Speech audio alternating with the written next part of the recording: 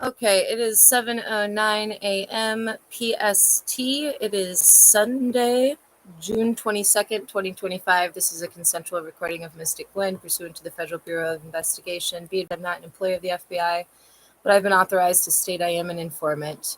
This live stream is an SOS, primarily because the Everett Police Department has blocked any and all ways to send out SOSs for over 300 days that they've been illegally detaining me.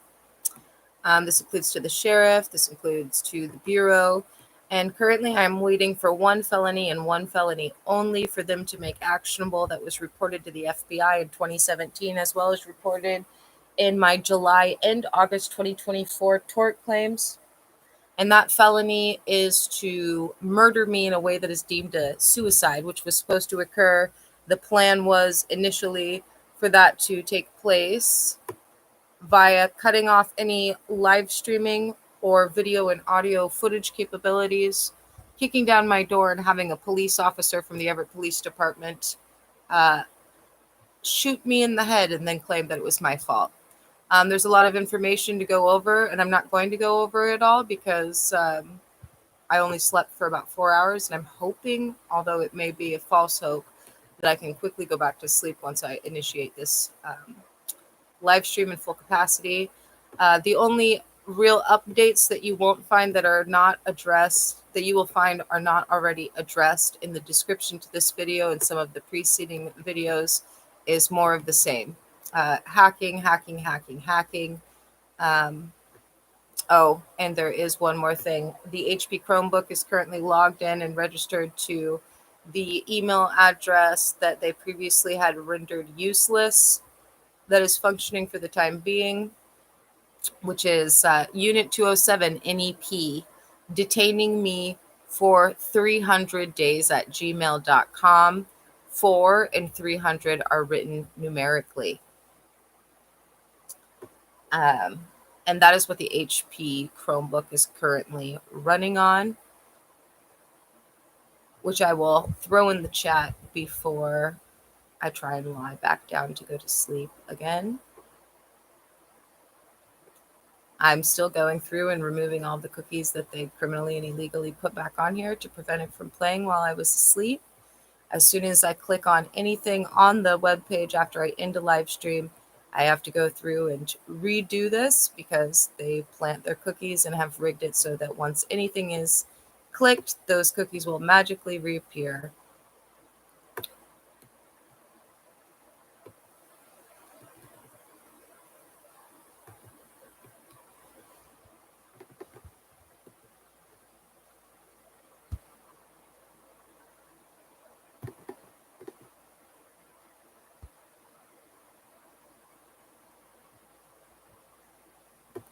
Okay, I've done so for the control room and for the live stream itself.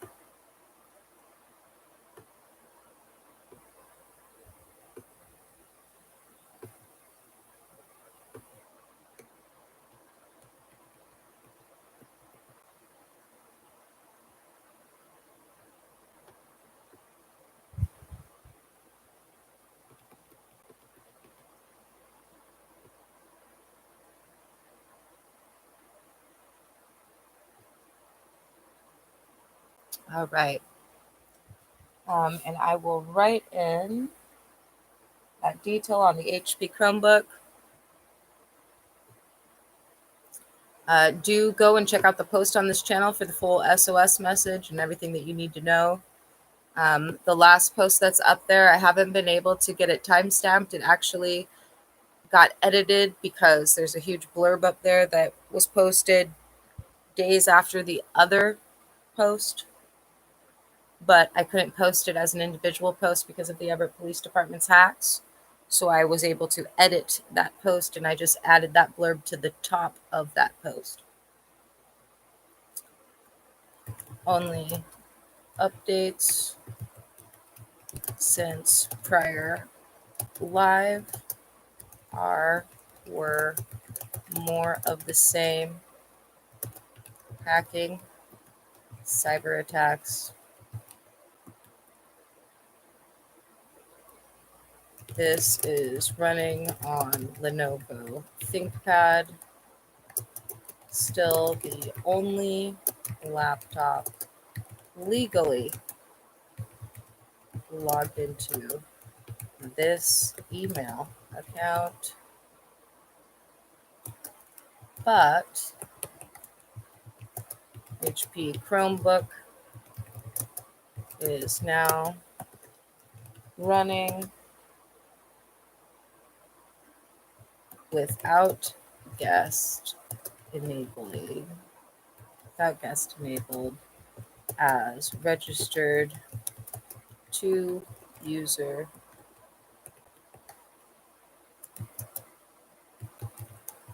Unit 207 NEP, detaining me for 300 days at gmail.com.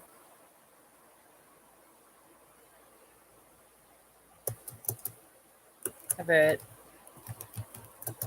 Police Department via Unit 207 continue to be able to plant criminal cookies on these live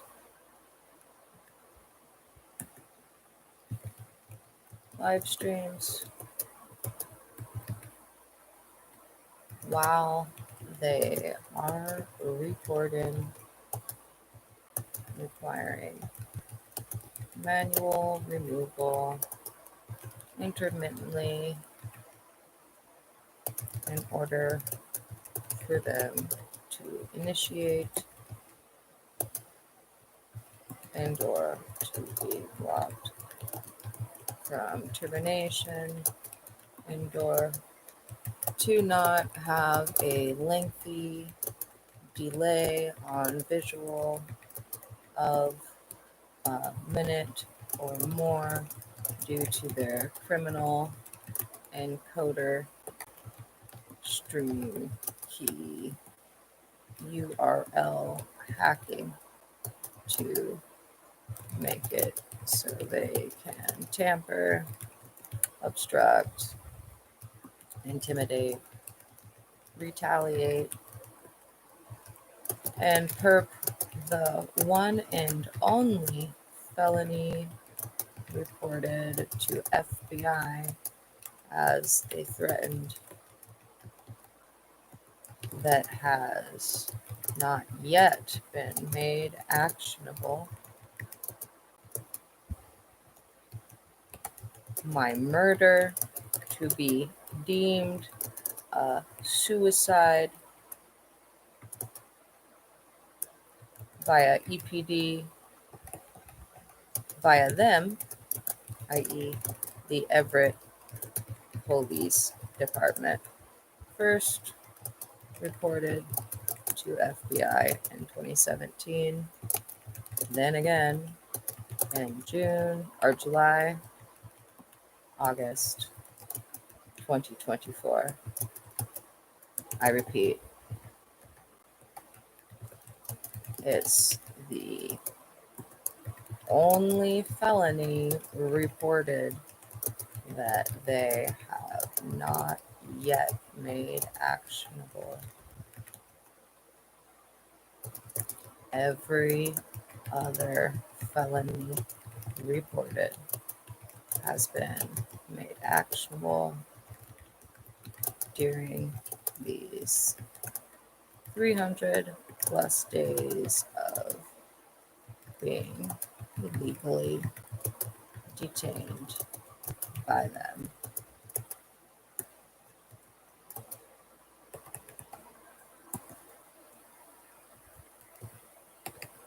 See descriptions and post on this channel for more details, forensics, etc. But primarily pass on this SOS to sheriffs, FBI, as they're still working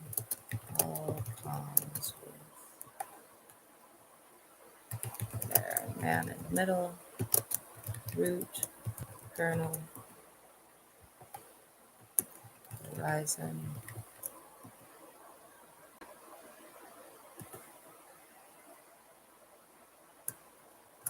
chip to chip,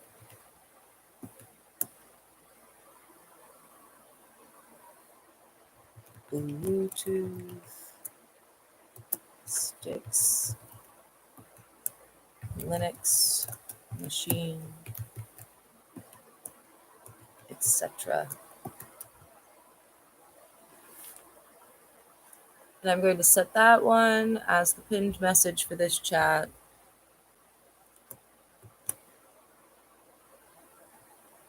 Let's see. So just since I typed that, they went back in and criminally and illegally threw on some more cookies. It says that it went from 17 cookies to 19.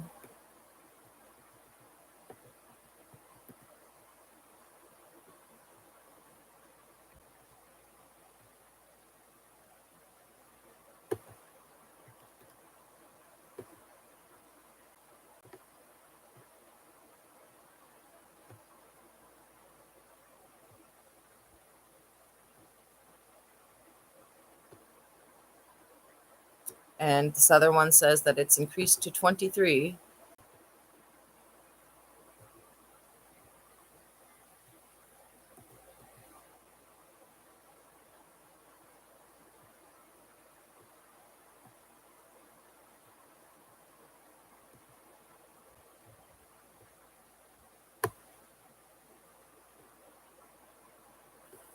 And the channel content one. Channel content says it hasn't increased at all, but I'm going through and looking.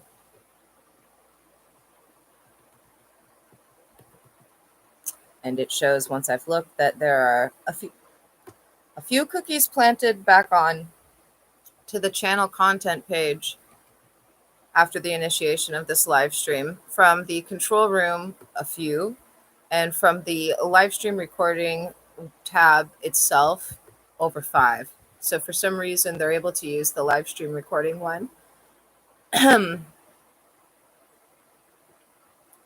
plant the most cookies.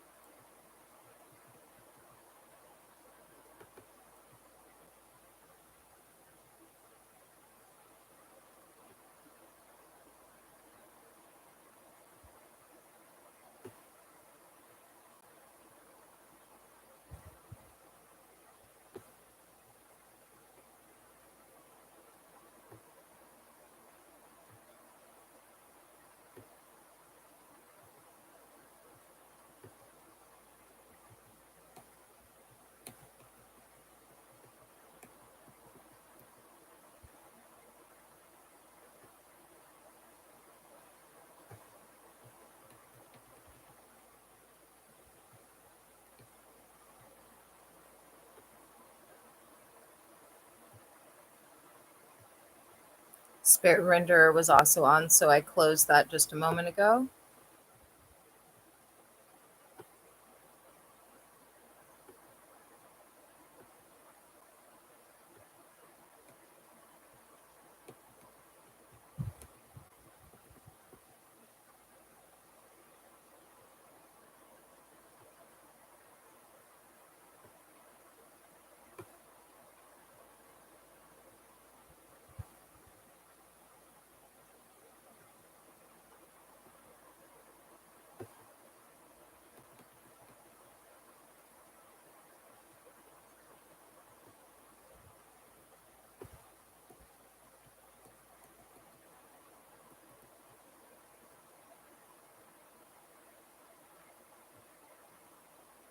Okay, if this live stream ends for any reason without me orally and explicitly telling you the end time, be advised that I didn't end it, and the domestic terrorist of the Everett Police Department via Unit 207, the condo directly above my home of 13 years, are 100% responsible.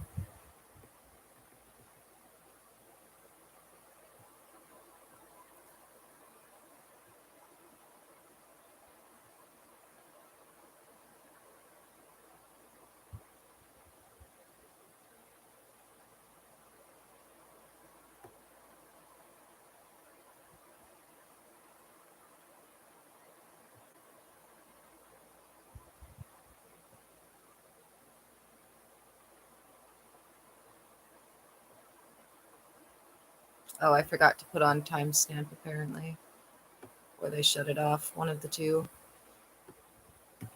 Okay, do look at the chat window to the right. If you've been watching these live streams, you know I've had a limited amount of sleep because of the Everett Police Department. So I don't know whether I'll have any success or not, but I'm hoping that I can lay down and possibly fall back asleep for another 4 hours of sleep.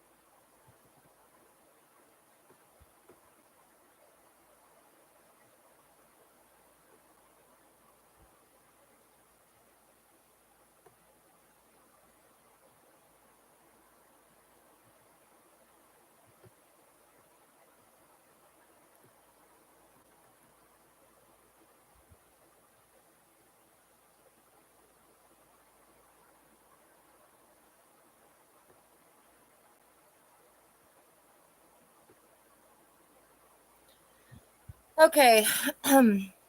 Again, if this live stream ends for any reason without me orally and explicitly telling you the end time, be advised I didn't end it. You may have been watching and wondering, why did it disconnect and reconnect? It's because apparently every time I start a new YouTube live stream, the Everett Police Department via Unit 207 are going to require me to have to fucking power wash my device and then play who is in control of the live stream? Those who have been left with one felony to perpetrate against me that was reported in 2017 and 2024 that they haven't made actionable. My murderers of the Everett Police Department. My kidnappers, assaulters, the people who abused my children, my mail tamperers, property destroyers, unlawful entries, my breaking and enterers, my child endangerers, the Everett Police Department. Don't discount what I'm saying. It's 100% true. It's already corroborated. And these imbeciles are going to prison for the rest of their lives, minus the whistleblowers, sooner than they fucking think. But I'm tired of every single day having to listen to them and having to deal with their fucking hacks, all to prevent video and audio footage from being recorded so that a bullet can be put in my brain after their 250 plus crimes against me. Word to the wise amigos and senoritas. If you didn't blow the whistle and you're a police officer, it doesn't matter if you're at the North or South Precinct. If you so much as know my name and didn't blow the whistle, you are facing time in a federal penitentiary per the Bureau. So if the live stream ends for any reason without me orally and explicitly telling you the end time, I didn't fucking end it. The Everett Police Department did, and they're about to go to prison for the rest of their lives. So it's Sunday. It's at 8:03 a.m. I have zero intention of ending this live stream in less than at least 10 hours. If you've been watching the prior live streams, you've seen the torture and torment they've been putting me through on top of everything else. Their threats and intimidation, threatening suicide because they're guilty of conspiring to perpetrate it. So I slept for like less than 4 hours. I laid down for 4.5 hours. So I'm going to try and take some Benadryl and go back to sleep. The HP Chromebook, once again, Bureau, as of last night, registered account user Unit 207 NEP, illegally detaining me, or not illegally, Unit 207, North Everett Precinct. Unit 207 NEP, detaining me for 300 days at gmail.com. Unit 207 NEP, detaining me for 300 days at gmail.com. 4 and 300 are written numerically.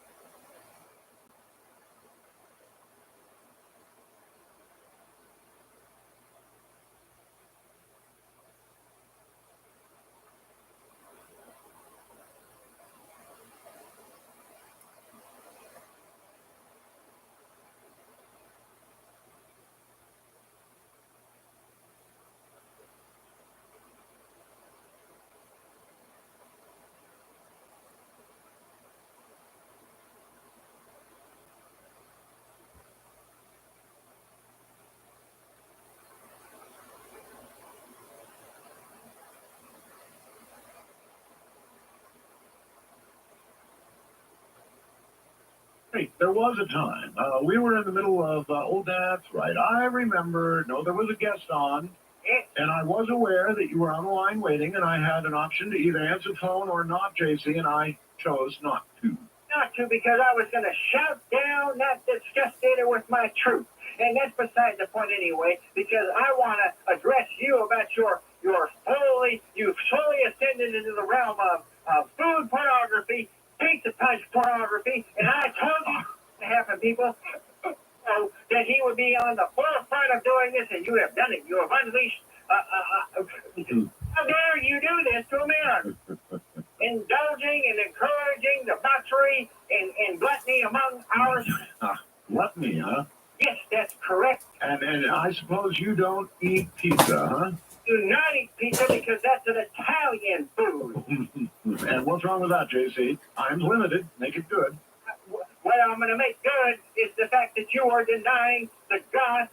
Listen, also, Jerry Falwell, you haven't done a tribute show to him, but bless his soul, he's burning in hell now because he refused to accept the new revelation, just as Brother Diamond will burn in hell because he's the only one who thought he had the righteous truth of Jesus Christ Almighty when he knows that I've got the righteous truth. I'm God's skin star general, the only one authorized to bring forth the new revelation. How's everything at home, JC? Heading back yet?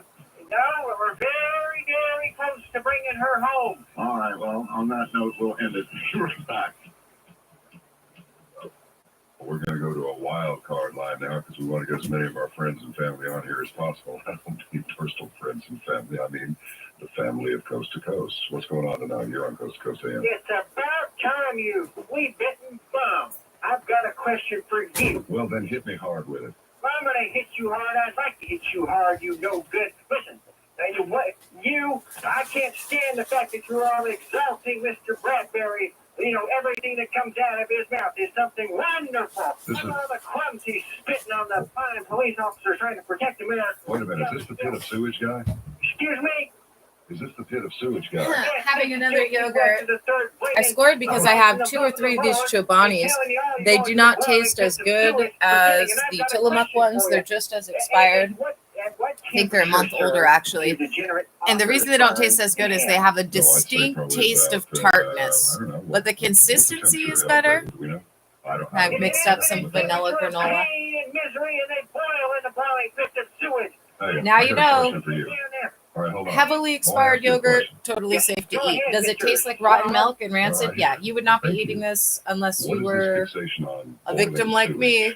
Then you'd be eating this and grateful.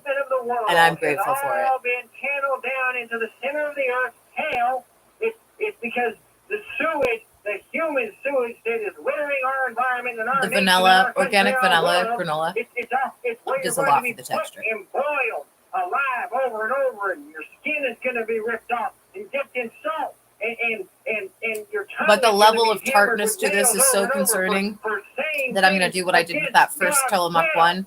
And I'm going to have a few bites of the Chobani. And then I'm going to put it away and wait for like 8 hours and see if I suddenly have diarrhea before I finish it. Wait a minute. The tartness is Let's strong. not get ugly here. I'm listening to you, aren't I? I haven't dumped you into the boiling pit of sewage, have I? I haven't sent you into the black astral hole of oblivion, have I? I don't believe I have. The devil's mouthpiece, and you are heading straight to hell. Express elevator to hell, going down. It's going to be you in the boiling pit of sewage, not me. I don't have to take insultation from a second rate, third rate. Nobody. You get Nolan, you get Bell back on the air, or I'm never going to call again. Okay. Bye. Was that the wild card line, or was that the, it was, wasn't it? Is that what they call it, the wild card line? Okay, I get it. Let's go. Wow. That's cool. I was hoping he'd call. I wondered, where's the boiling pit of sewage guy? There he was. Okay, back to the phones. Let's see what awaits out there. You never know. Wildcard line, you are on the air. You cannot hide from me tonight, Mr. This is Art Bell talking to one of the Everett Police Department stalkers. Thinking you're retiring, but you're not. Listen, Just joking. Sounds just like one. Oh, yes, by all means. This is Art Bell. It's It's on archive internet. This is some guy that used to call him all the time and tell him that he thought he was the devil. For hours and hours. I put this on before I slept for 4 hours, and I was hanging out with some guy friends, and this was happening wherever we were. This fucking conversation. So they're pollinating pot plants, they're getting stoned, and then they It was a don't good know how to get dream, back to the hive. comparatively. Got it. That's exactly what is happening. I'll give you a sign. You really thought that one out. Excuse me? I gave you a compliment, JC. Never mind. Go ahead. The birds. What about the birds? Let me tell you about the birds. The Yes. birds are being murdered by an overpopulation of cats. Too many demonic cats. They're killing chickens and turkeys, and they're trying to depopulate so that we'll starve to death. JC, cats are not demonic. They are the devil's familiars. You know that, sir. They are not. They're cute little furry, lovable things, JC. Haven't you? Probably a cat's never loved you, has it, JC?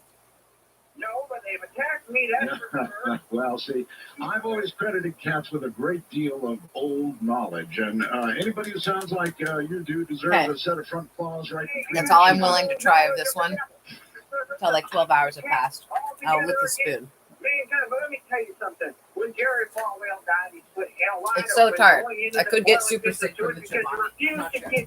Only on one point, he had so many good points about him, and I feel so bad about him, which is why I want to warn Telling you myself, and warn your audience. it's just tart He because it's refused Greek me. yogurt. He It's would not not, give me you know, his made in television Oregon by programs, Tillamook. radio program, so he went to hell. What happened to Edna? Is she home yet? You said Edna was coming home. Now we're tracking her down, and we're going to very soon, Mr. Bell, we're going to return into the phone, and that's why you need to have me back on for the I Agree with JC interview line. The JC interview line. Yes, the interview line, so that you can have your listeners call and talk to me. I mean, you know, for the dinner others like Tess Gretchen and no good like Stephen Hawking. That would be Tess Garrison and Stephen Hawking. I don't French think we've had him on vanilla the show organic yet, JC. granola. I actually really like And this granola. actually, JC, I've done it for you on a number of occasions. We did, but not enough. It's never enough for the Lord's word, is it, sir? There is enough of JC. There can be enough of JC. No, sir, I don't think so. 5 minutes is kind of the limit, JC. You need to give me your entire program. How dare you tell me to limit the Lord's word to 5 minutes? That is a thought. What if you had the whole program? I would. What would you do, JC? If you had the whole program, what would you do? Well, first I would start, and I agree with JC line, and tell people to email me at boilingpitsofsewage.com. I agree with JC line. JC, even I don't have a line like that. I'd rather have somebody disagree with me than agree with me. And you would have an I agree with JC line. Yes, I would have people who call to disagree with me as well, so that I can tell them how wrong they are. Everybody's entitled to their opinion, and even if it is wrong. Isn't that a little self-serving? This is exactly like listening to me and an Everett Police Department officer talk. They're JC. JC is a great and wonderful person, line. The JC is absolutely correct, line. Yeah, I will do. Don't believe me? Go check out my videos on youtube.com/Mystic Gwen. As many lines that I wanted to glorify me because or the preceding one about 6 to 7 hours in. And actually, if we were doing some sort of donation work for Mental Health Week, you'd be just my guy. Listen, people, I can take donations for the Lord. I'm willing to accept any kind of monetary compensation for my work. I mean, I'm doing this because God wants me to, but God also wants me to have a steady income. Yeah. I see. How many people have sent donations into, what is it, CLAMP? Is that your organization, CLAMP? I do not disclose my personal financial matters with infidels like you. Infidel. CLAMP. Is CLAMP a 501c setup? I mean, is it tax exempt or what's the deal? Again, we're not discussing that with you. There's a fraudulator out there who is impersonating CLAMP, and I'm not going to say who she is, but she knows who she is, and so I'm ordering her to stop. Again, the only device that's legally logged into the account that this YouTube live stream is running on is the Lenovo ThinkPad.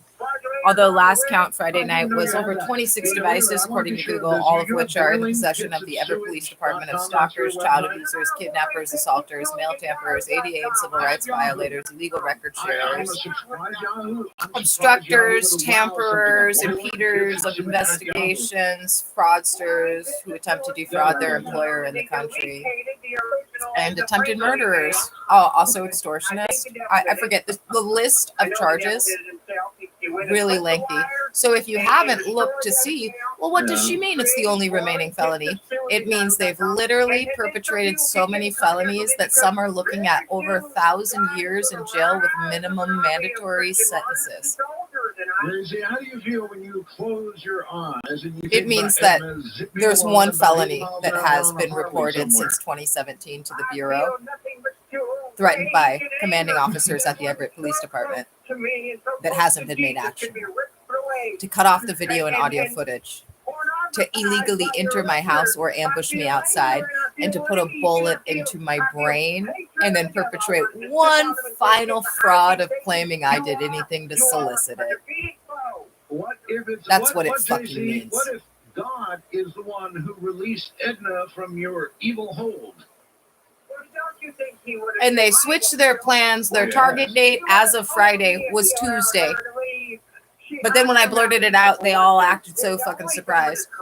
And so I won't be surprised if they're switching that target date again, but I haven't heard. So I'm expecting Tuesday. God, do you? Some of their fraudulent Google certificates on YouTube state that they're expiring Monday at 3:30. So I believe that I may be having my video cut off at 3:30 because of their criminal cookies. Which, like Mr. Falwell, refused to accept it, so he's in hell. Pat Robertson's a good guy. I'm working on him, but he's going to go to hell. And so his brother Michael Diamond's going to go to hell. Everybody who doesn't accept my new revelation, because I talk directly with the Lord, our God. You were, hey, JC, you were really wearing out your fingers trying to get on with Brother Diamond, weren't you?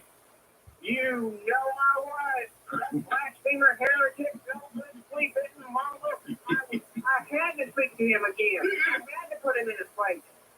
Oh, JC, all right. Thank you very much for the call. Back to the boiling pits. What an address. So it's... We'll open lines tonight. Let's go to our wild card line. Welcome to the program. Yes, I am calling tonight to declare my victory against Oscar. I have already won. He is afraid to face me. Just like Dimitri, I have put him down without even going one round. He couldn't even stand toe-to-toe because he's going to know that he's going to go down to hell if he faces me. Hello, He's Jesse. afraid. He's trembling. How are you? I am not good. I am very angry. I'm angry that Oscar will not face me because he's a coward. Well, I don't know if that's official yet, but you may be right. He may. Not debate me. He may. I'm going to tell you right now, you can already declare JC 2 and everybody else 0 because I have won against Dimitri. Wouldn't even face me. That clown shook and trembled and went and hit under a rock. And now Oscar is hiding behind the skirt of the devil and will not face me. Speaking of skirts, I just got a call from someone who was living with Edna. Oh, well, they are lying. They are lying. No, he claims she has left the biker, now living with him, the truck driver, Yes. enjoying life, and apparently she left you because you watched pornography. I have never heard such a thing in my entire life. I would listen. When you do reconnaissance against an enemy, it is not the same as watching for salacious enjoyment. Oh, so you agree that you were looking at it for research purposes? It's called reconnaissance. You have to know thy enemy. If you don't know their strategy, how are you supposed to know the mind of a psycho unless you are you have to get into their psyche and you have to understand what they're doing to America. Well, they claim you've gone over to the dark side, Jason. To the what side? The dark side. Listen, I am 100% Anglo. To call me on the dark side is an insultation that I do not take. You are a demonizer, sir. No, a demonizer. JC, I just have a feeling that you have just gone over the edge. Listen, I have not gone over the edge. It is America that has gone over the edge. The world that has gone over the edge. They're over the edge into the pit of blind sewage. They have gone far away from the teachings of the Bible. Women are walking about with prideful arrogance. We have foreign nationals occupying our nation, flooding the border. And I just heard that Mexico is upset because we have too many guns in the U.S. Let me tell you something, Chico. We're going to have all kinds of you like it on top. And you say one damn thing about it, you might just get to meet some in person. Because you can't tell me that they're not running guns from the Soviet Union into your country. It's not coming from us. And if you don't like it, just a step in, Chico.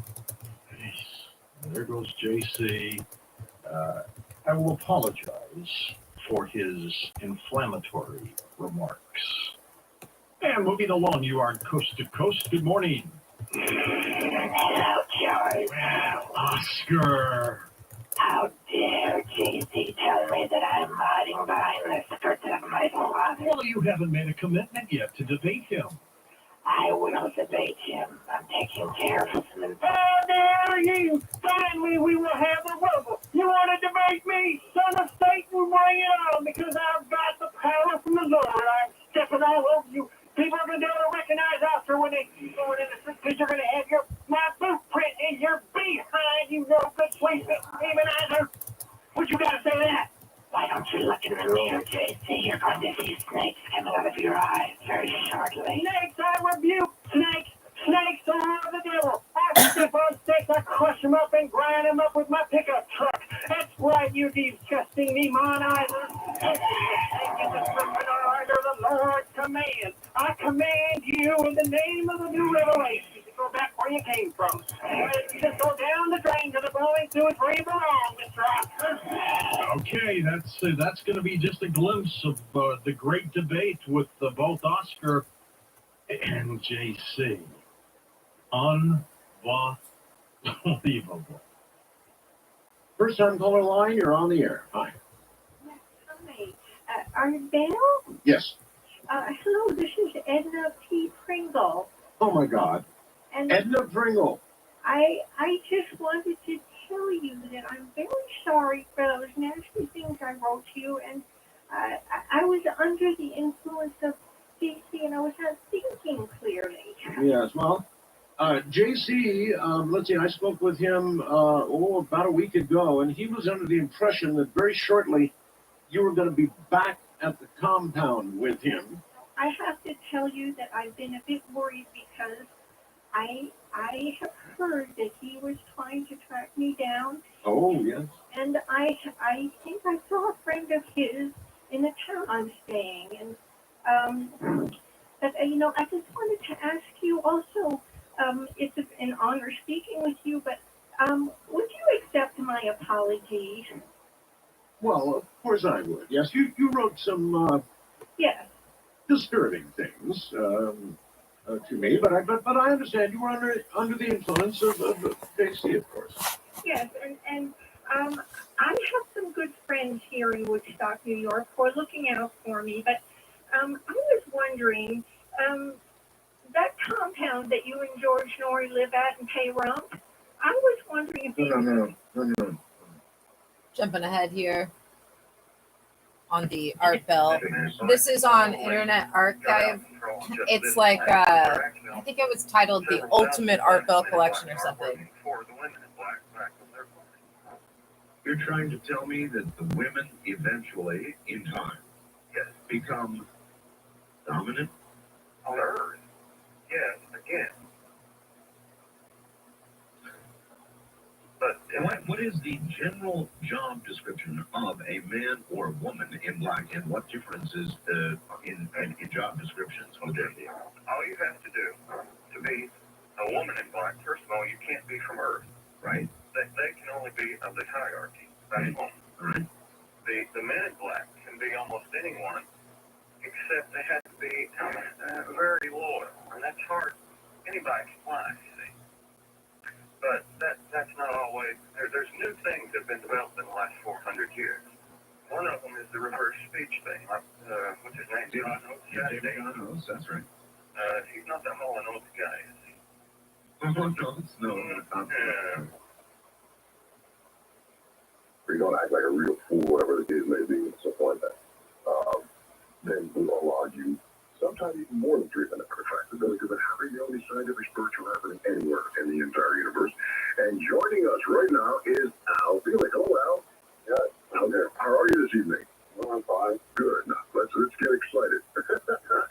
Welcome into the Billy Goodman Happening. Al, you are the gentleman who literally worked the instruments on the Philadelphia experiment. Is that correct? Yes, the equipment in the hole, as they called it, and the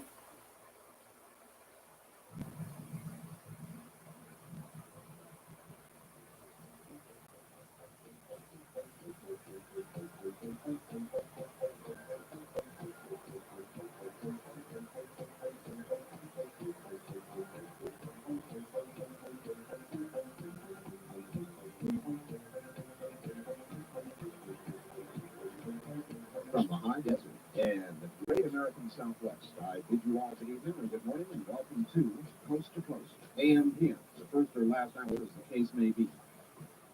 Yes, as promised, Richard Hoagland is here. All right, I'm gonna lay down and try and get another 4 hours of sleep.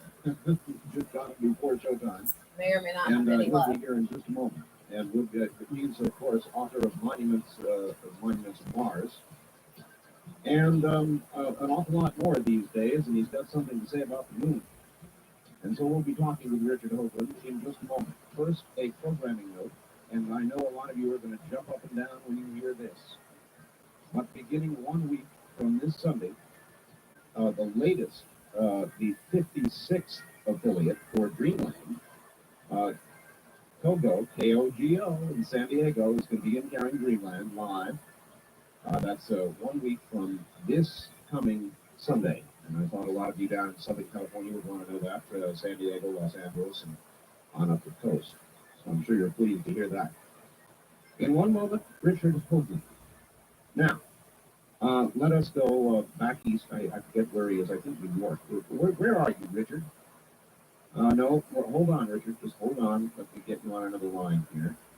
And let's see. Here. Richard, where are you anyway? Weehawken, New Jersey.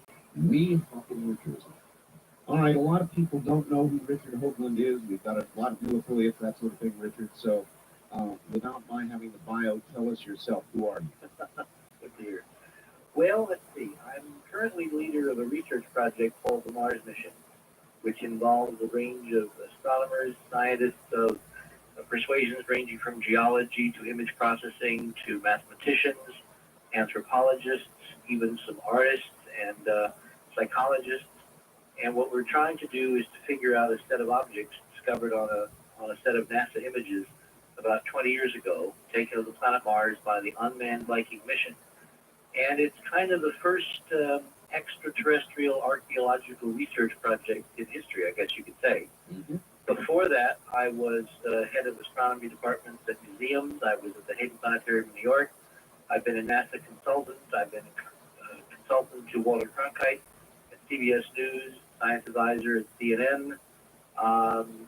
That basically covers it. Very impressive credentials. And last year, I cannot forget this, I was awarded the Engstrom Medal for Excellence in Science for the first time internationally by the Engstrom Institute in Stockholm, Sweden. Very good. All right, Richard, I want you to answer critic.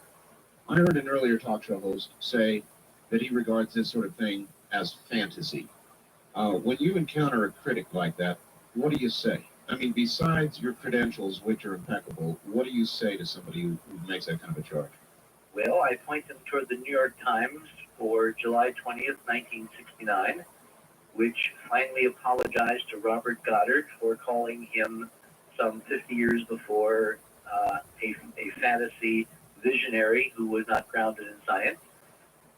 Everyone who tries to do something that has never been done before is accused of being slightly, non-anchored in reality. Whacked out.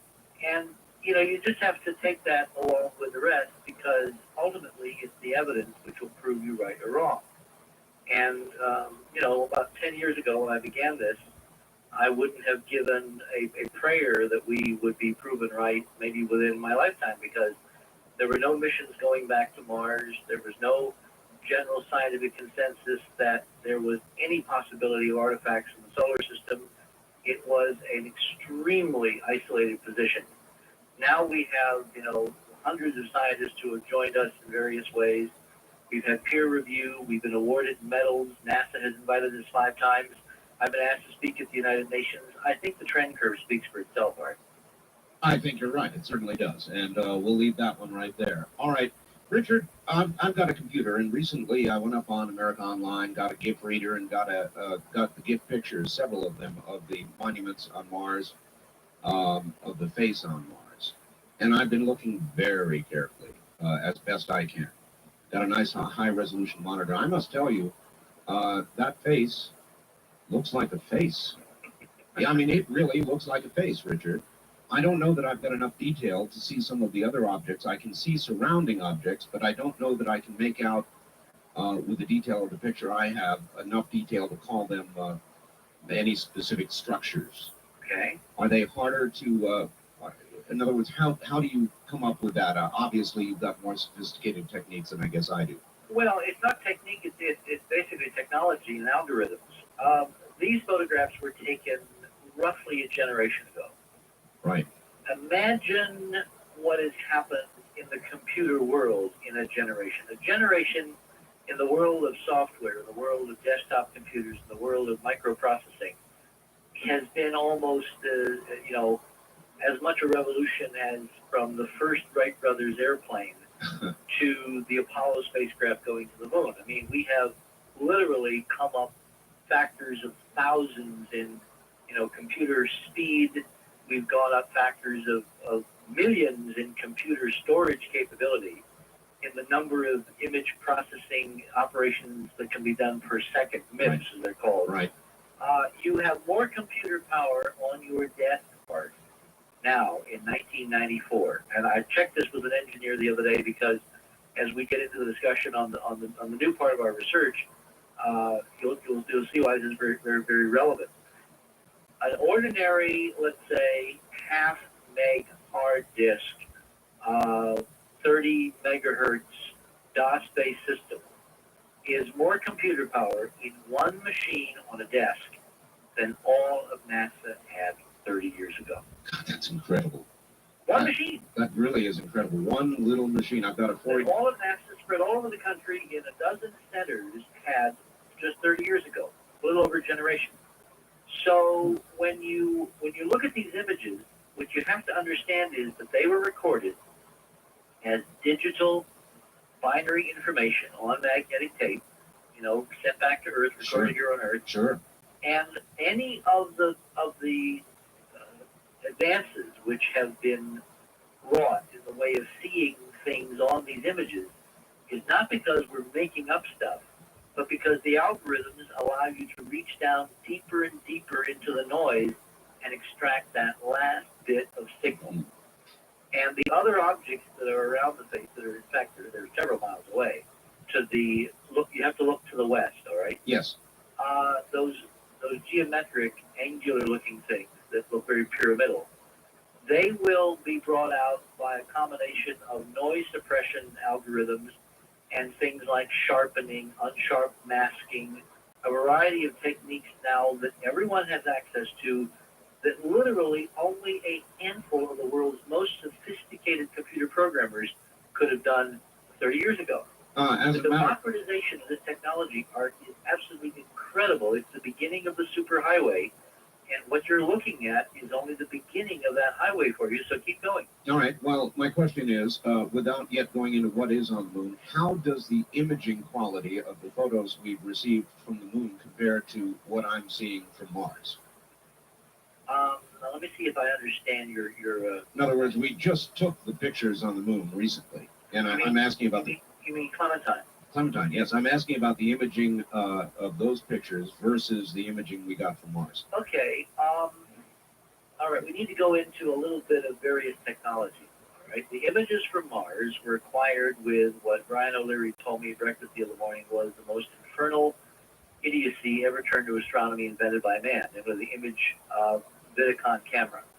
He was the deputy team leader on Mariner 10 that went to Mercury and Venus. And he had a devil of a time with the technology. We were kind of comparing notes in Albuquerque the other morning when I was down there for a conference. Mm-hmm. The same kind of camera was flown during Viking to Mars. An image Vidicon is a little pencil, actually cigarette-sized vacuum tube, which writes an image on the front faceplate of the tube by means of an electrical current, a beam of electrons, and various magnetic fields. Or put another way, it's a TV camera. It's a very tiny, but it's a vacuum tube TV camera. Right. Now, the modern TV cameras that you have in your camcorders, Yes. and you have in the studio cameras, top of the line, and you have in your space mission, those are not Vidicons. Those are solid-state CCDs, charge-coupled devices. They're chips. Right. Look, Ma, no moving parts, no vacuum tube. It's all done with chips. The chip camera is probably 1,000 to 10,000 times more sensitive. It is 100,000 times more linear, meaning the the lightest and darkest things it can photograph and not overexpose or underexpose Right. is enormous compared to the. I mean, well, bottom line is, the modern technology is 1,000 times better than what was sent to Mars. Wow. That's Wow. the technology now. That's not counting the imaging algorithms and the sophisticated mathematical techniques of enhancing, shading, contrast, stretching, all those things that you do with images once they come home. Now, why is the technology important? Because you're only as good as your front end. You know, if you have a lousy radio, Art, I don't care how good a signal you're putting out. If the radio is bad, we're going to sound terrible tonight in somebody's living room, right? It's true. Yes. Whereas if you have a $2,000 stereo receiver, it's almost as if we had moved in. That's right. That's exactly right. Well, that's the comparison. All right. Well, then here's the question. If we had today's technology, the technology available on Clementine, and it had been in roughly the same place taking the same photographs of Mars, would there be much of an argument about what we were seeing? I would have had a lot easier time. A lot easier time. Yeah. No, you're absolutely right. Because the noise levels would have been lower, the number of pictures would have been vastly superior, the comparisons, we could have had color, we could have had stereo, we could have had multiple angles.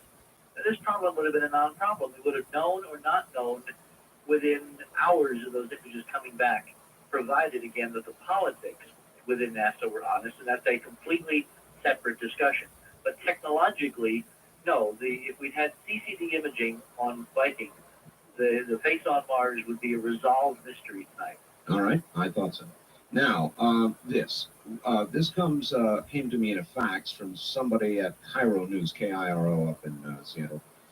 It says Russian and U.S. Mars mission planners are meeting at the Jet Propulsion Lab in Pasadena, according to Aviation Week, to better define U.S.-Russian participation in a proposed space exploration program to be called Mars Together.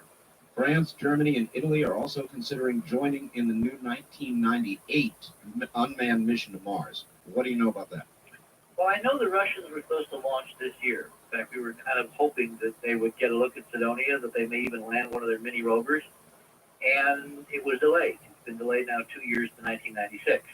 This is part of the ongoing discussion between NASA and the European space community, and of course the Russians have now joined the European space community for plans after 96. The next opportunity is 98. You get an opportunity to go to Mars roughly every 2 years. So this is part of what we get to see in public. What really is driving this, I basically could speculate, but I have no direct knowledge.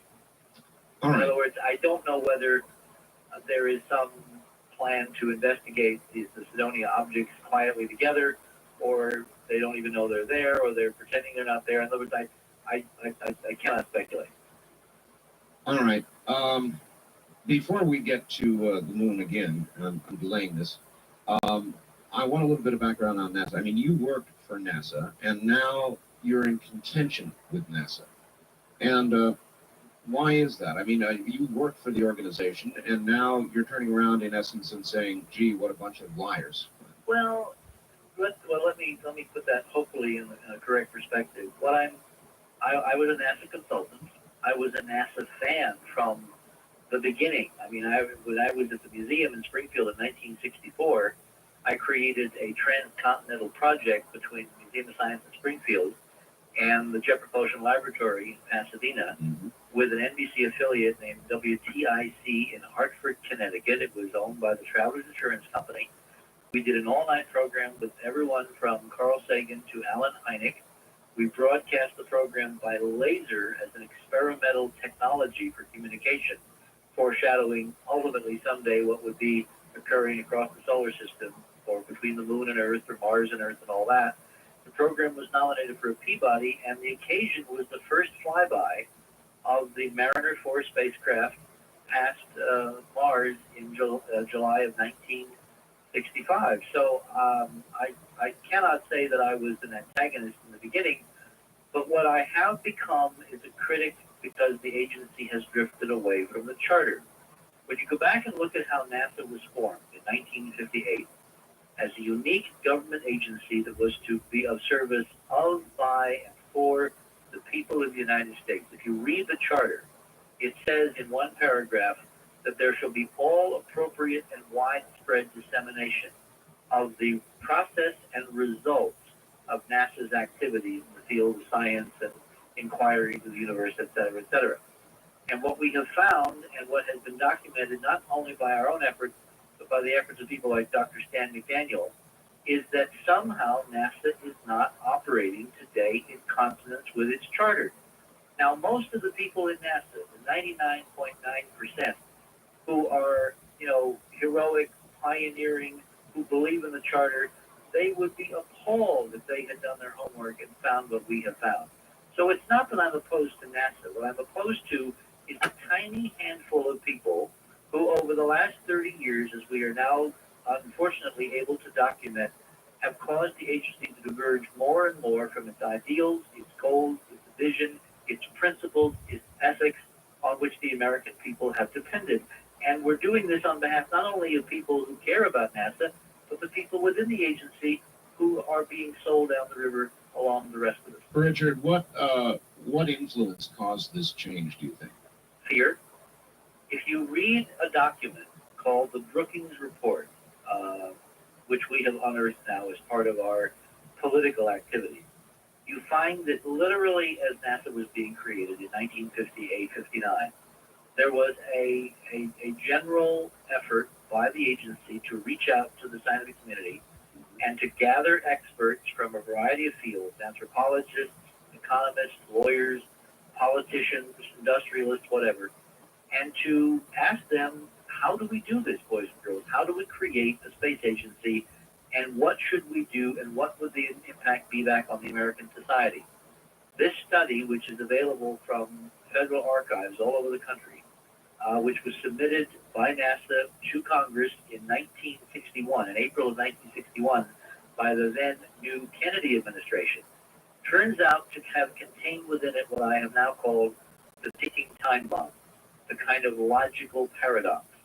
Because on the one hand, NASA charter called for it to be the most open, democratized agency in the history of the federal government, in the history of this republic. In this Brookings report, there is a section dealing with extraterrestrial intelligence, extraterrestrial life. And in that section, NASA received recommendations that if it ever found artifacts, and it was expected that it might find, as part of its unmanned space activities, robots like Viking, or lunar orbiter or surveyor or other missions out across the solar system, Yes. it might find artifacts. On page 215, this document predicts that.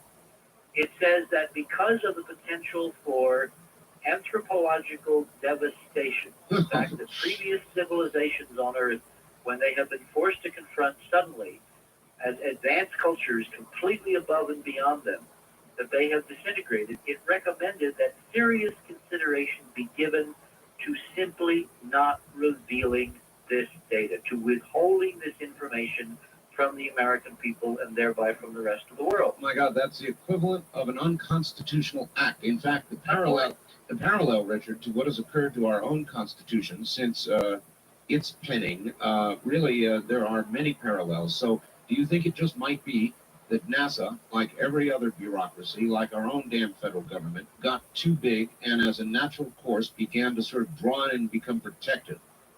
Well, if you look at the sociology of this institution, and you understand that in the time frame when this recommendation was made by people of the level of competence and authority of Margaret Mead, who was a very well-known anthropologist of this period, the head of Harvard, the Sure. general counsel for the United Nations. I mean, the names of the people on this Blue Ribbon Commission read like a who's who of American science and industry of the time period. Coming out of the very paranoid McCarthy period, where we were afraid of our own shadow and everybody else's shadow, the idea that a bunch of very respected academics would basically say to NASA, look, if you find ETs, you could destroy civilization if you let it out, I think had a profound chilling effect on the scientists and the administrators and the engineers who have been running NASA for the last 30 years. What about the contention itself, Richard? Well, that's a separate issue because, remember, politics is mostly perception. Yes. Politics is the art of dealing reality, spinning reality, not reality itself. So regardless of whether you now look back in hindsight and say, oh, they were crazy to have thought that, the fact that, and I want to in a moment get into a couple of other governments that are in the same position kind of sociologically that we were 30 years ago, Right. and that I've now dealt with. I've had representatives come and stay with us and talk to me about how they would respond to this kind of information, given that their treatment of academics is very different than ours is now. It's more like it was 30 years ago. So we've been doing our homework into why this apparently was taken so seriously. The upshot is that a lot of the people who created NASA, who commissioned this report from, remember Brookings is one of the world's most prestigious think tanks. All right, very short on time.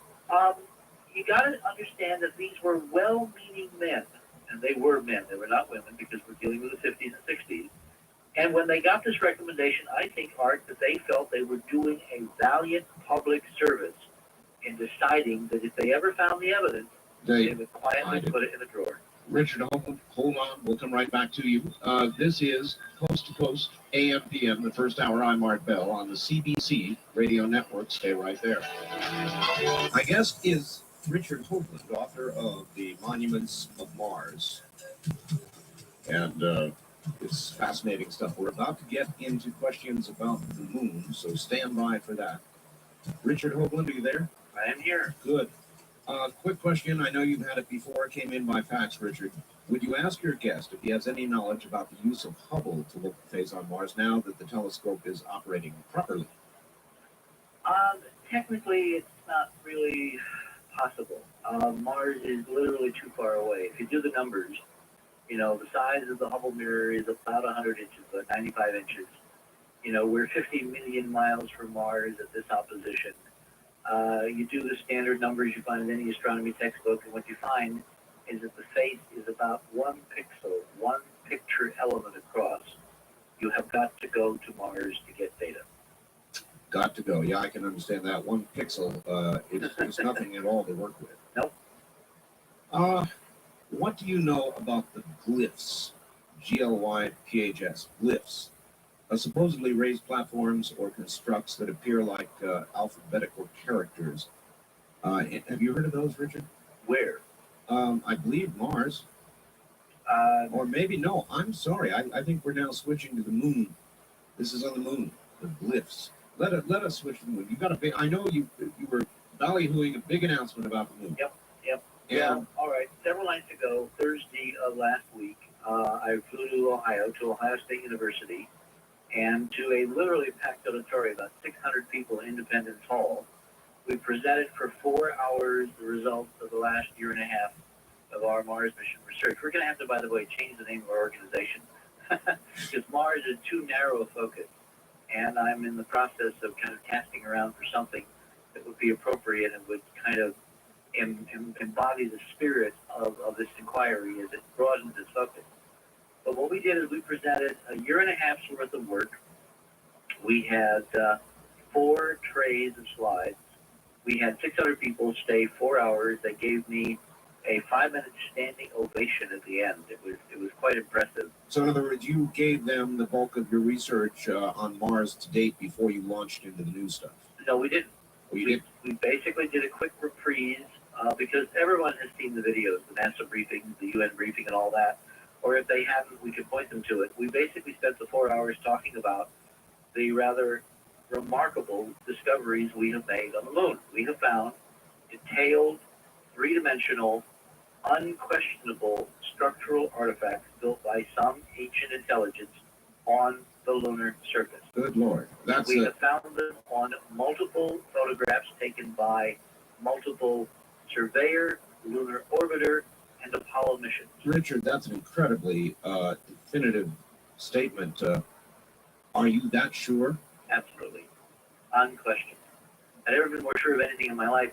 And what's really neat, Art, is that we are drowning in data. Whereas with Mars, we've been arguing, almost like a number of angels who can dance on the head of a pin and that classic, thing. Right. With 2 photographs at 2 different lighting angles. With the moon, we are data rich. We have literally thousands of pictures. All told, NASA has millions of pictures. Clementine, the recent Pentagon mission, itself took 1.5 million images of the moon. Wow. We are stunningly data rich. Haven't you kind of wondered why we have never really seen the moon, Art? Think back. Go tomorrow when it's dawn and you've rested up from the night before. Go to your library and take out a few astronomy texts and begin to look at the section on the Apollo missions to the moon, or the moon in general. What you're going to find, what we have found, what I have puzzled over for the last year and a half, is you're going to find in book after book and text after text and magazine article after magazine article the same tired half dozen pictures of the moon. Millions of pictures, and all we have gotten through to look at in the last 25 years since Neil Armstrong set foot on the moon in July of 1969 are basically the same 6 dumb images. I never thought about it, Richard.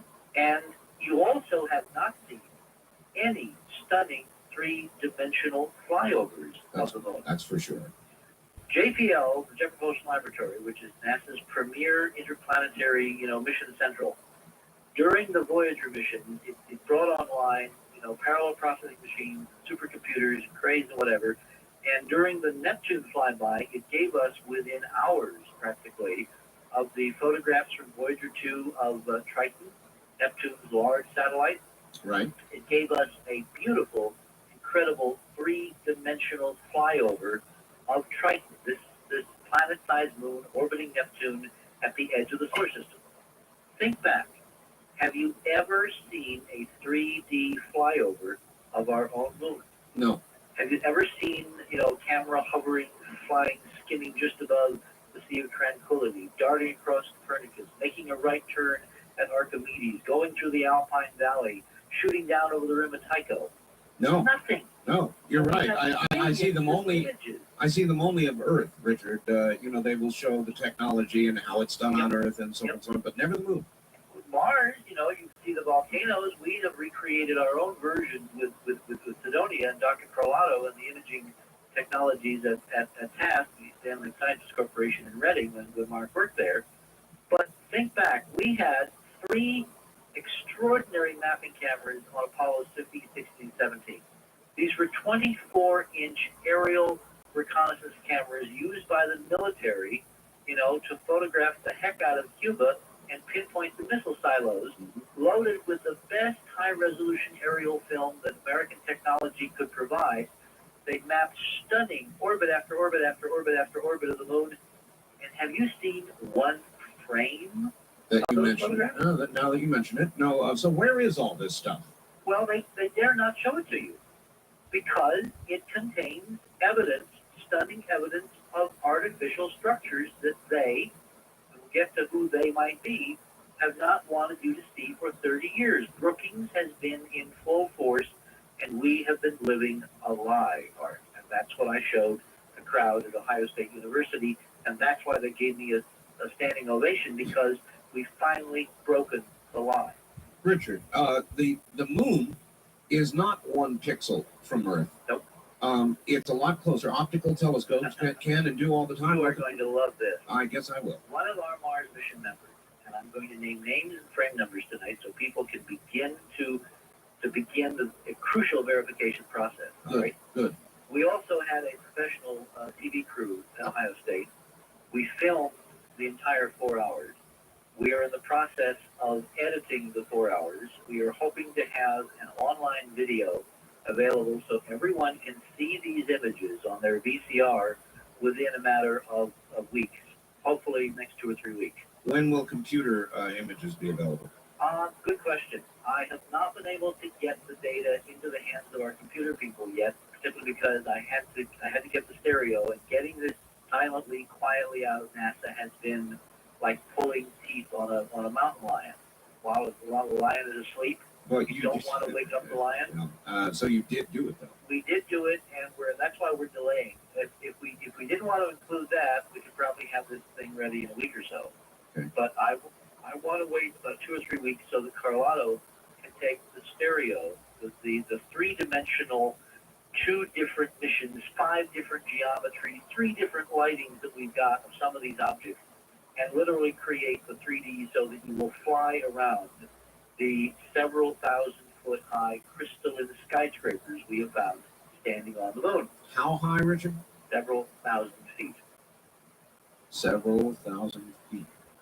And we Yeah. have them on photographs from 2 different archives, 3 different technologies, you know, what is it now? 3 different missions, okay? I have to keep track of the numbers here. Yeah. There is no doubt. The geologists of our team, most of them have not seen what I have been working on because I've been holding it very close to the vest. Some of them were able to assemble at Ohio State on Thursday night. They were absolutely blown away. They were boggled because they know that this is not what the geology of the moon should look like. It just doesn't look like that, boys and girls. And the amazing thing to me, more so than the artifacts, is how they've kept the secret. And that to me is going to be the most amazing puzzle of all this, because I can't imagine that we're the first to have seen this. I do know that our technology is a lot better on one desk than all of NASA had when these photographs were taken. But I also have now been seeing clues in the Lunar Science Conference papers and the proceedings of the scientists get together every year in Houston, where they gather and present papers on the lunar studies, the rocks, and the photographs, and all that. I see lots and lots of clues that other scientists have seen some of this before and didn't know what they were seeing. I also know that some scientists had to have known what they were seeing because there's just the fingerprint of their manipulation of the rest of them away. It's like the 99% who are honest can be manipulated by the 1% who are not, because the 99% believe that everybody is honest and they don't think anybody would ever lie to them in NASA, and that's why this weirdness has succeeded. Okay, that accounts for this country, but what about other governments, other countries? Well, that gets into very speculative territory, Art. For one thing, we're the only nation to send stuff to the moon except for the Russians, right? Right.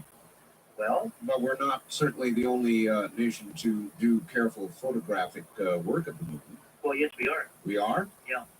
Now, there is one weirdness in that statement that I must tell you. What about the British, Richard? They do quite a bit of The it. British have not been to the moon.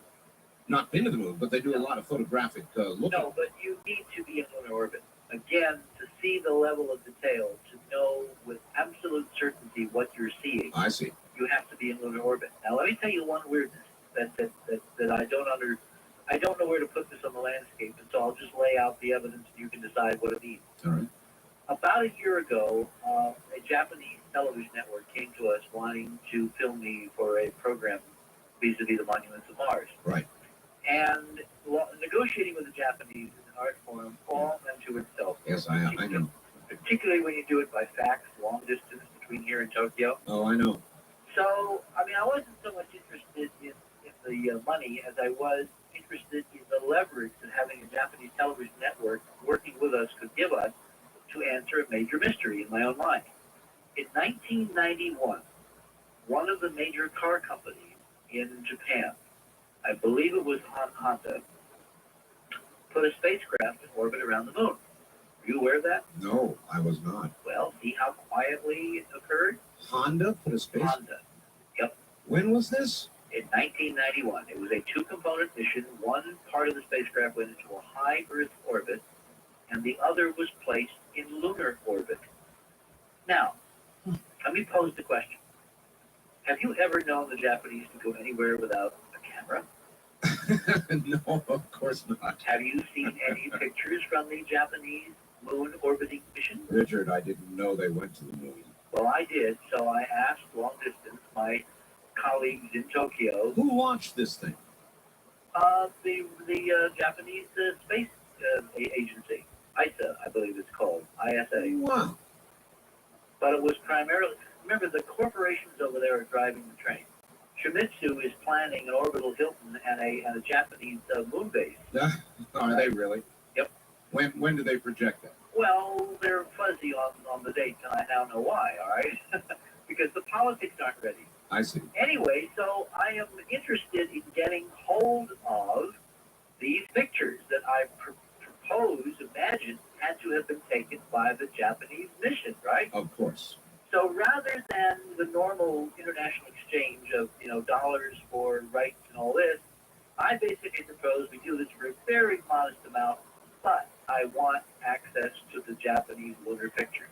Ah, Okay? yes. Because I'm beginning to build the data file and I'm trying to get a handle on what the world we got on the moon and no one wants to talk about. So when you get back? Sosade Hoagland-san? How much time we got? Yeah, where are we? All right. The day after I sent the fax, remember when you're dealing with fax between the U.S. and Tokyo, you're dealing into tomorrow. You're Yes. crossing the international date line, so it's already tomorrow over there. That's right, yes. So the fax machine rings at very weird hours when you're trying to do this. Right. Literally within hours of my sending this fax, where that was the condition for my going ahead with this arrangement, Yes. my contact sent me a copy of the Tokyo Times back by fax that morning, which announced the Japanese spacecraft had crashed on the moon. Oh my. Within hours. And further, it stated that it only took 2 pictures, neither of which was usable. Yeah, right. Incredible. I hate to say, Art, but I think the fix is in. The international thing. Exactly. We have one world. One world, one space agency, right? And the last vestige of competition vanished when the Soviet Union collapsed in all its glory, a couple of years ago. You're right. The It's fact true. that the Russians have now delayed again going on the wake of Mars observer disappearing, if it weren't for the fact that we've now got them by the, Uh-huh. well, this is family radio, so I can't tell you who we got them by. So, Richard, we are now the gatekeepers. We are the gatekeepers, and fortunately, the Constitution still prevails. And fortunately, we've got the data, and fortunately, the American people can take back their space program, but they've got to get mad enough to decide this nonsense is high time it ended. Enough already, huh? And you're convinced of this. I mean, you're sure of it. There's no It's not question. just me. When I send you the tape, you're high on the list of getting the first copies next week of what we call the preview copy. Great. I had a meeting this afternoon with our production people, and I've set aside in the budget 100 copies, freebies, to be given out to media, political people, scientists, colleagues, kind of high priority targets, because once you see what is there, what we have found, your life will never be the same again, and you will demand that Bill Clinton do with NASA what he's done with the Atomic Energy Commission. Open the damn files. Is he likely to do that? We are talking with the Clinton administration even as we speak. We had a conference call yesterday with one of the president's closest friends, someone who has taken the McDaniel document into the Oval Office, and I am going to try to set up a situation where Bill Clinton either can become a hero, a la the man that he, venerates, John Kennedy, Yes. or history will write something different. More like evidence is there. More like a Richard Nixon. There are 2 ways you can write history. You can either lead or you can follow. Mm-hmm. In this case, leadership is demanded. The positive benefit, Brookings, aside, the positive benefit of leveling with the American people, presenting clearly and concisely what we've got, and now what we can do with it, the extraordinary opportunities and the benefits to the economy, to the global political situation, to domestic, peace and tranquility, all of the positive things that can happen by being honest on this issue, by going forward with the research and the development and making use of this knowledge for the benefit of all mankind, so far outweigh the fears of a few timid bureaucrats who have been huddling, quivering, shivering under the covers for 30 years because Margaret Mead said we would destroy civilization. If you tell it, that will not happen. This is the Star Trek generation. Art, we have been raised on going where no one has gone before, and I frankly think it's high time that we all grew up and we went ahead and made known what a few have known and have seen while the rest of us wondered. Richard, maybe we're ready, but what about the rest of the world? We are not alone. In other words, we've come a long way, you're right, with the Star Trek generation, but I'm not sure they are in Argentina or in Britain or in Australia or in Japan or in a lot of other places. What about the rest of the world? Well, we lived on this planet from the 50s to a couple years ago, where children in every culture, every race, every creed, every color, every country went to bed at night, and if they had access to any kind of media, at some level, as they went to bed, they thought, maybe I won't wake up in the morning because there will be a nuclear holocaust. That's true. A global nuclear war. That's right. And this planet survived that insanity. Nothing else could possibly compare to suicide by our own hand and the idiocy of the military and industrial complex run amok. Mm-hmm. I think that this is where leadership has to assert itself. The positive benefits, culturally, scientifically, technically, and economically, of pursuing this high frontier now, of verifying what's there, of exploring what's there, of returning the extraordinary knowledge of what's there. When we get into the details of what is there, you'll see why we desperately need this knowledge back on Earth to help us save the Earth. What makes you think they don't already have it? What makes you think they have not already explored it? If they've done all this, the rest of this stuff in secret, why would you imagine they'd have as much knowledge as you may have and it would not have acted on it? But it has not been applied. And it's the application to society as a whole, the Baconian tradition of science art, where we have fallen woefully short. Remember the mandate of NASA. NASA's charter was to explore space and to create the technologies and the knowledge base to apply that wisdom and knowledge for the benefit of all mankind. There has been a woeful gap between that vision and what in fact has taken place. But So maybe yeah, the science has been done by somebody, but it has not been applied to the benefits of society on this planet, and that's what has to happen now. We have to reinvent the Earth using this knowledge which someone has been sitting on for over 30 years. what if the answer, though, Richard, is so awful, something that would, for example, deny or the existence of God or cause people to believe that what they've always thought, their deepest faiths, are shattered? I have to tell you, Richard, if I were a government guy and I had that information, I'd sit long and hard before I released it. Well, we sat long and hard. Isn't a generation enough? Is the information that, do you think it may be that shattering? I think it could be that important. I mean, we're living on borrowed time. If you look around the planet, you can see that environmentally, technologically, we're living on borrowed time. There is everything from, the fossil fuel problem of greenhouse warming to, increasing numbers of toxins. The Superfund is woefully inadequate to handle the toxic waste problem. People are dying of starvation because there's more mouths to feed every year, and the technological curve to feed them is not keeping pace. Things are going to get horrible anyway. That's true. We must do something different. I agree with you, That's Richard. the human condition. All right, I want you to relax for a few minutes. I'm going to take care of some business, do news at the top of the hour, and we'll come back and talk about the detail of what's up there. Richard Hoagland, stand by, stay right where you are. We'll get back to Richard Hoagland. This is some pretty good stuff.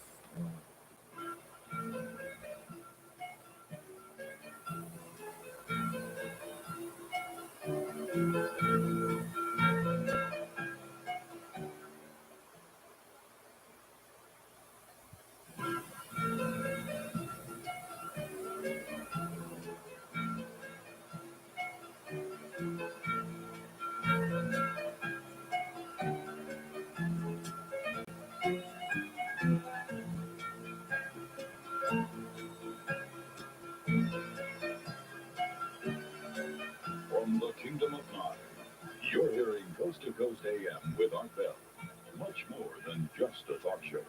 To participate in the program, call toll-free 1-800-618-8255. That's 1-800-618-8255.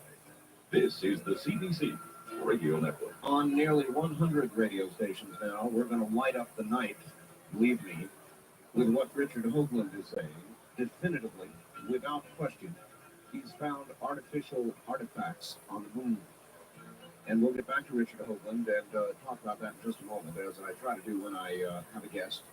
We cluster some of our business toward the beginning and end of an hour to open up the maximum center time. So back to Richard Hoagland in just a moment. He has been a consultant for NASA. He is the author of The Monuments of Mars. He heads an organization that he's getting ready to change the name of because the mission is broadening. And his name is Richard Hoagland. He says there are undeniably, obviously, artificial objects on the moon. Richard, are you there? I am here. Good. get into a little bit of detail. Exactly what is it you found on the moon? Well, we found a range of things. What led us to this site was extensions of our work on Mars. As you know, we have been looking at the monuments on Mars for about 10 years. Yes.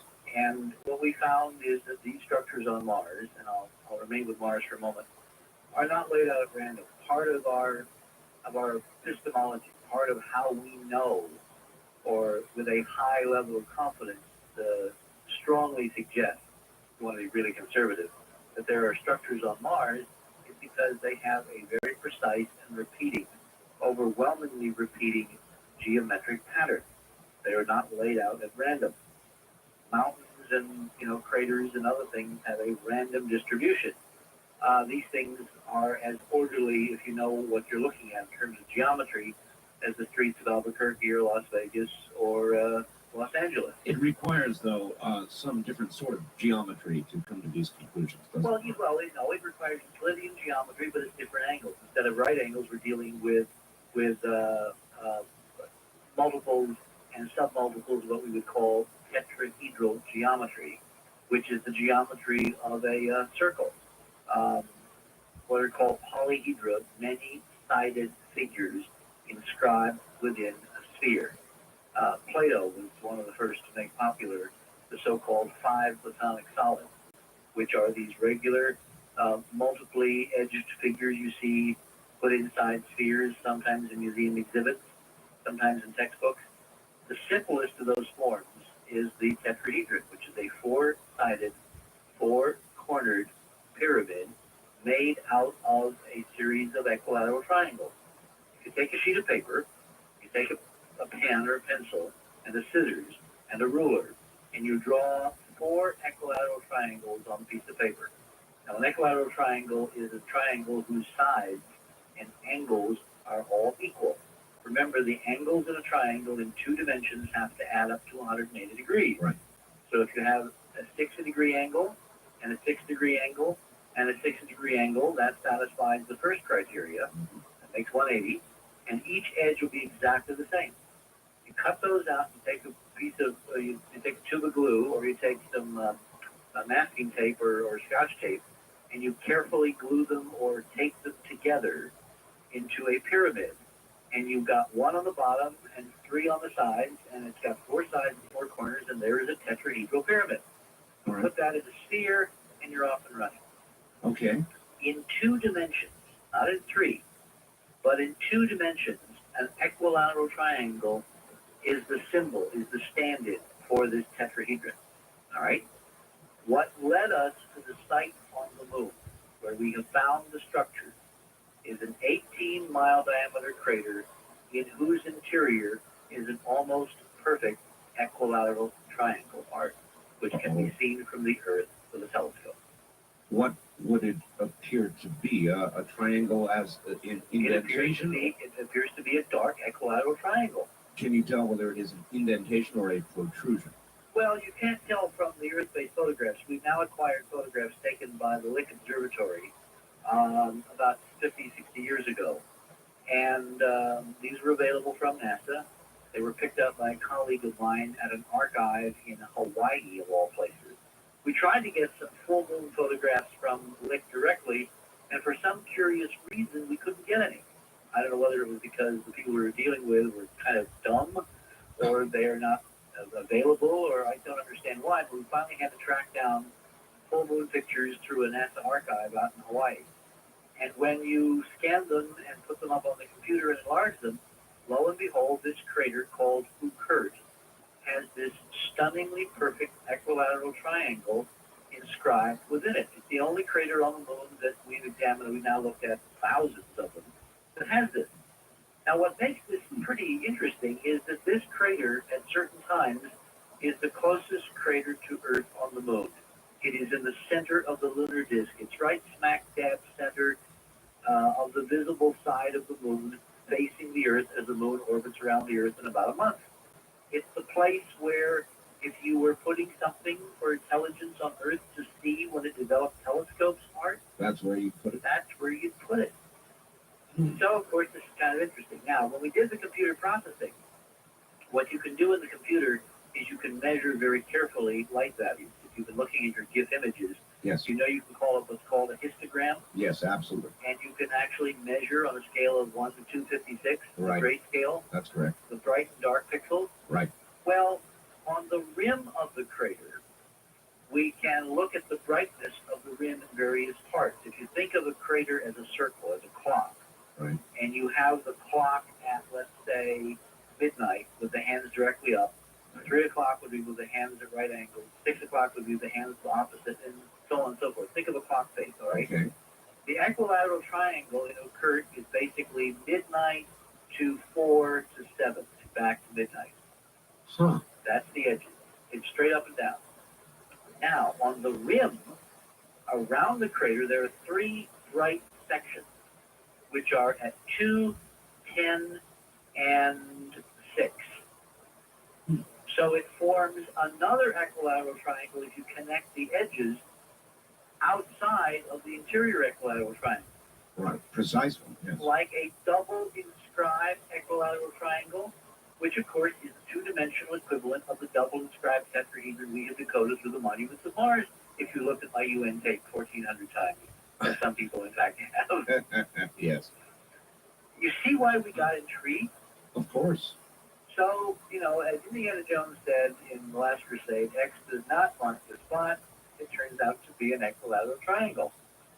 So we began pulling out of the files, or trying to pull out of the files through various sources and contacts, mission photography from the U.S. space program going back 30 plus years around this site, smack dab in the center of the moon. And there are 3 sets of missions that obviously we wanted to look at. Right. How do you go about that, by the way? I mean, you call up NASA and say, look, I'd like... No. Not if you're heading the Mars mission, you don't. I see. Because the first thing that I thought would happen is there would be a wholesale fire if they knew I was looking at negatives for a particular part of the moon. I don't want to sound a little paranoid, but you know, with the weirdness that has been documented by McDaniel and others now over the Mars data, I wanted to play this real cool. So the advantage of having a membership organization is you can have John Q. Public write very nice letters to the National Archives, which NASA has set up, and they can order photographs and negatives and things, and they never know that it is going to the research until it is too late. So you basically were hoping they were hiding this in plain sight. The Pro-Line letter. Yeah. We had some indication, in fact, this is what was going on. And let me tell you one piece of evidence. I was able to get hold of a catalog from the Apollo 10 missions, published in 1971. Apollo 10 was the precursor to the lunar landing. It literally was a year ago, 25 years ago, a couple weeks ago. Right. May 25th, 1969 was the successful orbiting of Apollo 10. And of course, I vividly remember it because that was my, I was involved at CBS. I was science advisor to Walter Cronkite. You know, young kid at 23, the power of being advisor to the most powerful television network in the world. Yes. You can imagine how you felt at that time. Well, I felt that way. So I remember vividly where I was, what I was doing, what we were all doing during this mission. Little did I imagine, Art, that a quarter of a century later, I'd be looking at photographs acquired by that mission and finding stunning stuff that A, proves that there's somebody else out there, and B, that our government has not leveled with us for a quarter of a century. I would never have imagined, ever, that I would be in that position, but that's where we are. Mm-hmm. So anyway, I got this catalog from one of our Mars mission members, and in going through it, I noticed something peculiar from Apollo 10. In these catalogs that have been published on every mission, going back now to Apollo 8, what NASA has done in consonance with the charter is to publish voluminous amounts of data. You know, it's almost like one of those old Johnny Carson routines. Everything you ever wanted to know about an Apollo mission is contained within these covers. Yes. And, you know, you've got data on the Zeiss lenses, you've got data on the film types, you have data on the electric rewind, on the transmission. I mean, everything any photographer would ever want to know is in these manuals. So much information. And what? So much information. Oh, you know, you're drowning in data. Yeah. But this is good. You know, data's good. Also in the back of the catalog, they provided, in postage stamp size, actual reproduction of every photograph taken during the mission. This is the stills. These were the Hasselblad stills. Right. The film cameras, the sequence cameras are not available because remember when this technology was used, we were limited to film. Now, of course, you could have video previews of what the film cameras recorded. You could simply order the video cassette of, X orbit and that kind of thing. Right. Anyway, in the back of this catalog, Apollo 10, published in 1971, mission took place in 69, catalog published in 71. I'm looking through it, and I'm looking in the back at the reproduction of the photographs themselves, and I begin to notice something pretty weird. NASA's catalog process of photo reproduction is lousy. If you go from upper left to lower right, there's about a half a dozen pictures on each page. Mm-hmm. And you would have overexposed, blank, underexposed, okay, underexposed, blank, blank, overexposed. Mm. So, underexposed, blank, blank, blank, overexposed. Mm. And I began to compare that mission with the previous catalog from Apollo 8, where, with the exception of a couple, 3 frames, every photograph was perfect. Then I got an Apollo 12 catalog, which contained the data from the rendezvous and landing near the Surveyor 3 spacecraft by Alan Bean in the Sea of Storms. Yes. In November of '69, Yes. second lunar landing mission. Okay. And there were 50-some, 60-some pictures reproduced in that catalog, and those were all perfect. Mm. And I began to say, this is kind of weird. Because either we had a drastic fall off in catalog production technology at NASA between 1969 and 1971, or we had a radical shortage of ink, particularly white ink, okay? Or maybe there's something more interesting because the photographs that were blank were of Kirk. Anyway, the bottom line is we can prove that someone has faked the data. Someone has altered the data. So if you were a geologist in Dubuque of the university and you were ordered from the NASA catalog photographs from the National Archives, yeah. Would you pay hundreds of dollars for a blank frame? No, I would. Well, when you see the video, I will show you the blank frame. I will take you through the catalogs, show you side-by-side comparisons, and then I come up on the actual picture, which the number is AS10-32-4822, and then I turn on the picture, and it's absolutely stunning. There's nothing wrong with it, except there are things on the picture that NASA never got around to telling us about. Telling us about, calling our attention to. Yeah. Well, Now, the even more interesting thing is we began to go through this process in depth, and I began to order the same frames from Houston and from other archives. sure. Guess what? Things change. There are several 4822s, Oh my. and some of them have things on them that others don't, and some of them have brilliant specular reflections caused by planar surfaces that are literally a mile square. A mile square. A mile square. Rough calculation. Have you ever flown past New York or Los Angeles at sunset, or any major city, Yes. and you've seen the brilliant reflections of the skyscrapers and all those glass buildings now with parallel, windows that form mirrors at sunset at the right angle? Absolutely. L.A. Law had some beautiful aerials during some of the latter years of their series, where they had helicopter shots going between the skyscrapers in downtown L.A., and you get wondrous light reflections. Correct. We are seeing light reflections from the skyscrapers on the moon, Art. You just called them skyscrapers. Well, what would you call something that's several thousand feet tall and is rectangular and has windows and reflects the sunlight? Excuse me. Wait a minute. Windows. Windows. Windows. How do you discern windows? By their geometric shape. Richard, these are on the dark side. No, these are on the front. These are on the front of the moon. Yeah. See, we've been living, Art, with the illusion of openness. We have been conned. How much more plain? And remember, this has now been vetted by geologists. It's been seen by 600 people. It's soon going to be seen by, a lot of people. I'm going to be going to Los Angeles this weekend and presenting the data at a UFO conference there. You know that I never do UFO conferences. I know that, yes. I'm doing this because this data has got to get out. And I'm going to be seeing some Hollywood people, producers, media types, and I'm just using the opportunity en route to another conference in Hawaii to show people in various parts of the country what their government has taken from them and not let them see for 30 years. Richard, what about the networks? I mean, right now, what about the networks? Which network? Well, who cares? This is a gigantic story. CNN, We're working on it. ABC, CBS, Yes. so forth. Have you spoken to Remember, any? the moon is not going away. The moon is not going away. It's true. I have been very careful to prepare an airtight case. Think of Perry Mason. I get one shot here, and it's got to be airtight. That's true. Well, this is airtight. And I debuted it at Ohio State University. The reason we picked Ohio State is that the invitation came up, kind of at the right time. It's ironic that it's Ohio State because they have a radio astronomer named Frank Krause, who was a rebel in his day and who built, with great opposition, a kind of amateur radio telescope, which was one of the first to be used for SETI, for the search for extraterrestrial intelligence. Yes.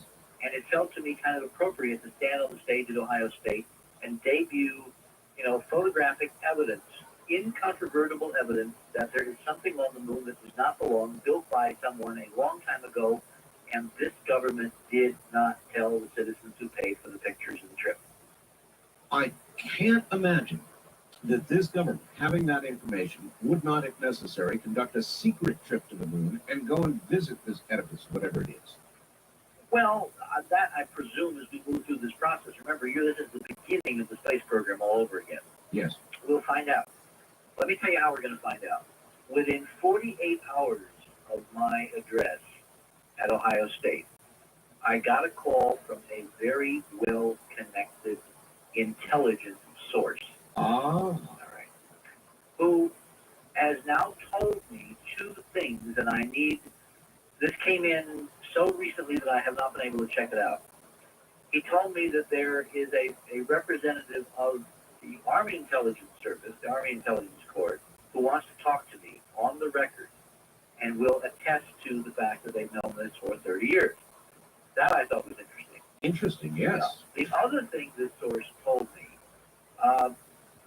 was that there was a recent briefing in England of a group using current Clementine data from the recently completed Pentagon mission to the moon. Short on time, yes. Which shows the same kind of structures in another place that we have found around Kirk. Another place? Yes. Now, obviously, there's a lot of work for us to do, both at the level of science and maybe more important, the level of politics and intelligence. But the dam is about to burst. You are witnessing the beginning of the new era because you can't hide the moon. All right, Richard, hold it right there. Thank you. That's a good place to hold it, as a matter of fact. Well, if this doesn't keep you riveted, check your pulse. You're probably not really here.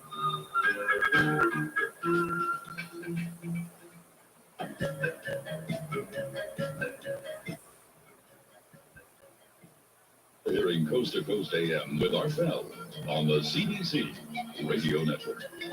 Good morning, everybody. It's a earth crusher this morning. Maybe that'd be a moon crusher, I don't know. Richard Hoagland, author of Monuments of Mars, NASA consultant at one time, is our guest, and he's kind of blowing it wide open this morning. He says he's found and has absolute proof, not wondering about it proof, not speculative discussion, but proof that there are artificial structures on Mars, not little ones either, big ones, real big ones. And so we're going to be talking more about this. And now back to Richard Hoagland. Richard. Mm-hmm. Richard, if, this radio program's going to a lot of the country. And if, as a result of this radio program, somebody at one of the big networks or one of the major newspapers around the country would like to contact you, verify your information, and get themselves the story of the century, would you be up for that, or are you going to follow? We are ready. You're ready. We are ready.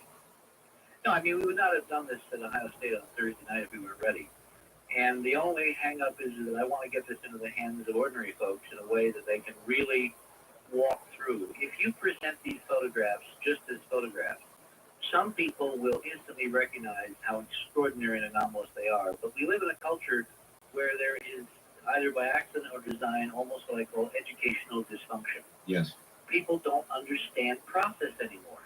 They don't understand how the lunar environment is so radically different than the Earth, that what we're seeing, things sticking up, a mile or two into the sky, Yes. cannot possibly exist. That glass, cubical, geometric structures reflecting sunlight as the spacecraft goes by cannot exist naturally in the lunar environment. So what I did at Ohio State is I basically gave everyone a step-by-step instructional program in how to view the moon, starting at square one. And I took them through the processes, the geology, the environment, the comparison with Earth, the fact that you don't have water, you don't have air, you don't have clouds, you don't have geology as we know it.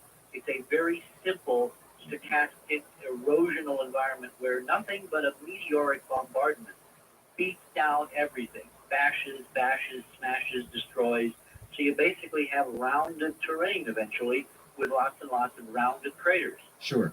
The things we're seeing set against that terrain are so stunning that if you're a geologist, you literally leap out of your seat, as I had two guys do at Ohio State the other night. Jim Arjavik and Dr. Bruce Cornett. Dr. Cornett, who is a former geologist with Lamont Doherty Observatory here in New York at Columbia University, has written a paper, a technical review of our data, and it has been published on the internet. Oh. So all you have to do is do a search under Cornett. How has your data been received in this document? Well, excellently. I mean, Cornett basically affirms everything we think we've got. And that was up until, 3 or 4 weeks ago.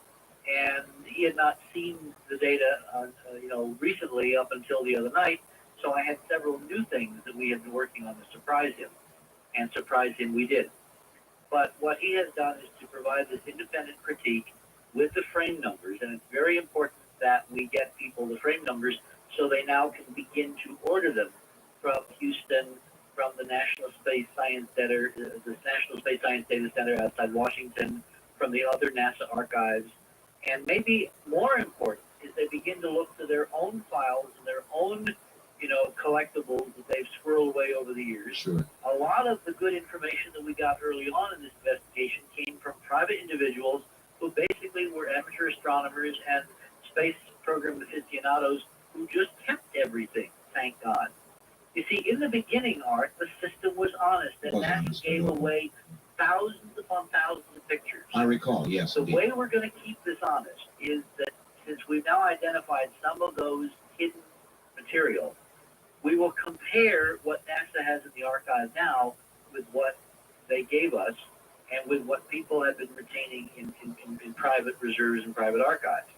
If all the data sets don't match, if 4822 from Apollo 10, AS1032-4822, isn't the same in every single representation, you got them.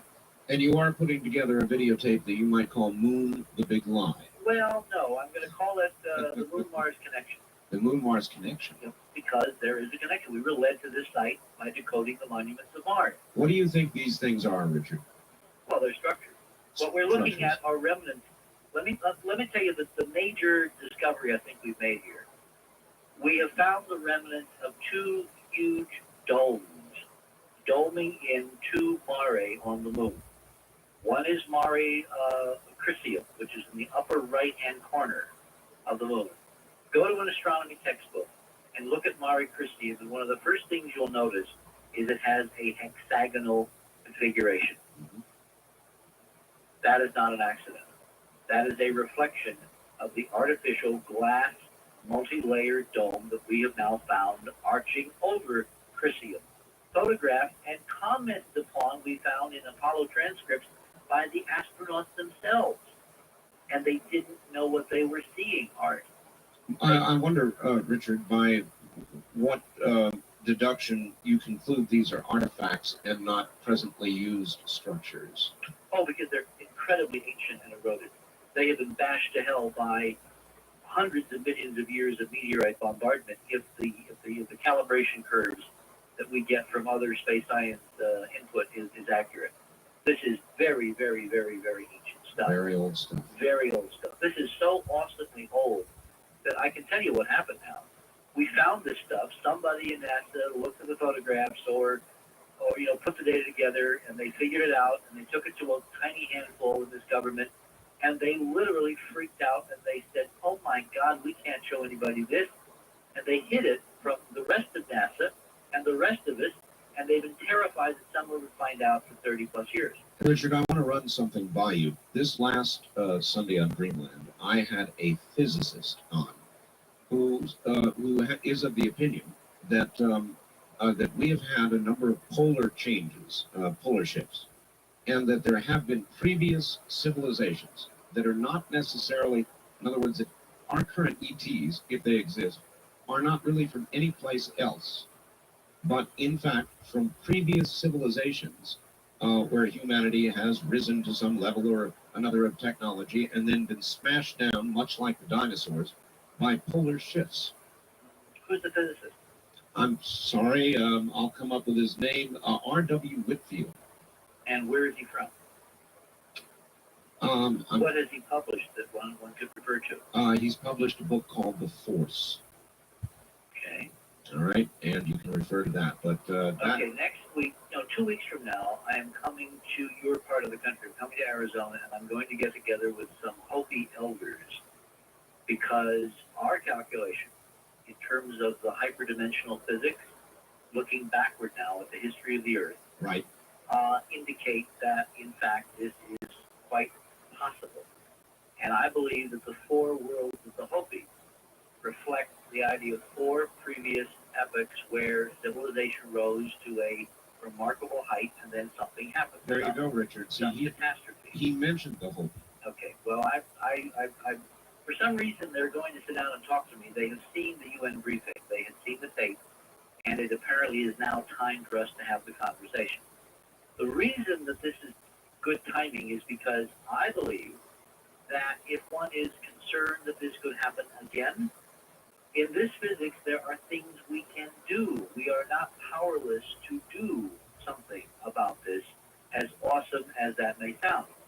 And part of the secret, part of the reason why we've got to get to the moon is to find out the knowledge and expertise which I think must exist there in some archives, plural, that is at a level below the level of meteorite bombardment and devastation we see, because from other indications, I think that things probably go down as deep in the moon as they extend above it in terms of the photographs that we've been analyzing. One of the reasons I brought that up or set that up, Richard, is because... Yeah, why did you set that up? I set that up.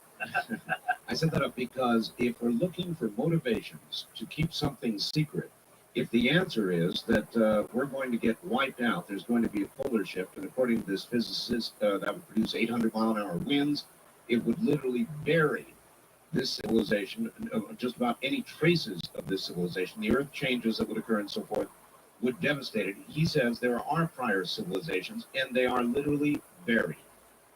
Down very far. I don't quite understand the connection with the moon. Well, the connection is that some prior civilization may have constructed the things that you're seeing on the moon. Okay. And that, in fact, as you follow the logic, the question is what happened to that civilization. Okay. It then becomes apparent that, another polar shift is coming. That's It's not good news. What we're looking at is and now we're really at the boundary of speculation. Yes, I understand. Remember, we're looking at they're very good photographs. We're seeing detail down to the order of meters, all right, feet on these photographs. One of our geologists believes that some of the photographs that I'm showing are the footings in the northwestern area of the actual dome. That the erosion has been so severe that we're now seeing the foundations. What we see are mile after mile after mile of absolutely parallel double craters, all aligned with each other in 3 dimensions. Oh, did I mention that this stuff is made out of glass? How can you know that? Because you can see through it.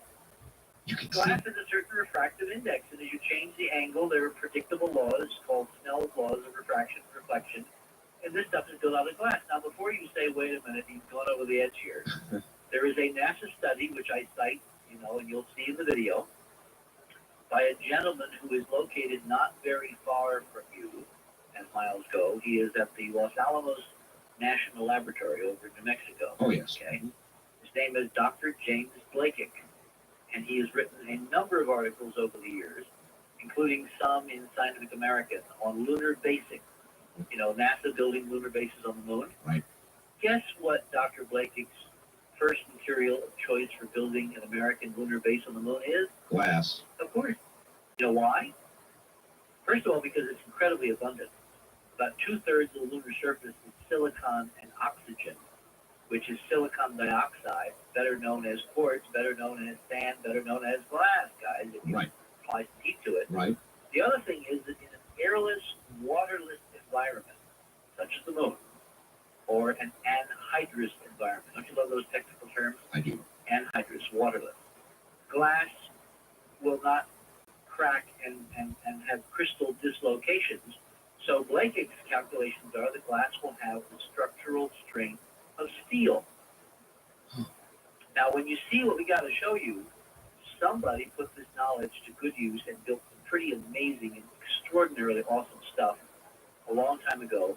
And we're looking at stuff on a scale so vast, the only thing I can term it is mega engineering. What would its properties be with regard to maintaining an atmosphere?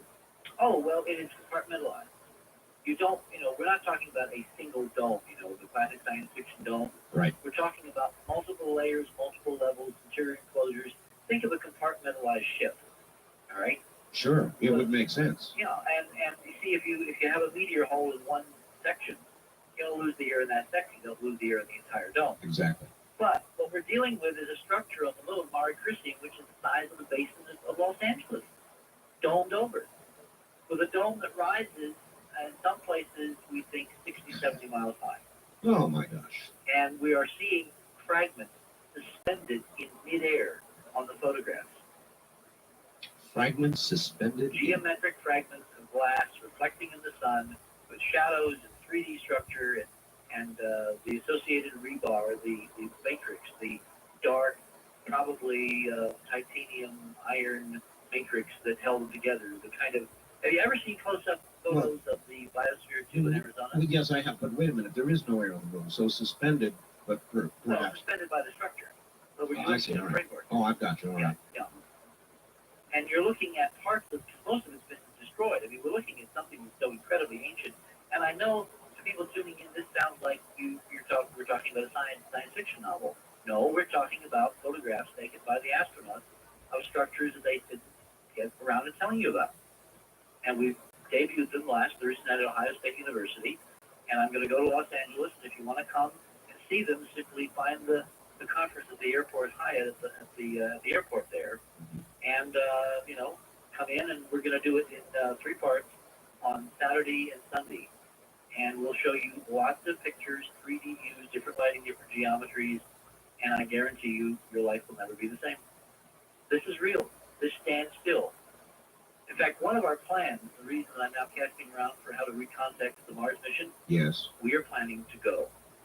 The technology exists, Art, that we can get the money and build a spacecraft to simply go. The Pentagon can go with Clementine, $75 million. And Universal can build a Back to the Future ride a few miles away from you for $40 million. I think we can get the resources to go and take some incredible pictures, maybe rove around with a robot. Oh, I think so. That's what we have on the drawing board. That's what I want to do. It's time for the space program to graduate and get back to the hands of the citizens. But I guess I say again, Richard, unless you force this wide open, which of course is what you're trying to do, if they kept it secret and they knew it was there, I would have to say they went and took a look. They know exactly what's there. I'm sure they did. They've got close-up pictures. Which is why President Bill Clinton has got to do with this what he did with the AEC. I mean, look, what is more horrible? The revelation that this government, outlined for the people, deliberately, gave radioactive breakfast cereal to mentally retarded children in institutions in New England. Yes. At the height of the Cold War, under the guise of national security, gag me with a spoon, or that we've taken the pictures of an ancient civilization on the moon, and we're simply going to open the files, show people what we've got now, go back and exploit what we found. Do you think Bill Clinton knew those revelations were going to be made? I feel the same way, that he was surprised by it. What Hazel O'Leary says that he brought them all into the Oval Office within days of the inauguration, basically said, look guys, go to the files, find out what's there, and make it public. What bothers me is that Dan Goldin, head of NASA, holdover from Bush Quayle, is still head of NASA. Yes. My sources, my close sources to the Clintons tell me that the reason is that they've been very busy with a lot of other stuff, and NASA, frankly, has not gotten the attention that it deserves. I am willing to accept that as face value. The acid test will be after I have shown the administration what we've got, and that is on track. We have had discussions now with the right people, and conversations are proceeding very fast.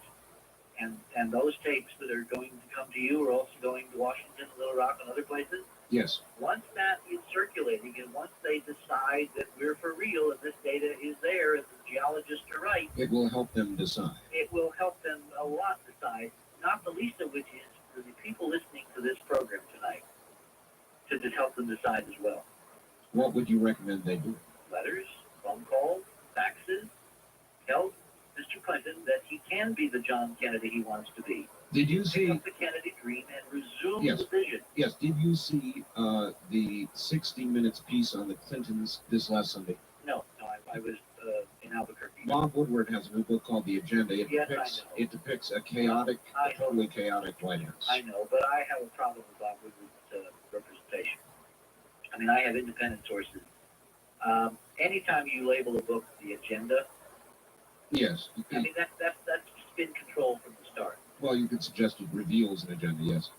Well, maybe so, but there still is a general reputation Mr. Clinton has of having a very difficult time making decisions. So I wonder if we ought to be writing to him or to Hillary. We need to help him make this one. Yeah. That's what representative democracy is supposed to be, isn't it? Yes. The will of the people. Well, people, do you want to see what's there or don't you? It's that simple. You think everybody's ready for it, Richard? Yes. Overwhelmingly ready. Desperately ready. This planet needs a breath of fresh air. Well, what if the air is not as fresh as you might imagine? In other words, if it leads everybody to a conclusion that with regard to God or faith or our immediate or near future and the possibilities of this civilization disappearing as others may have? Well, look, to me, knowledge replacing ignorance can't lead except in a positive direction. You know, we survived the bomb. We mastered that horrible genie. We stuffed it back in the bottle, except for North Korea, all right? We outlived the Cold War. We didn't incinerate ourselves. We let Nelson Mandela out of the jail in South Africa. Yes. The trend curve is in the right direction. This is an idea whose time has come.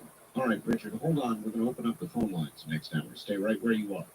Richard Hoagland is my guest, author of The Monuments of Mars, and now some startling information on the moon. And we'll get the phone lines open into this next hour, so get your dialing finger ready. This is CBC. This is Coast to Coast AM on the CBC Radio Network. Startling is the nature of the program this morning. My guest is Richard Hoagland. He has been laying out now for 2 hours the evidence that he has with regard to the moon. Structures on the moon miles high. Glass structures. Structures with windows. He's got pictures. He's got proof.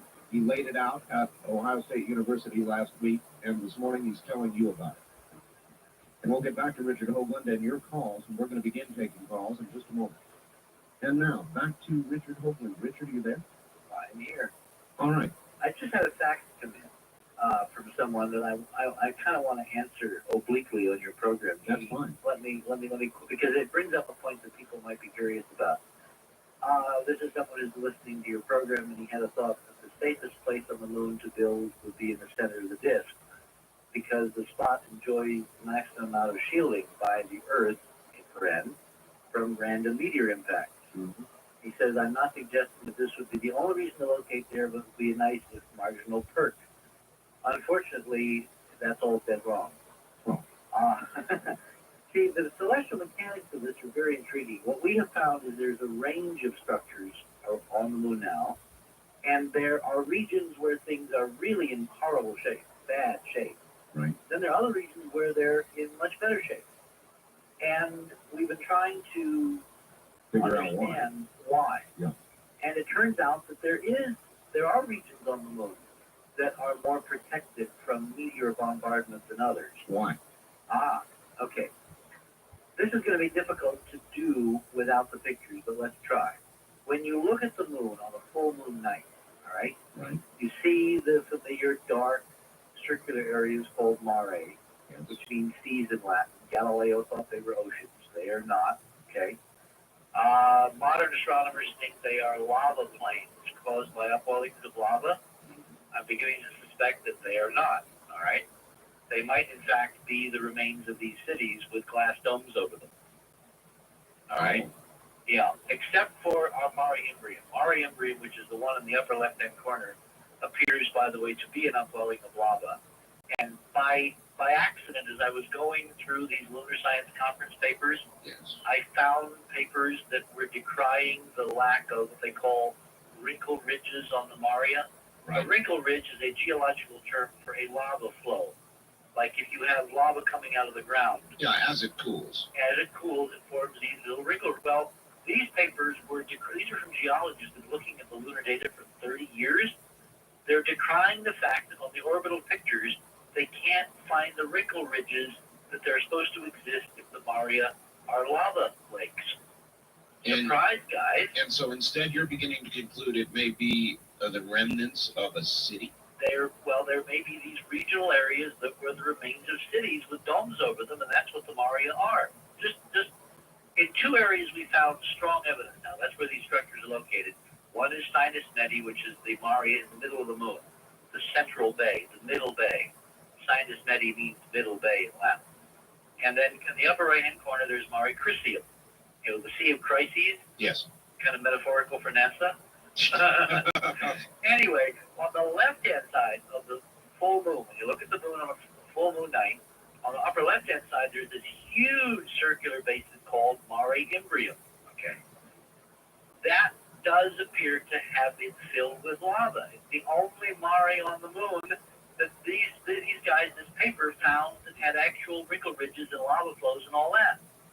And as a byproduct of doing the work on the artifacts, guess what we discovered in these papers is the upwelling point for the lava that flowed to fill Mare Imbrium, 19.5 north.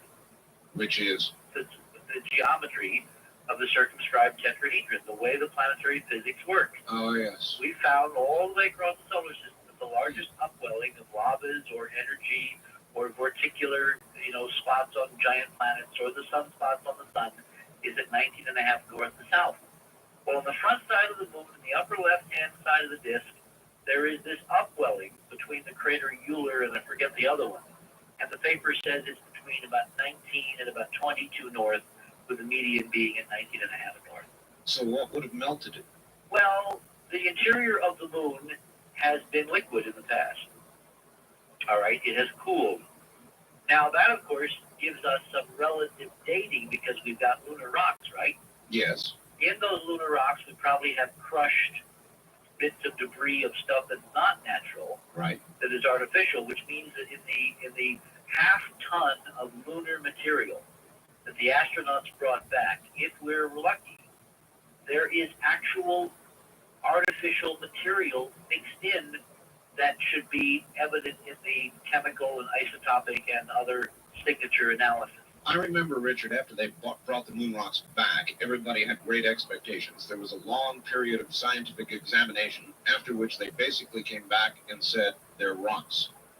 Well, they're not. I mean, that's a very, very, very outside perspective. When you really get into the papers, and I have now spent a year and a half going through the papers, there are wondrous clues that in some of the material returned by the astronauts, we have actual samples of beaten, smashed, previously manufactured stuff. Because of the weird chemistry, the weird isotopes. I mean, these things are weird.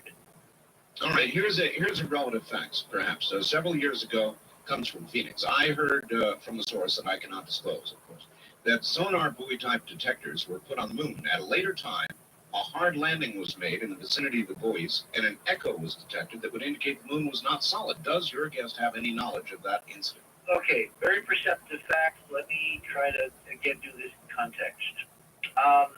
They weren't sonar buoys. What they were seismographic stations designed to measure moonquakes. Right. We're basically talking sound waves through the moon. Yes. I mean, a seismograph is a sound wave detector through rock.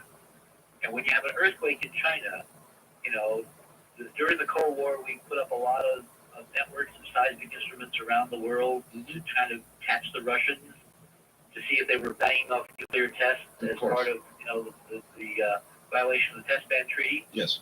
Now we have all these neat seismic arrays, and we have computers, and we can do 3D tomography, kind of X-ray, sonar, seismic X-ray of the interior of the Earth using this technology from the Cold War. Well, we took a few instruments, somewhat primitive. The principal investigator was a colleague of Dr. Cornett's at Lamont Doherty, a guy named Dr. Gary Latham, who I met at CBS when I was Cronkite's science advisor back in the days of the Apollo program. Right. Very nice guy. He had a team of scientists stretching from Rice University to MIT, and I think even a couple over in Japan. And they fielded about 5 or 6 instruments in various places around the moon during the Apollo program. The Apollo 11 astronauts left the seismic instrument, the Apollo 12 astronauts, and so on and so on. Some of them lasted for the full program. Some of them, you know, crapped out 2 weeks after they were left. The Apollo 11 instrument died about 2 weeks after the astronauts came home, I think. But they were powered by a nuclear battery, and they basically ran until NASA turned the whole network off for some mysterious reason. I mean, they claimed they couldn't afford it. You know how much it cost to run the Apollo seismic network and all the other instruments that were left behind? How much? $300,000 a year. Why in the world would they turn it off while it was still? 300. I'll tell you why I think, Art. It's because the seismic data is a major clue to artificial structures on the moon. Your listener, with his facts, is onto it. Let me try to explain this, because this is important, because we have not only looked at the pictures, we've also looked at all of the other correlative data sets, all of the other, you know, instrument readings and observations, and we've got one hell of a picture, which is converging on, we've got it. We've got it nailed. There are things there that are not natural, and they're large, and they're extensive, and they affected the seismic instrument readings. And this is how it worked. During the several years the network survived, it was allowed to run and return data. Yes. From 69 to 1977, when they suddenly turned them on, all right? Miles and miles and miles of computer tape were recorded of instrument readings from 5 or 6 sites around the front side of the moon where the Apollo astronauts had left these instruments. Yeah, it'd be a lot of data. That's right. They recorded internal quakes. They recorded external meteor impacts. And during the Apollo program itself, NASA directed the final stage of the Apollo moon rocket to crash land on the moon. And the ascent stage of the lunar module, when the astronauts came back up and rendezvoused with the command module and transferred everything to come home, they left the ascent stage, which was the top of the lunar module in orbit. It then could be commanded by radio to deorbit and impact on the moon. And the idea was, on Earth, when you're doing seismic surveys, you need a powerful source of sound waves. If you wait for a natural earthquake, you may wait a long time. So what do you do in the oil business? You create your own earthquake. Sure. You set off a packet of dynamite. And you're right. And you know, the shock waves go out, and then you can listen to the reflected sound waves with this instrument called seismograph. You can literally map with it. You can map the underground formation. Yeah. So the same technique was applied to the moon, except the astronauts did not bring dynamite, although in fact they did bring some shaped charges that they set off by remote control after Apollo 17, when the astronauts were safely en route home. What they did was they would direct the third stages, the S4B stage, the upper stage of the Apollo stack, as it was called. As remember, you leave the Earth at 25,000 miles per hour. Yes. If you don't slow down, you will impact the moon at something like 6,000 miles an hour. Now, what do you think a 23-ton vehicle impacting at 6,000 miles an hour would do in the way of creating a big sound wave? Oh, big sound wave. Exactly. So it would be like it was about the equivalent of 11 tons of TNT, if I remember my numbers. All right, 11 tons of TNT. All right. When these things hit, they were directed to land in very precise areas so that the sound waves would reach all of the seismographs. Right. You basically got instantaneous profile, or not instantaneous, but with this sound travels at a certain velocity through the moon's crust. So by watching the delay and which seismographs were activated first, and second, and third, right, you get a beautiful mapping of the surface composition and velocity and structure and all that of the moon. Well, the first one they did this with, which was Apollo 11, the damn moon rang for over an hour. Oh. Now, earthquakes on Earth, the wave train, the sound waves damp out quickly in a few minutes, 1, 2 minutes, 3 minutes tops. Right. The Earth does not resonate. It doesn't ring for an hour. Ultimately, when they have the network in place, one of the impacts of the S4B, the moon rang for over 4.5 hours. The only way that could be. No, don't say it because it's not true. You know, this is where you need mechanical engineers. The simple, dumb idea is the moon is hollow. The moon is not hollow. That's what I was going to say. But if there are structures, when you were a kid, Art, did you ever tuning play on forks. a railroad trestle? Well, I was going to say tuning forks. Exactly. If you know how trestle structures are made, I do. Large honeycomb structures. Right. If you get a sound wave going in a honeycomb truss structure, the waves will shuttle back and forth, be reflected back and forth by the truss, and you have created, in essence, a standing wave reservoir. That's right. That will store the sound energy, and it will leak slowly out into the surrounding environment so that if you get it going, if you get it excited, if you get it vibrating, like a tuning fork, it will hum for a long time. Oh, boy. And this is what the seismographs have found. Now, let me tell you what I think happened. I think in 77, they figured out that the seismographs were literally recording with every impact of a meteor evidence of these structures, and they turned the switch off. So there's no more data. Incredible. One This more for you. government is incredible. One more for you.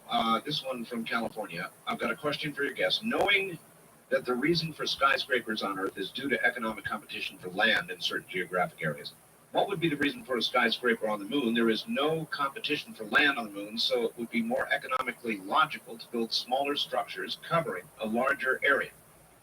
Those we have found. But how about a view? A view? A view. A moonscape view? A room with a view. A room with a you know, view. Choice real estate.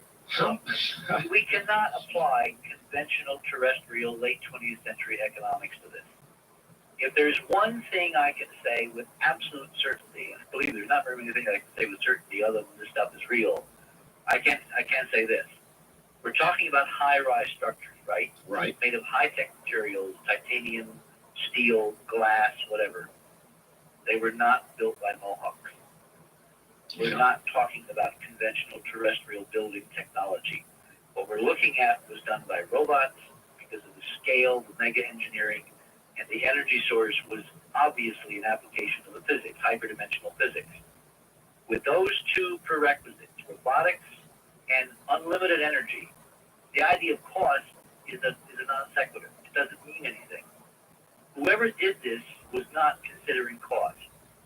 But it's interesting that the stuff we have found, and it's very tall, it would have the most extraordinary view of the Earth, which would be directly overhead, 80 times brighter than full moonlight, a glorious blue-green disk twirling against black space in a vacuum every 24 hours. It would be a room with a view.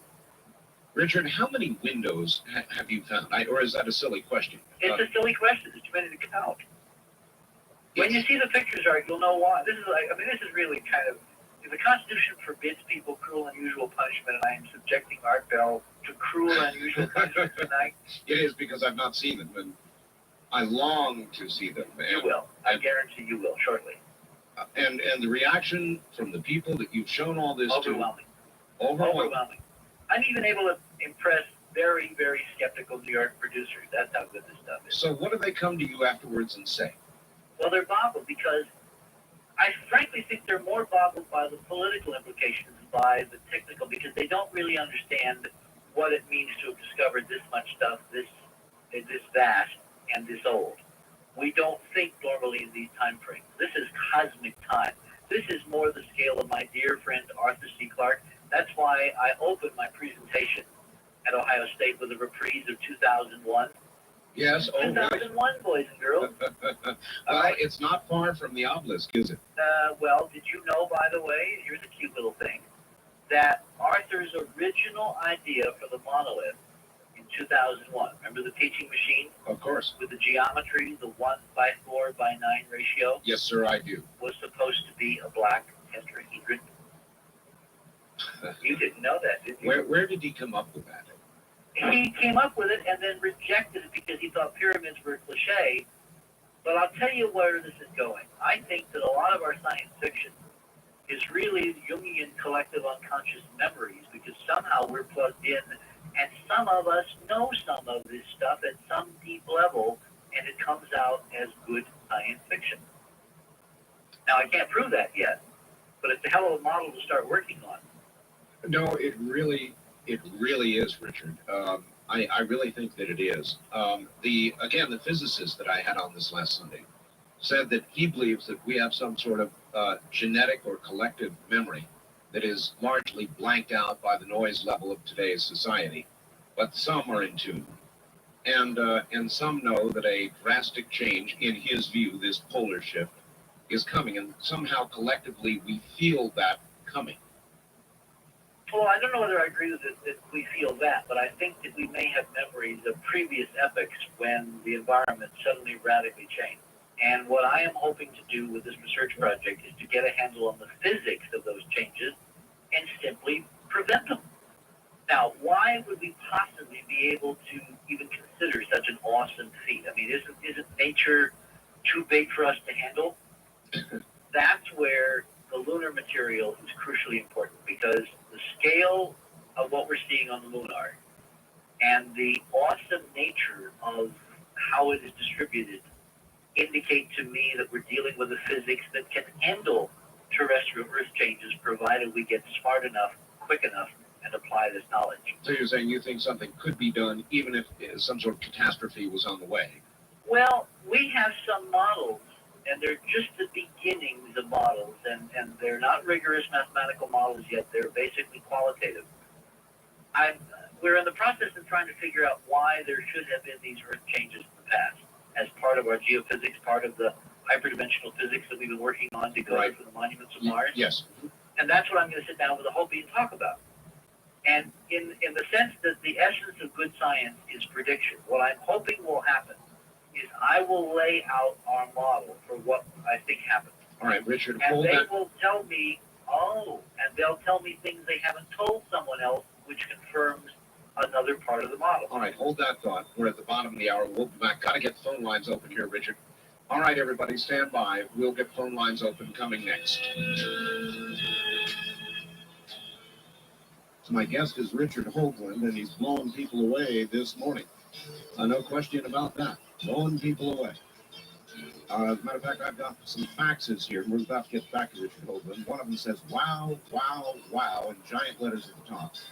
Richard, I know you're listening, so contemplate this while I do a little work. What is the single most compelling piece of evidence that you have? Is it possible these reflections were just light on the camera lens itself, or perhaps defects in the film? That's one, Richard. Dear Art, sorry if I missed it, but has your guest said anything about a possible relationship between the structures on Mars, the moon, and our own pyramids in Egypt? Richard and Art, we've done quite a bit of reading and studying of the Hopi Indians and what the white man calls their myth and legends.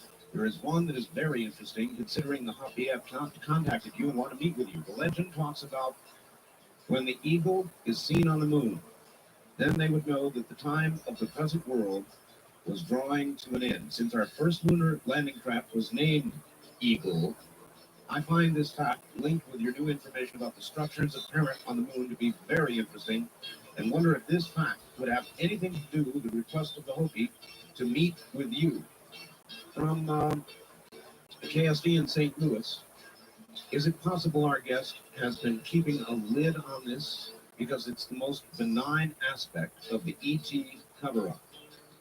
And we'll get back to Richard Hoagland and possibly the answer to some of those questions. And I promise your phone calls. There has been so much information to get out. It's been hard to get to the phone lines. And also there right now is Richard Hoagland. Did you hear a couple of those faxes, Richard? Yeah, sure. Did you like any of the questions? Oh, very interesting. Fascinating question. Which one do you want me to answer first? Well, all right. The most single compelling piece of evidence that you have, and could it have been light reflections? Well, obviously, this is the first thing that we tried to eliminate. And what I want to stress is that we have now gone through 3 different types of missions to find photography that overlaps the same area. Yes. We have the Lunar Orbiter, which was a mission that basically, there were 5 missions in the Lunar Orbiter series. They photographed basically all of the moon, in both in overhead projection looking straight down as well as in perspective. All right, well, that's a good answer. In other words, light reflections maybe once, but not 3 times. No, and we have multiple geometries, multiple lighting, multiple missions, multiple technologies. That's why I say we got it nailed. All right, relationship between the structures on Mars, the moon, and our own pyramids. The most striking is the symbol, the sign that led us to this site. We have an 18-mile crater called Occurred that's located about 7 degrees north of the lunar equator. The libration can bring it down to where it's at the southern point or close to it at some times. And inside this crater, there is a diameter equilateral triangle. And around the rim, there are 3 bright portions that when you connect those edges, you get a double inscribed equilateral triangle, one within the other. And that, of course, is the mathematics represented in the monuments of Mars and at the Giza Plateau and in many ancient sites around the world in other cultures. So in the sense of there being a connection, that's the starting point for the connection. All right. Somebody knew the same math and geometry and physics. Is it possible our government has been keeping a lid on this because it's the most benign aspect of the, quote, ET cover-up, unquote?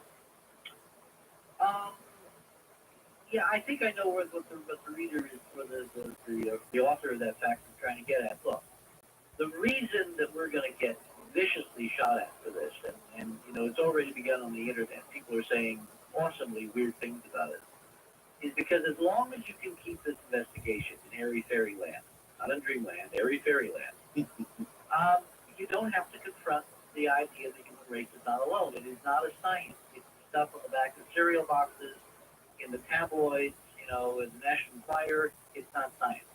As soon as you have one bona fide, replicable, agreed upon extraterrestrial artifact, yes, suddenly ETs go from being, you know, sightings material, yes, to being New York Times material and general science discussion. Are we close to that? At that point, you finish the thought. All right.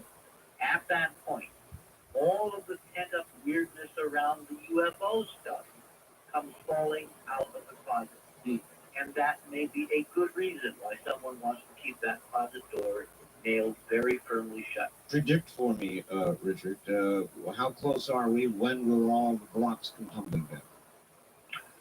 Well, given that we're getting about 99% of the scientists who see this data jumping up and down and freaking out and saying, oh my God, look at that. Right. I think it's basically governed by the economics of our distribution of the data to people who need to see it. All right, that's and good. At some point, there will be, you know, this avalanche is going to take off by itself. That is will not be able to control it. All right, very quickly, because I promised the lines. When the eagle is seen on the moon, part of the really interesting fact. Really interesting. It isn't quite as mysterious as that. I have had my eye on the Hopi for some time because I've been looking at the geophysics. You know, I have a very, how should I say, at one sense, utilitarian view of the usefulness of science. I think science should be in service to mankind, to humankind. And the idea that we could develop a physics, you know, decode these monuments, decode a physics, and then not put it to use seemed to me kind of silly. Right. And as we went through this, I began to realize that there were certain predictions in the physics that said that because of the current configuration of the solar system, and as you go through certain geometries of the planets relative to each other and the sun over very long periods of time, tens of thousands of years, you might run into problems. And then I began to look at our kind of map of this and reflect on, the Hopi prophecies and the other ancient material from ethnic cultures around the world. And I began to see a possible relationship between our predictions and their data. And then when I met some of them at the United Nations here in New York, that's the one advantage of being here in New Jersey, you're close to New York, I realized I really needed to have a quiet conversation, so I arranged to get copies of the UN briefing on Mars into their hands. And when I was in Albuquerque recently, I met with Thomas Benyaka, who is the Hopi spokesperson of the prophecy. And we agreed that at some point in the near future, I would come out and spend some time. And they agreed to bring some other folks, elders together, and we're going to sit down and have a kind of a quiet conversation. That's going to be with no fascinating. ground rules. We'll just kind of explore. I'm going to be looking forward to hearing the results of that. Richard, we've got to go to the telephone line or they'll spring you. Okay. On the toll-free line, you're on the air with Richard Hoagland. Good morning. Good morning. Where are you? Where are you, please? I'm coming from northern Alabama. All right. I wanted to tell you yesterday that I saw his video of the monuments on Mars. Yes. We just read it a few weeks ago. It was very interesting talking about the centimeter geometry and the 19.5 number that certain monuments seem to come to, like on the moon and places here on Earth and stuff. I have two questions. I'd like to know what was information you have, Mr. Earl, would be available out on video, and when you mentioned earlier something about Mars, there's a connection that brought you there to this place. I think you said the Occurrence crater. Right. Is there a 19.5 latitude or measurement or something in that connection with where Mars is in this particular area that you've been talking about? No, Occurrence lies about 7.5 north and about 1.5 east in the current lunar mapping coordinate system. It wasn't the latitude, it was this huge symbol. Occurred as an 18-mile diameter circular feature we call a crater. But at high noon, at full moon, when the sun is directly overhead, the bottom of Occurrence has a stunning, perfect equilateral triangle. And Occurrence is the closest crater at some times to the Earth. It's almost at the sub-Earth point. In other words, you draw a line between the center of the Earth and the center of the moon, and it has to go through or very close to Occurrence. The idea that in the middle of the lunar disk, with a telescope, you can see a symbol that is the essence of our decoding of the monuments of Mars and the whole physics, that was just too irresistible not to pursue, and of course that resulted in us finding what we've now found. All right, and on the follow-up video, Richard. The video will be available through our video distribution system. There's an 800 number, which is 1-800-424-0031. That's 1-800-424-0031. You ask for operator 5. You put yourself on a reservation list right now because they don't have it yet. They will in a few weeks. And just ask for volume 3 in the Hoagland's Mars series, which will be Hoagland's Mars volume 3, the Moon-Mars connection. When would it be in their hands in all probability? Oh, they will ship first class as soon as we get it in, and I'm really pushing very hard to get it in there within the next month. All right. First-time caller line, you're on the air with Richard Hoagland. Hello, where are you? Yes, this is Theodore in Washington. Hi, Theodore. Hello, how are you? Fine. Good morning. I was just about to use Telex to war dial you. I'm glad it. How are you? Yeah, go ahead. You're on the air, so go ahead. Okay, I am not listening to the program Well, then why are you calling? because you told me to call. I told you to call. This morning. Do you remember? Richard, oh, yes, why are you not listening to the program? Because I don't have a radio in the house. Oh, well, you'll have to call me later because I've got a guest. Oh, okay. Okay? You're talking about the moon? Absolutely. Oh. I have a question. Is it true that he says there's buildings or something or structures on the moon? Right, go listen to the radio. On the wildcard line, you're on the air with Richard Hoagland. Good evening, good morning, actually. All right, I have a question. All right, where are you? How did he? No, this is Dick. Where are you, Dick? Art, can you hear me? I hear you, yes. Art, I tell you, man, it's off the subject, but you're peddling. Well, no. It's not off the subject. You're not on the air. On the first-time caller line, you're on the air with Richard Hoagland. Hello. Hi. Hello, where are you, sir? I'm in Goleta, Goleta, California. California. All right, good. Listen to you on 990. I just wanted to tell you, Art, thanks God that you're out here. That we actually, this is America, and that we actually have this information available to us, and that you broke the story, and thank you very much. Well, thank you. I don't know that I broke it. Actually, it broke in Ohio. Isn't that right, Richard? Yeah, Ohio State University, and I did Laura Lee's show the other night, kind of a preview to set things up, but we're getting into a lot more detail, and I can give out the frame numbers tonight. Oh, you Very can? important. Well, then let's stop and do it. Well, people need to look at the National Space Science Data Center. They need to order the Apollo 10 sequence that was photographed in the Okhurt region, which is AS1032-4809 through AS10-32-4822. In other words, 4809, 10, 11, 12, 13, 14, Right. 15, etc. In sequence, right. In sequence. What you want ideally is to request order 8 by 10 negatives. 8 by 10 negatives. 8 by 10 negatives. Now, computer persons pay very careful attention.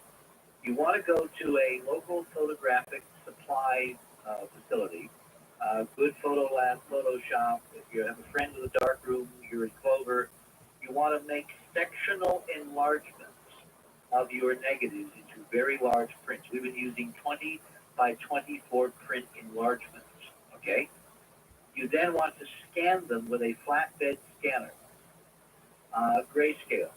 You want to then, using commercially available programs, photo programs, you want to enhance, contrast enhance, difference, subtract, ratio, sharpen, all the traditional things you would do with images. Right. And you want to examine various sections of the photographs using this methodology. What you can use as a guide is the video. All right. The video will have on the video the frame numbers. So each time there's an enlargement or a section, we will refer to the section of the photograph that we have used. And the idea here is to duplicate, to follow our trail, follow our lead, and to confirm what we have found. Well, you just told them how they can do it, and then after you do all that, you want to put them in GIF files, please, and upload them. On the internet, send us copies. I would recommend the antimatter section of the Omni group up on America Online. I've talked with Keith Farrell. Keith was supposed to come to OSU, and unfortunately, he had a last-minute problem. But even he has not seen Keith Farrell is the editor of Omni Magazine.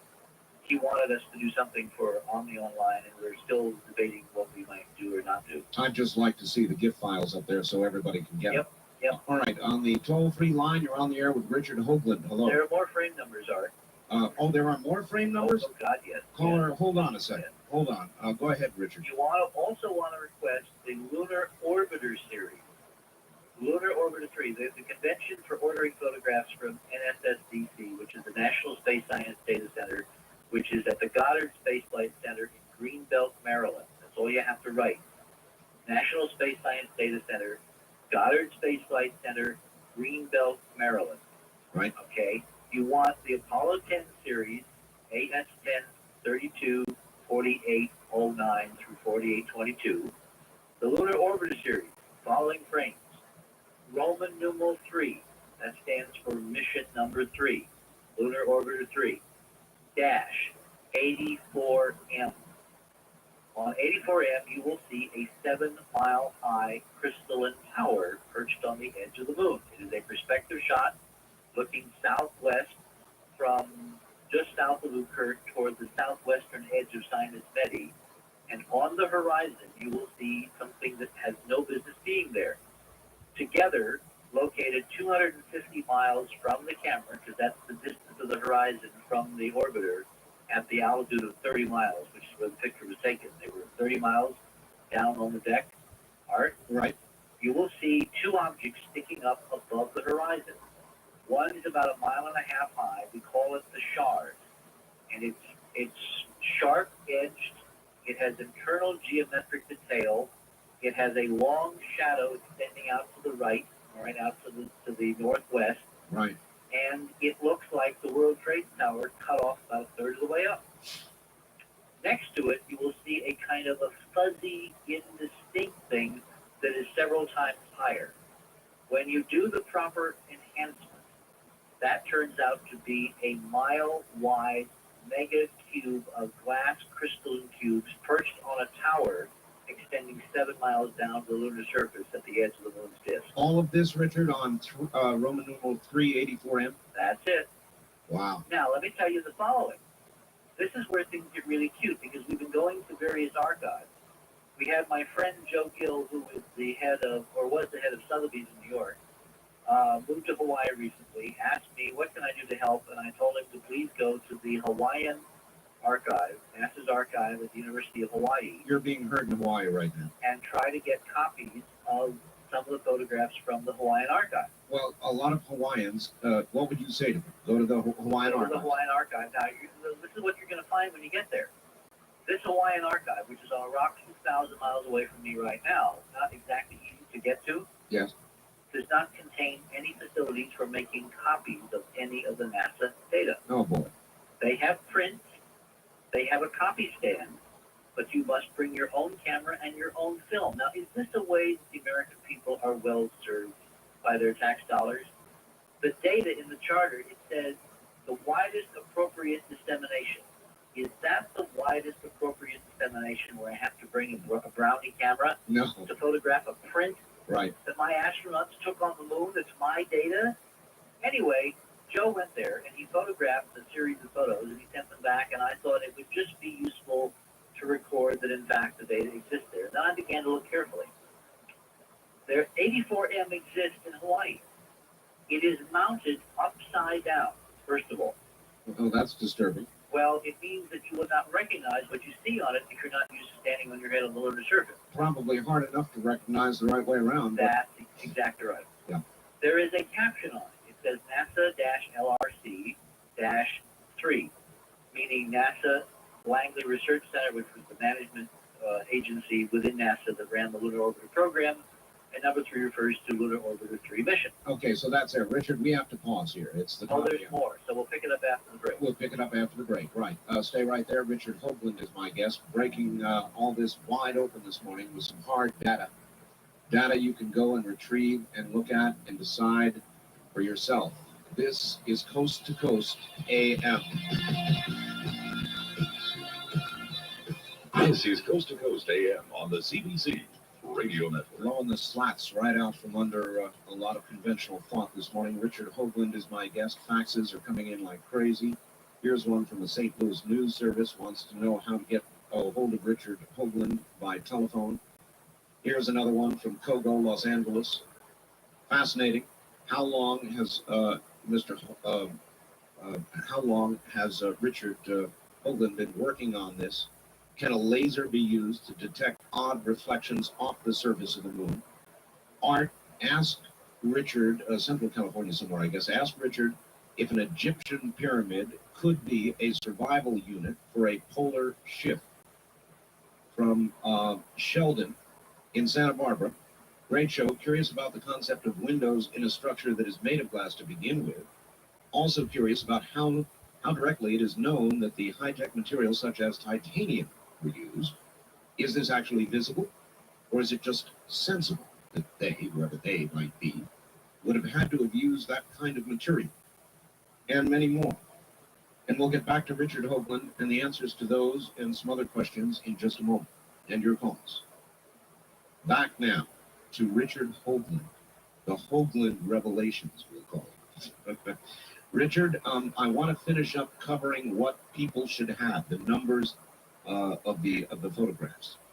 Okay, well, let me finish telling you the story of 84M, Lunar Orbiter 3 84M, because it's really revealing of the process that's been going on and how it's taken some clever detective work to figure it out, to find it. Yes. It says in Hawaii, remember, we got one in Washington, one set we're supposed to have, and there's supposed to be a duplicate set of the same picture in Hawaii. Right. My friend Joe Gill goes in with his camera. We give him a copy stand. We give him a print. He takes the pictures. He sends a negative to me. We have them developed in the lab. We blow them up, and I begin to look at them just as a kind of a, trying to touch every base. The caption says it's one of one. Very important. Lunar Orbiter 3 picture image 84M, one of one. It says the date when it was taken, which is February of 67. The date when it was read out of the spacecraft. You have to understand that this was actual film art that was loaded into an unmanned satellite by Kodak, sent to the moon, photographs taken with a high resolution and medium resolution camera, two lenses, two different cameras on the same film. Right. The film was then developed in the spacecraft. All right, physically developed in zero gravity in this very, for 67, this was pretty sophisticated. Right. Then it was read out, it was dried with thermal dryers. They snipped it apart. They then scanned it with a pre-laser light source. This was not even laser scanning. This was, a 6.5 micron mirror beam that was scanned. It was then converted into digital information, sent back to Earth, reconstructed with television equipment on the ground at the Goddard Space Flight Center, photographed off the TV screen. Those photographs turned into little 35 millimeter negatives. Mm. The negatives assembled by hand into master 20 by 24 inch negatives. Mm. Those copied, those turned into prints, those made into negatives that were used to make the copies we eventually got. Quite a bit of degradation there. Oh yeah, and the amount of detail we're seeing on what we're seeing is so incredible. You can only drool to imagine the first generation. There were several different places that put these mosaics together. One was the U.S. Army Mapping Service, part of the U.S. Army Corps of Engineers. The other was Kodak. The other was the Boeing Company up in Seattle. The Boeing Company, when Dr. McDaniel asked them very innocently at my request about photographs, yes, claimed they have none. None. None. A Boeing employee, when I did Laura's show the other night, Mm-hmm. he has called me and he has offered to get me whatever I want out of the Boeing archives. Now, why did Boeing lie to Dr. McDaniel? Why did the Public Affairs Office absolutely lie? Who else would have them, Richard? What other avenues? Can Well, we pursue? all right, the National Space Science Data Center, NASA has them. Kodak should have a set. The Smithsonian should have a set in Washington, all right? Mm-hmm. There are archives at Brown University which should have a set. Have you been pursuing these other avenues? Not really, because I didn't want to alert the guys that we were looking. Mm-hmm. We had to be very judicious. But let me go back to Hawaii, because Hawaii has a set. So Joe photographs this set, and it says one of one, gives the dates when it was read out. You have to understand that the fact that this is real film we're talking about. Right. This is not an electronic image. This is actual film scanned in the spacecraft. When the spacecraft crashed on the moon, eventually because of the lunar orbit perturbation, Right. the film and the spacecraft were destroyed. That film is somewhere lying in a crater on the moon. But the electronic version of the film is back on Earth. Before Kodak sent the film in the spacecraft, it pre-exposed a pattern of little crosses, registration marks, Right. which are used to correct out any geometric irregularity. This is where things get really interesting. On the photo we've been getting from Washington, the shard, a 1.5-mile tower cut off at the knees like the World Trade Tower lopped off in a nuclear war, Yes. has one of these little registration marks right above it, sitting in the dark lunar sky. To the left of this glass cubicle tower complex located a few miles to the south. When I examined the photograph that Joe Gill sent me from the one in Hawaii, the little registration mark has moved to the south of the tower, 7 miles to the south of the image. Good Lord. How can And that? that is impossible. That can't happen. When you expose the image in the spacecraft, it was exposed indelibly relative to those registration marks. They can't move. Now here's where things get really weird. On 84M, there is a splotch of water droplets arching like a kind of a fake rainbow halfway down the picture. And on the framelits, Right. because when they pulled the film apart in zero gravity, when the mechanical system did it, water tends not to flow in zero gravity. I see. So these are like fingerprints, all right? Sure. You can identify this frame in the dark, upside down, by this splotch of droplets left on the negative. The frame in Hawaii has this splotch in exactly the same place.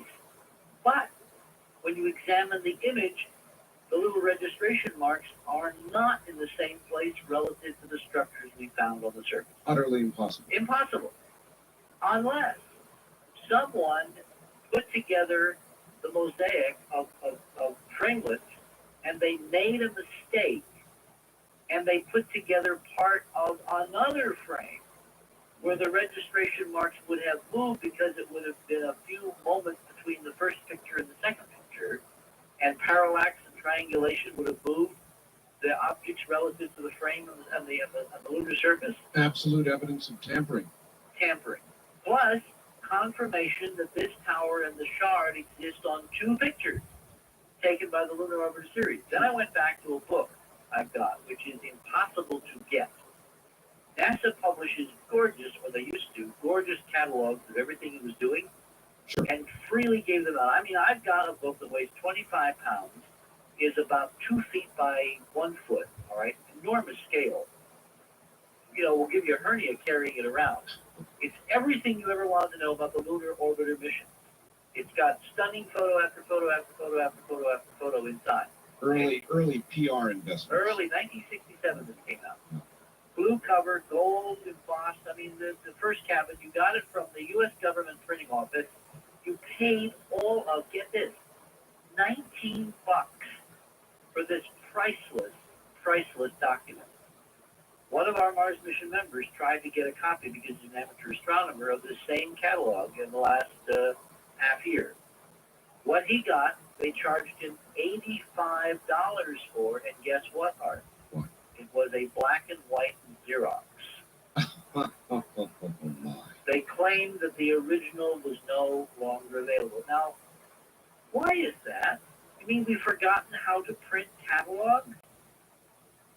Very odd. So when we went to the original, that's when I found these registration marks cannot be moved. And the whole mechanism of the photo transport and embossing and all that. So it said in that little documentation that came with this huge catalog of photographs, which are 400 dots per inch, half-tone screening. Mm-hmm. It said that the spacecraft could be commanded to take photos in a sequence of 4, 8, or 16 images in rapid-fire sequence. So you would never have one of one. Well, you could have one of one. But if you have more than one of one, you've got 4 or 8 or 16. So somewhere out there, my bet is there are 14 other images we've got to find. You see how NASA has lied to us? And we've got absolute proof that this is not one of one. Very good, Richard. Back to the phones. Wildcard line, you're on the air with Richard Hoagland. Hello, where are you calling from, please? Hello there. No, you're not. First time caller line, you're on the air with Richard Hoagland. Hello. Yeah, this is Matt from Portland. Portland, yes. Yeah, thanks, Richard, for all the work you're doing. Thank you. What I wanted to know is about the space probe Clementine. How it got mysteriously lost, and that asteroid is supposed to photograph in the solar system in August, I believe it is. Geographers, right? Right. All right, that is a wonderful question. I meant to ask it myself. What's going on? But what happened to Clementine? Well, gentlemen, with all due respect, I think you're asking the wrong question. The real question is, why Clementine? Why did the Pentagon, the Ballistic Missile Defense Organization, the folks that brought you SDI, that are trying to protect us from the onslaught of Russian missiles, nuclear warheads, Right. why did they suddenly get a bee in their bonnet and decide to go to the moon and photograph the hell out of the moon in only a year and a half? It is a good question. Well, the answer is they're looking at what we found. Look, in Washington, think of Washington as a medieval kingdom. where you have a bunch of barons and fiefdoms, and to sit at Arthur's round table, you know, you've got to have power. To have power, you have to have knowledge. Various parts of the government are not cooperating. They are at war with each other, you know, in this barony fiefdom model. So let's say that, you know, BMDO, the Pentagon, suddenly realizes one day that it's been snookered by NASA all these years. But it can't get access to the real NASA photographs. So what does it do? Goes up itself. It goes up itself. And it shoots the hell out of the moon. 1.5 million stunning CCD images of the moon art. Now here's something interesting. When I asked the chief scientist, who's a friend of mine from NASA, who was supposed to kind of orchestrate the science for the mission, I said to him very innocently, because I knew the answer before I asked, I said, Gene, why aren't you going lower than 400 miles? Remember, the lunar orbiters were put into orbit down to 30 miles, right down on the deck. Right. So the astronauts orbited at 70 miles. Every mile presumably gives you a great enhancement. Oh, absolutely. Yes. Well, I mean, it's directly proportional. Of course. You know, so 400 miles, even with current state of the art, seem to be a little standoffish. You know, to get good data. Right. You know what he told me? Orbital instabilities. Orbital instability. Yeah, which is crap. Pardon my French. It's a nonsense answer. All right, because the lunar orbiters experience orbital instabilities, meaning that the orbit changes a little bit because of the uneven mass concentration in the moon. Yes.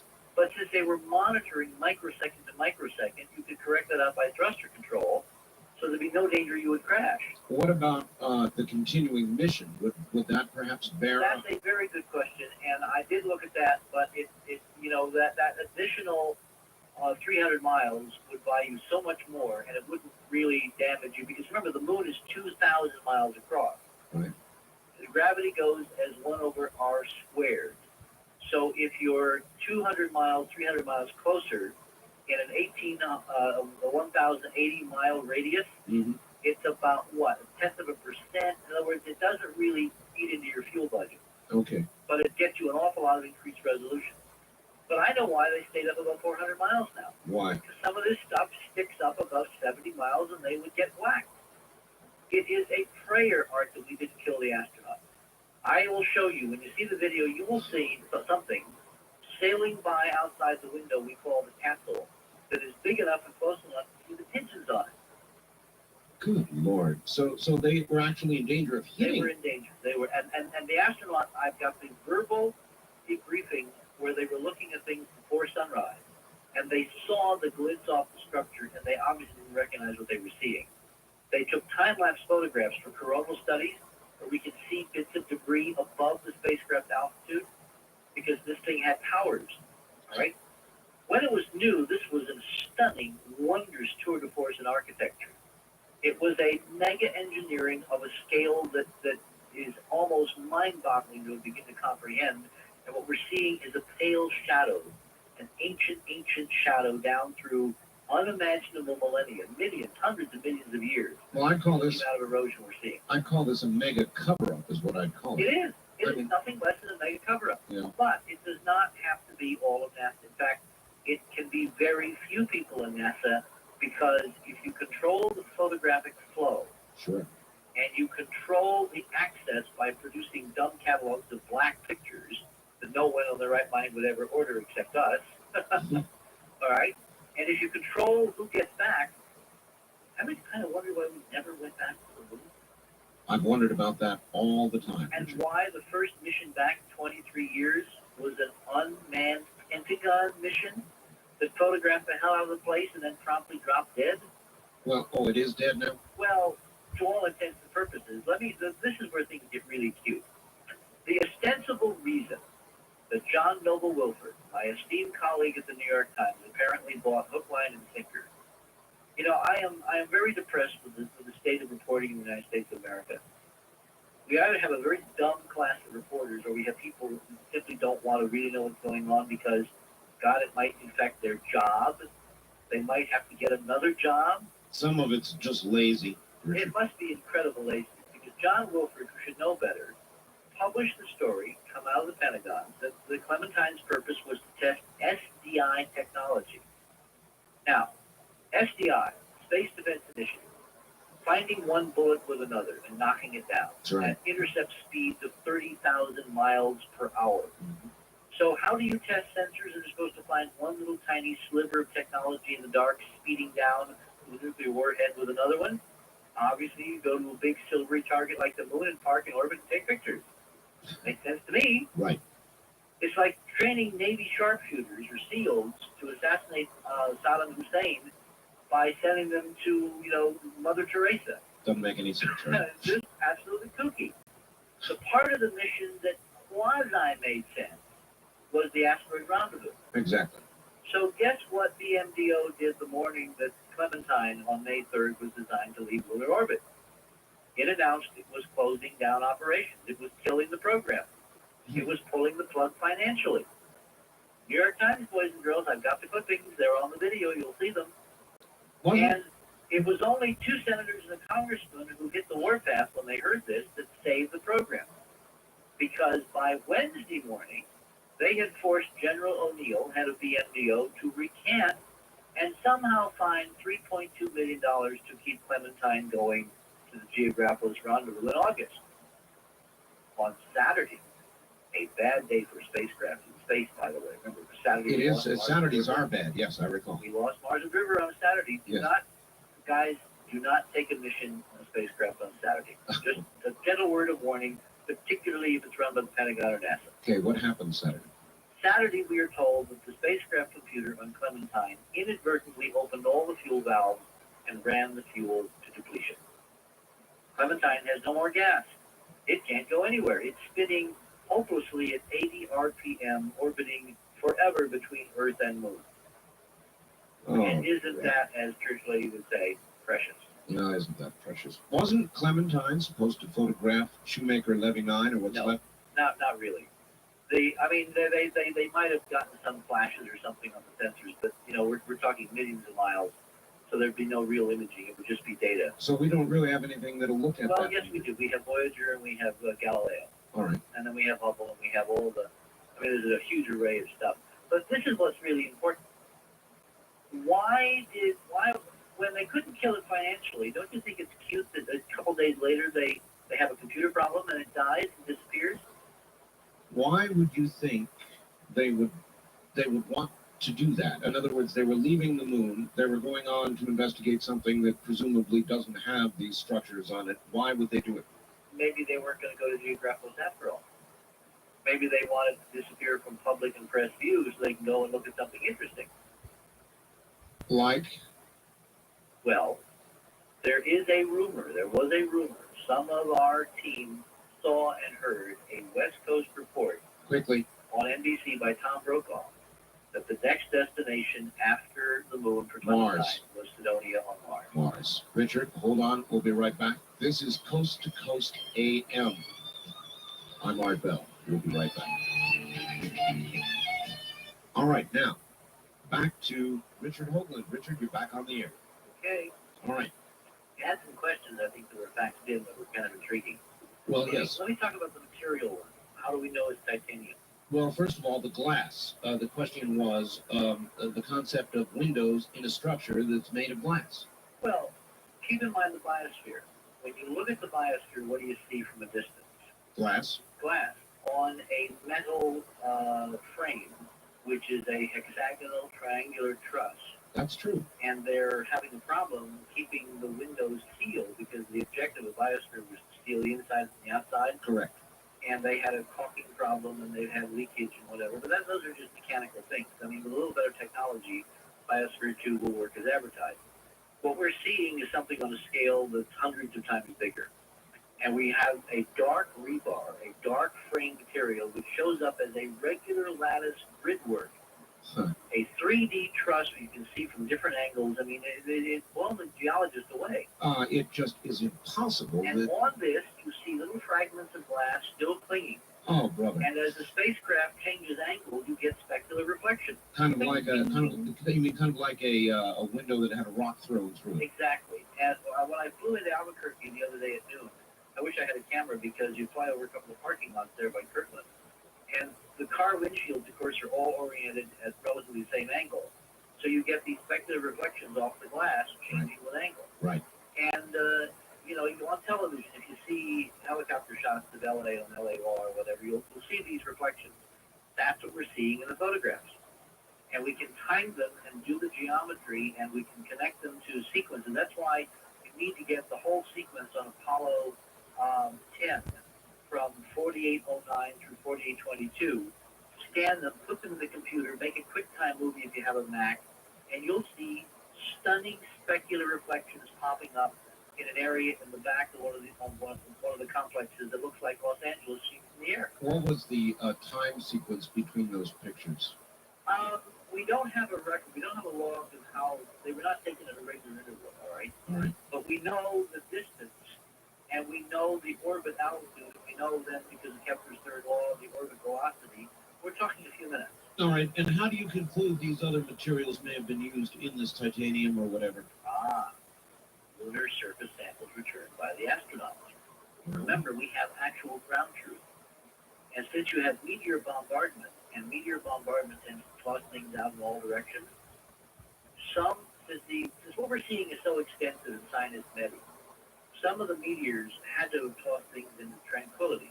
Mm-hmm. Even if tranquility is what it has been claimed to be, a mare surface, a natural lava surface, yes, some of the samples, I think because of the weird chemistry, are samples of the artificial stuff. Remember the first lunar science conference when the geologists were asked to kind of quantify and characterize the moon and its formation process as derived from analysis of samples? yes. And they got the idea that the moon had to have been covered with a very high temperature refractory material at several thousand degrees, floating on top, simmering for a billion years or something. Yes. What does that really describe? The structure you're talking about. Exactly. Refined materials put together in a blast furnace and smelted with high technology and temperature and plasma torches and all that. Yeah, I mean, this is what's going to be so mind-boggling and rather embarrassing for some of these geologists, because they've been snookered. They have been model-driven. I've got papers where now, and I'm fortunate that we have the papers because at least I know they're honest. They see things, they're writing about them. It's obvious they're projecting a geological interpretation on what we now know is a geometric and artificial thing. In other words, they just weren't looking at it the right way. If you're not expecting the unbelievable, will you recognize it when you see it? See, a lot of science is driven by what you expect to see. Of course. And the crucial thing for me, Art, is that it means that most of the system was honest. That they were not lying, they were not faking, they were not deluding, they were basically doing science, but they were doing science constrained with one arm tied behind them because other guys were not cluing them in on the data that would have allowed them to fill in the real picture. No doubt, reinforcing as they went, one patting the other on the back, saying, why, yes, that's it. Oh, yeah. How long have you been working on all this? A year and a half. Year and a half. A year and a half. Can a laser be used to detect odd reflections off the surface? Absolutely. In fact, that was one of the things that we had planned to do. If you get the right telescope and the right combination of wavelengths, I got to tell you the story. Clementine data. Clementine carried a laser in polar orbit, right? 400 miles up. The idea is to bounce laser beam directly off the ground beneath and time the echo right up to the spacecraft and thereby derive an altimetry trace, profile, around and around and around and around the moon. In polar orbit, of course, in a month, we map the entire moon, depending upon how many times you can pulse the laser per second. Well, some of that data ought to be fascinating. Oh, let me tell you what we've already got. Remember, I now have NASA people leaking to me, calling me up, faxing me, sending me data because most of the system is honest, Art, and they are as mad and as upset that they've been snookered as the rest of it. So that's how I've been getting some of these photographs and some of this information. Photographic whistleblowers. People are talking, yes. Now, this is one of the things. I got leaked to me a set of photographs from an official Clementine briefing at NASA shortly after the mission went into lunar orbit. And one of the scientists involved is from Goddard. His name is Dr. Smith. He was the principal scientist from NASA in charge of the laser altimetry experiment. Right. That experiment was to use a telescope that also was used to take resolution pictures, about 10 meter resolution, 30 feet resolution pictures from 400 miles altitude. All right. Right. It was bore sighted, meaning it was co-aligned optically with the laser. Poor Dr. Smith reports in this meeting, and I get the report, like a few hours later, that unfortunately the telescope is fine, but he's got bizarre scattering in his laser return signal. You mean Translation? gigantic blips that he can't He's account getting for? reflections off the glass, and he didn't know it. Oh, Richard. And what they had to do was they had to computer process like crazy the data, massage it like hell, to get rid of all the extraneous reflections so he could get some kind of mean profile. So there's stunning data which gives us 3D structure of the glass structures as the spacecraft orbits overhead in Dr. Smith, because he's got one arm tied behind his back. Have you talked to him? Not yet. Not yet. We will. Are you're going to suggest this to him? And Of course, we already did. I already actually did. had a colleague of mine send a fax to his office suggesting during Clementine that there was some work on anomalous photometric properties that predicted curious scattering. Yeah. Because I didn't want them to turn off the instrument and think it was not working. Well, So we has now he- know that they continue to take data, and there is that data in raw form, and when it is properly, when I told this to one of our geologists, he was jumping up and down because it was a very good laser. It had very small pulse width, meaning high resolution in time. Of course. Has And he we yet? should be able to get the vertical pain. I understand. Has he yet reacted to the facts? No, nothing. It went in and nothing came out. NASA's like that these days. Things go in, they never come out. All right. Phone lines, Richard. Toll-free line. You're on the air with Richard Hoagland. Hello. Right, our great show, Cosmic Connector here. Where are you, sir? Portland, Oregon, KEX 1190. All right. What can we do for you? Mr. Hoagland, you've been on Mr. Bell's show several times. I wish you would elaborate on the Men Block list, and I would like to get a hold of you for a guest of mine on a TV show of the MCTV cable network up here, which is not in conjunction with or against Art Bell up here. It's a private television program, Mr. Thank you. Okay, well, look, why don't you send me a fax on that, and we'll see what we can work out, if we can work out something now. I didn't understand the first part of the question. Oh, he just left the line. I didn't understand it either. Is that about those glyphs again? I think that's what he said. Yes, I was about to say that's what. I don't know anything about glyphs. There were, back during the Lunar Orbiter program, there was a brief flap about some spires discovered on a Lunar Orbiter 2 photograph that was published by Tom O'Toole on the front page of the Washington Post. And it all went away. But they were minuscule. They were, 7,500 feet high compared to what we've got. All right. Listen, Richard, there's a lot of people, and there may be a lot of people in the press, other press, that will want to get a hold of you. They'll smell a good story here. Okay, let me give you our fax number. Fax number, yes. 201 271 1703. You got a lot of fax paper on that, do you, Richard? And we will make sure. Well, I check it early in the morning. It'll already be full. All right. Fax number for Richard Hoagland, area code 201-271-1703. On the That's wild the card. Mars mission. Oh, you're right. On the wild card line, you're on the air with Richard Hoagland. Hello, Art. Hello. Mark from Collins, Illinois, the KSD. Yes, hi, Mark. Yes, Mr. Hoagland, you mentioned that one structure 7 degrees north of the equator on Euchre. Yes. What about the structures on the Sea of Crisis in Mare Imbrium? There are no structures in Mare Imbrium. What I was referring there was Mare Imbrium appears to be the only true lava upwelling that exists on the moon. The papers that I've been going through complain that even on close inspection, the signatures of lava lakes that should be on the floors of the other Maria are missing. They're not there. And these authors are very perplexed and puzzled and kind of bewildered why the only clear flows of lava they can find are on Imbrium, and they are coming up from an upwelling then at 19.5. So I was using that as an affirmation that our physics, our geophysics of how planetary energy upwells at these specific latitudes, in fact, is working on the moon, which we found by accident in going through these papers. The Mare Crisium dome, which appears to be in much better shape than the Sinus Medi dome, if I can use those terms, has a 20-mile-high tower, which we found on an Apollo 16 frame.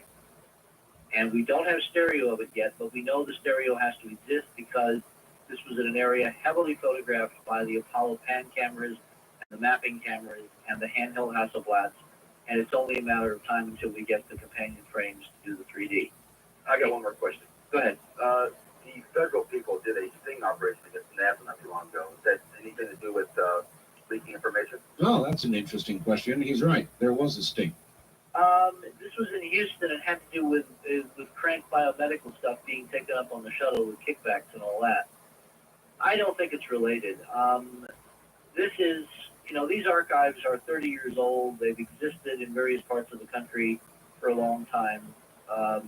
The interpretation is in Washington. It's not at the NASA field centers. NASA headquarters is at the root of this problem. If we're going to clean house, we've got to start at the top. Ask Golden to open the files. If he doesn't, get rid of him and get somebody in there that will live in adherence to the charter. Hey, Richard, should there be a sting operation? Well, it certainly would be interesting to see what you could find if you don't go in the front door. I mean, we have tried to be somewhat circumspect in asking through other sources for negatives. And what I've been impressed with is how many different versions of the same negative we get. Well, should somebody like 60 Minutes get some photographs, go sit down with Golden in his office the way they always do, and sweat him with the photographs? Absolutely. And we will do that ourselves eventually. Remember, this is the beginning of the process. We unveiled this after a year and a half at Ohio State. My colleagues, some of them have not yet actually seen the data. It's that brand new. But I wanted to come out on record with it so that if the archives are tampered with, there will be a way to trace it. We have Visa card numbers, order numbers, lab numbers. We have documented everything we got from NASA. What I find interesting is that our lab people here in New York were in Houston and tried to have a meeting with the head of the photographic lab to see the original negatives, and spent several days fruitlessly and has spent several weeks now playing telephone tag, unable to make contact with the head of the lab in Houston. Right. Which is absolutely absurd. Richard, your scientific neck is out a mile on this one, so I presume that you've been very careful. And, I feel supremely confident. You must have. Did you think of this really hard before you said we're going to all put it on the line here? Look, the data is there and it's so robust, and there's so much more we haven't had a chance to look at. I am strongly suspecting that the scale and scope of what is there is going to be so mind-boggling that if NASA had a wholesale book burning tomorrow, they couldn't get rid of all the evidence. All right, try this, Richard. Let's say that you were on the outside looking at the presentation that you're making, trying to dig holes in it and shoot holes in it. Have you turned around and tried to look at it from that? I mean, the obvious thing is that we're looking at aberrations on the photographs. We're looking at single versions. And you can go through systematically, and when you realize, as I lay out, we're looking at 3 different technologies. They're actual film and lunar orbiters scanned and sent home by electronic means.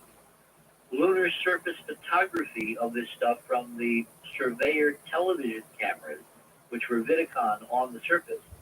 And then lunar orbital photography from the astronauts, from the command module and the lunar module with handheld Hasselblads. You have 3 different technologies, 5 different geometries. All right, I think it blows that right out of the water. Yeah, I mean, we have really covered ourselves carefully, and we're not speculating beyond the data. I mean, I can sit here for the next hour and get into who, what, how, why, and when, and I will not do that because I want us to go back to the moon and find out who, why, how, what, when. All right. On the wildcard line, you're on the air with Richard Hoagland. Hello. Morning, Art. This is Greg, KVI. In Seattle. Yes, Tacoma, actually. Tacoma, all right. Richard, what an honor to speak to you. Thank you. In your book, you laid out 3 possibilities of the origin of the monuments of Mars, and it seems now that you're kind of changing your mind on that you're opening yourself up to the possibility that maybe there was a technical civilization here before. On Mars, you mean? No, here. Well, no, I'm not changing. We're looking at a different world. We're looking at a different class of structure. We're looking at a different time frame. You know, when you look at the solar system, and again, I want to go back to Brookings. What really impresses me is how perceptive the Brookings document in hindsight was. How perceptive Carl Sagan was. He's changed, he's gotten dumber in recent years, but he used to be a pretty bright guy. He said back in 1962 in a paper that relativistic spaceflight, visitors from some other solar system colonizing, staking out territory, doing incredible things in the solar system might be anticipated and discovered through NASA's activities. It's amazing how Carl has kind of gotten a little bit slower since he wrote that paper. I agree, but if you take what I'm sorry, what was that guest you had on Dreamland, R.W.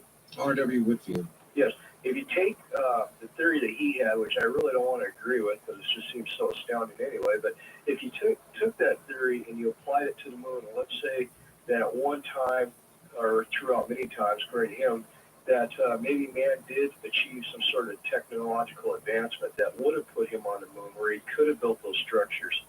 Let me stop you there. All right, thank you. Let me, don't go away.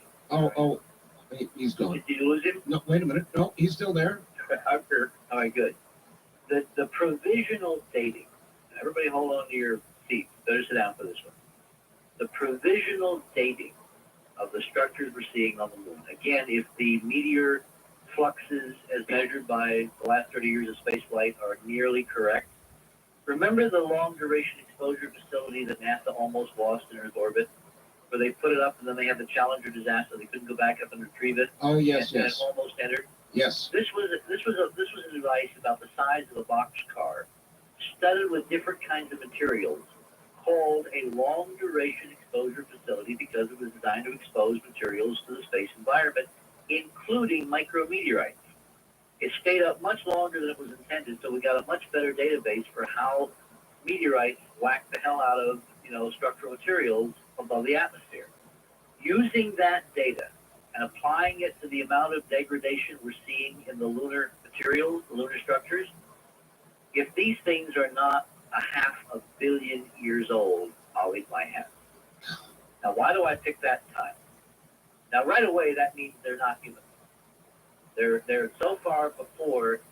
The only thing existing on Earth at 500 million years, guys, was blue-green algae. Well, of the present generation of humans. Well, but let's keep that for a moment on the shelf. All What right, I'm getting at here, and I didn't pick the 500 million year thing just by accident. If the erosional curves are real, and if this stuff is that awesomely, achingly, incredibly old, that means these guys were there when life on Earth was not. Now, look at the coincidence, because that 500 million year time frame is suddenly when life on Earth took a dramatic and startling and stunning upturn. Less than a minute, Richard. Do you begin to get my drift? Yeah. Are we possibly looking at a race of cosmic engineers who, in fact, created the context for the eventual evolution of life on this planet in this solar system? In other words, I don't think we're looking at stuff from here at all, gentlemen. It is so much older and more vast. Richard, you've been on here too long. Now you have to stay. One more hour, Richard.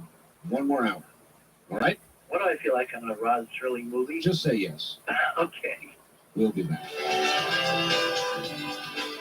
Good morning. I've got Richard Hoagland. He's been with us the whole way, and it looks like he'll make it this morning. He's back on the East Coast where it's already after 6 o'clock in the morning, so this guy has a real constitution. That's what I think. Anyway, we'll be back to him, and I've got a fax for him that's a devil's advocate sort of fax, and I think it's from somebody who works for, is director of something called Horizon Technology up in the Seattle area. So that's a coming, Richard. A little bit of station keeping. KOGO Radio just announced that beginning not this Sunday, but next, they will begin carrying Dreamland in its entirety. That San Diego LA market beginning to carry Dreamland beginning a week from this coming Sunday. Congratulations, everybody in Southern California. You're going to really enjoy it. One other thing, there have been so many inquiries that I'm just going to go ahead and do it right now. If you want a tape of this program, the one you're hearing right now, you can call 24 hours a day and order it. And I can understand why you would want it. There has been so much detail in this program that it is a document of its own. The tape ordering number is area code 503-664-7966. Area code 503-664-7966. Copies of this program. Now, Richard, Mm-hmm. I want to read this to you, and then I'd like you to try and answer it, all right? Okay. It's from Horizon Technology, Gary Hawkins, the director of Horizon up in Seattle. All right. I'd like to play the devil's advocate and state what many will quietly think so that Richard can counter those silent critics. I digitally altered a photo of a space shuttle liftoff so that the face of Christ could be seen blended into the photo. It was good enough I could likely collect from the National Enquirer. What can he say to the conspiratorialists who would say he's part of a scheme, putting altered photos forward as real? The natural question, why would anyone go to the time and trouble? Several answers. One, for the same reason there are over 300 books on the Kennedy assassination, money. Two, for the Zephyr principle, which all governments know that the more falsehoods that people believe, the easier they are to manipulate. And three, as a diversion from other government projects. Please don't be mistaken, I'm a Hoagland fan. Well, the obvious counter to that is go get the data and look at the photographs yourself. And NASA gave out, see, the thing that's going to keep the system honest is NASA gave out so many free copies of the original that there's a lot of photos all over the world, not just the United States, but in Canada, in England, in France, in Germany, and Italy, and, you know, the Far East, the Near East, archives, museums, private, you know, collections. We need to, with the internet and with CNN and with global telecommunications, find those people who have original material, particularly if they have documented the source, and simply compare the various generations of pictures. I think that's one of the reasons why NASA has never, ever made a consistent argument against the geometry involved in the monuments of Mars. Remember, we discovered and measured our geometry on orthographically corrected pictures from the Viking mission of Mars. When we published that data at the NASA Lewis Research Center, when we laid it out in an invited presentation for NASA Lewis, I expected at the very least that somebody in NASA would make the measurements and claim they didn't work. Instead, what they've done is the character assassination we've gotten used to, because in hindsight, I now know that if someone in NASA were to attempt to replicate the data, and it did work, they wouldn't dare publish it because it would go against the prevailing political wisdom. And if they tried to alter the data to demonstrate, quote, it didn't work, they could always count on or be apprehensive of that someone somewhere in the world with an unaltered NASA Viking data set would come forth with a measurement that proved it did work, and then they would be caught in the cover-up. Richard, do you think the government's on the internet? Of course. Are you serious? No, not fully. I was just trying to suggest that a lot of the traffic, and I've seen some of it on internet, well, you just never know where it might be from, huh? Well, the fact is that these photographs exist in so many places. And again, I got onto this through private archives. You know, Mr. Wanke was terribly helpful. Mm-hmm. There are people who've been assiduously collecting NASA data from 20, 30 years. There's too much of it. It's like my grandmother used to say, you can't stuff all the feathers back in the pillowcase.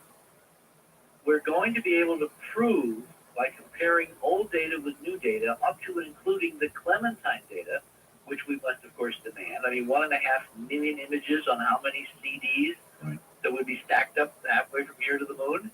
That data, by the way, is not covered by the Space Act. There is nothing that mandates that data will ever be turned over to the people. The fact that it is all on CD, meaning we could see it tomorrow, and they're not planning to release it until December, indicates to me that somebody somewhere is very busy with a tray removing from one data set any incriminating objects. Because look, if you look at the moon with low enough resolution, it will look like the moon should look. It's only if you explore the details and if you understand lighting geometry and the refractive index of materials and you make comparisons that you find with current computer technology what we have found. I think that the computer nerds of the world are going to come into their own, frankly, Art. So do I. Because this is now where democracy really comes to the fore. I object to the term nerd. Well, I don't because it's just a name, all right? Well, it is, means someone who has spent a lot of time getting to be an expert, and I used to take it as a kind of a weird compliment because when my friends were running around dissipating, I was looking at lunar data, and now it's paying off. Well, all right, Richard. I don't like it. I don't like nerd. It's insulting, and it doesn't do justice to the work that's been done by the individual who has the knowledge that's being scoffed at. I don't like nerd. Hello there on the wildcard line. You're on the air with Richard Hoagland. Hi, Art. Hi, Richard. This is Gary in Tacoma, listening on KVI. Yes, Gary. If you remember, I'm the guy who said he stumbled onto the unified field theory a while back. I've called your show a couple times. Yes, I recall. Yeah, I'm so happy to hear about the structures, the tetrahedral structure and the equilateral triangles, because it's a key point in my theory. Well, one of the problems that we're going to have is now separating on the moon those things which are natural from those things that are not, dependent upon resolution, of course. We have had the idea that every time you see a hole, it's a crater, an impact crater. What has not been recognized, and I will send you to any decent lunar map, notice, if you will, how many of the craters are hexagonal in form. Right. It's the hexagon is the center of the cube, which is the key part to my theory. Well, the cube, of course, is two interlocked tetrahedra. Yeah. And you know 27 lines on the general cubic surface, hyperdimensional solution by Coxeter and others. Right. Now, the thing I want to point out is that the reason I think the government wants to suppress this data immensely is the fact that if you have access to the unified field theory, you understand how systems work. If you apply that to sociology, you understand that the chaos in this country is artificially created so that the forms of order basically have all the power and control what goes on. So it's a power thing. It's retaining power to suppress this. And I think that it's in their best interest to try and keep it from the public so they don't think about. But is it in ours? What? Is it in our best interest? No, definitely. Okay. So that's why I'm so happy to hear about what all you've done. And, I know it must have taken years. It has taken almost 2 years, and the hardest part, you know what the hardest part has been, Art? What? Not telling anybody. I mean, can you imagine Yes. what I've been going through, sitting at a computer screen, staring at something that Arthur and other, comrades of mine in the science and the science fiction fields would drool, would give their right arm to know exists. Oh, yes. And we have not been able to say anything because I have had to build the airtight case. There are no loopholes. Well, I absolutely agree, Richard, that if you had come out and you weren't ready, it would have been disastrous, even to a future look into this. Yep. And well, so, this, by the way, is why all those kooky, idiotic books by Cooper and others about the insanity going on the moon have all been disinformation. We have been subjected to a absolutely brilliant disinformation campaign from the day that Armstrong stepped foot on the moon, which basically have the effect of marginalizing and segregating various parts of the population. There's a whole cadre of books that basically, the bottom line is we never went there. It was all done in a hangar in Phoenix, right? well, obscuring a reality with the fantastic, yes. Then there's the whole cadre that claim, there are alien bases on the moon, and they're in lockstep with the government, and they've got big, huge vats with human body parts floating in them and all this garbage, okay? I know. Then there's the group which claim that there's top secret, incredible super science developed by the Trilateral Commission, and the brain drain is stealing all kinds of British scientists, the alternative 3 scenario. Yeah, sure. Each of these, I now believe, is absolute claptrap designed to keep the New York Times from ever looking at a lunar photograph and saying, what's that? So the media is manipulated that easily. Well, because they're lazy. I know it's I true. mean, I work with them. All I right. was part of it, and I know they're awfully, awfully lazy. All right, on the wild card line, it's Richard Hoagland that you're on the air with. Hello.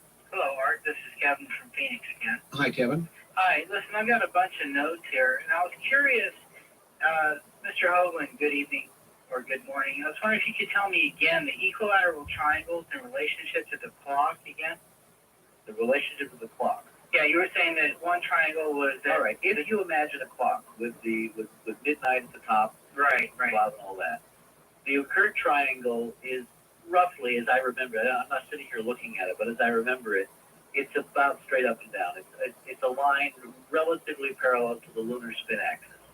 Okay. So the one point is on midnight, and the other point, the points are 120 degrees apart. Right? Okay. And then the other triangle, which is formed by taking the bright highlight parts of the crater wall and connecting those, are upside down. In other words, the point is at 6 o'clock, and the other 2 points are midway between. Okay. And you'll see this on the video very clearly because we did a false color where we substituted color for grayscale. Well, that was what I thought you had said, and I had drawn that out. And oddly enough, that appears to me similar to the Star of David. Exactly. It's the flag of Israel. So that's a two-dimensional tetrahedron, interlocked tetrahedron. So given everything that you said so far, if you were to try to communicate with some species or something in the future, right? Let's say, you would try and draw something that was for sure would not occur in nature, which would be a circle, and any given straight line actually doesn't occur in nature as well as I know. Or repetitive straight lines in any geometric pattern. So the Star of David, when you said that, I'm like, oh man. If you're not familiar with our Mars work, you have to see the UN briefing. It's not just a geometry. It's a specific geometry designed to communicate a specific level of information. That cannot occur naturally. That's right. So, okay, having said that, the other thing that I have in my notes was that NASA seems to have a mission or a rationale of denial. There has to be a reason that they're not telling us. Well, at what point in the morning did you join us? At about 12 o'clock local time. Okay, so which is about an hour, I believe, after you started. Yeah, you missed my discussion of the Brookings Report. What we have found is a NASA study that was commissioned very early in NASA's history, a few months after it was formed in '58, which basically told the agency that if they discovered artifacts or evidence of ETs, they should hush them up because if they didn't, they might destroy civilization. Exactly. So we've had this ticking logical time bomb at the heart of the edifice. So we have a whole bunch of honest, visionary, dedicated people, and deep inside, they're serving a structure which basically can't fulfill their dreams because if it does, they've been told they will destroy that which they hold most dear. All right, caller, one comment. It's like Hal in 2001. The metaphor, remember Hal went crazy because he had two conflicting programs? Yes, oh yes. Caller, listen, we've got to go. Any final comment? No, sir, I don't have time. I'll talk to you tomorrow. Right, take care. Thank you. Go ahead. Yes, I remember Hal, of course. On the toll-free line, you're on the air with Richard Hoagland. Hello. Yes, I have a couple of questions I'd like to ask. All right, where are you, sir? Anchorage, Alaska, sir. All right. Do you know of an FTP site where I can get some of these high-resolution images, or is there a way I can subscribe to some kind of fact file through the internet? Because I got an email account, I was wondering if I could get to them kind of. All right, what's his best shot, Richard? The best shot would be to, on the internet, find the government internet address for the National Space Science Data Center, which is at the Goddard Space Flight Center right outside Washington, D.C. That is the NASA-designated archive of all this data. And that's where we've been getting our data from. The other possibility is the Manned Spacecraft Center in Houston, Texas, which is another NASA center. And then there are other archives scattered around. There's one in Hawaii, the Planetary Data Science Center in Hawaii. There's one at the at Brown University in Providence, Rhode Island. But I would start with the NSSDC because I know they're on the internet. And the librarians there are very friendly and very helpful. And you just ask for the frame numbers and you order them, and there'll be a few dollars per frame. Do you, 8 by 10 meg. Yeah. Do you actually have an internet address for them?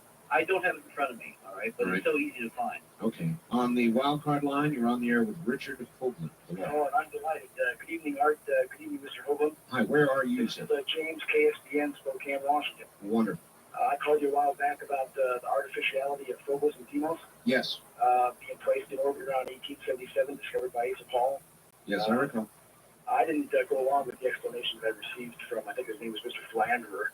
Tom Van Flanders? Yeah. That's right. I had him on Dreamland. Mr. Hoagland, it's long observed there's been lights in craters. Our tourists come to That's Mars. right. You mean Aristarchus? Yeah, excuse me. And that it's seen at certain times when the librations of the moon are just right, and you can look directly dead center into the crater. Mm-hmm. And Well, William Herschel, who Yeah. was a brilliant astronomer, in fact, he was kind of the grandfather of daytime astronomy in England. He observed an eclipse of the moon with his big reflectors. He built big reflectors. And he described Art seeing like bonfires glowing about 150 points of red, deep red light during a total eclipse of the moon. Wow. Blew him away. Couldn't understand what was causing because he thought they were volcanoes. Glass reflections. Glass reflection. that was my All thought. the atmospheric refraction of the sun behind the earth. A couple other thoughts. So Bill Gates would be, I think, an excellent source of funds for having $6 billion that he wants to give away. Do you know Mr. Gates? No. We need a private mission to the moon. Tell you what, Richard, a lot of people listening do know Mr. Gates. Well, if Mr. Gates wants to go down in history as opening the system Exactly. and providing a renaissance for the American century, this is the way to do it. The space program, gentlemen, was stillborn. The Kennedy vision never got off the launching pad. It was choked off by a bunch of timid wimps. Right. And we've got to take it back. Now, there's two things that come to mind in listening to your Very quickly, Colin. yes, about one in Genesis. It talks about the Lord looked down and he saw that there was nothing impossible for man when he was watching them build the Tower of Babel, and that they were using very advanced materials like bituminous byproducts for the mortar and whatever else, and then by scrambling their tongues and whatever else like that, they had to disband their project. And also another All right, there won't be a caller. There's not going to be time. Thank you. And Richard, I want you to hold on for a moment. Back now to Richard Hoagland. Richard, Mm-hmm. you ready? Yes, You're holding up? I think so. Good. On the toll-free line, you're on the air with Richard Hoagland. Hi. Hello there. Hi there, how you doing? Okay, sir. Where are you? Oh, this is Brian from Sacramento, KSDE. Indeed. Welcome to the show. Go ahead. Oh, I just have a question for Richard there. Do you have a book out? If you do, what the name of it is, and how can I get it? Oh, good. Hit your book, Richard. Okay, well, this work, of course, began with our Mars investigation, and the book is titled The Monuments of Mars, A City on the Edge of Forever. We revised it in 1992, including the material we presented at the United Nations. We also have a series of video briefings of NASA. Remember, we've been invited in the front door at NASA to show our Mars work now 5 times.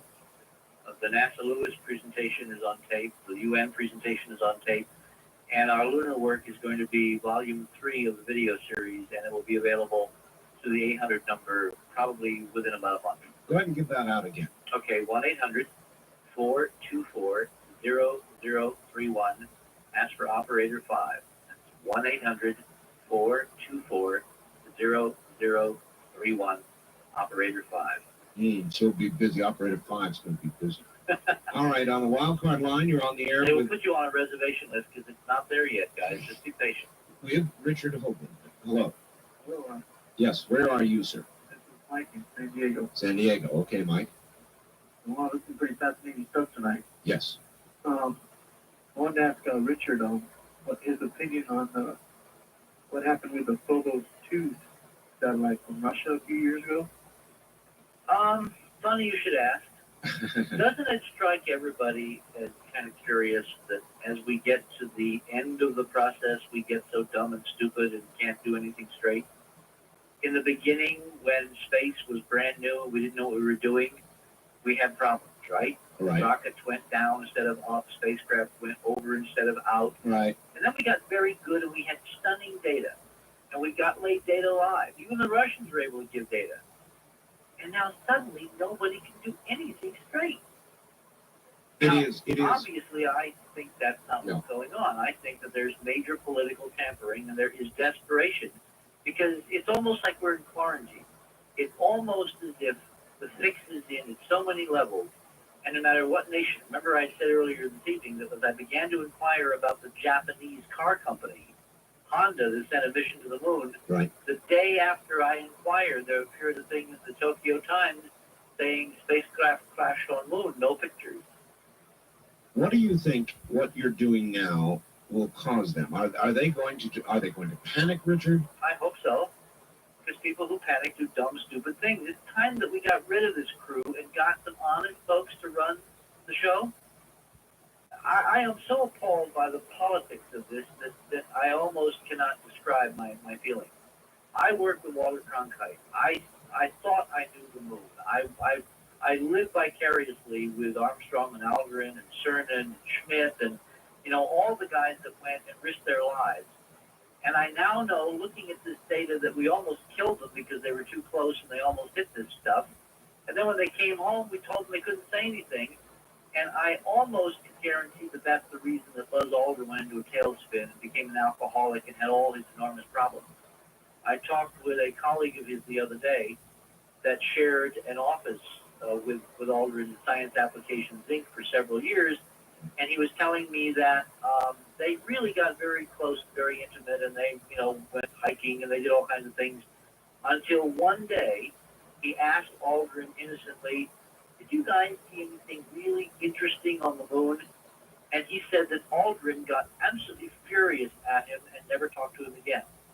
And I said to my friend, "Don't you think that was a bit of an overreaction?" I'll say. And he said, "Yes."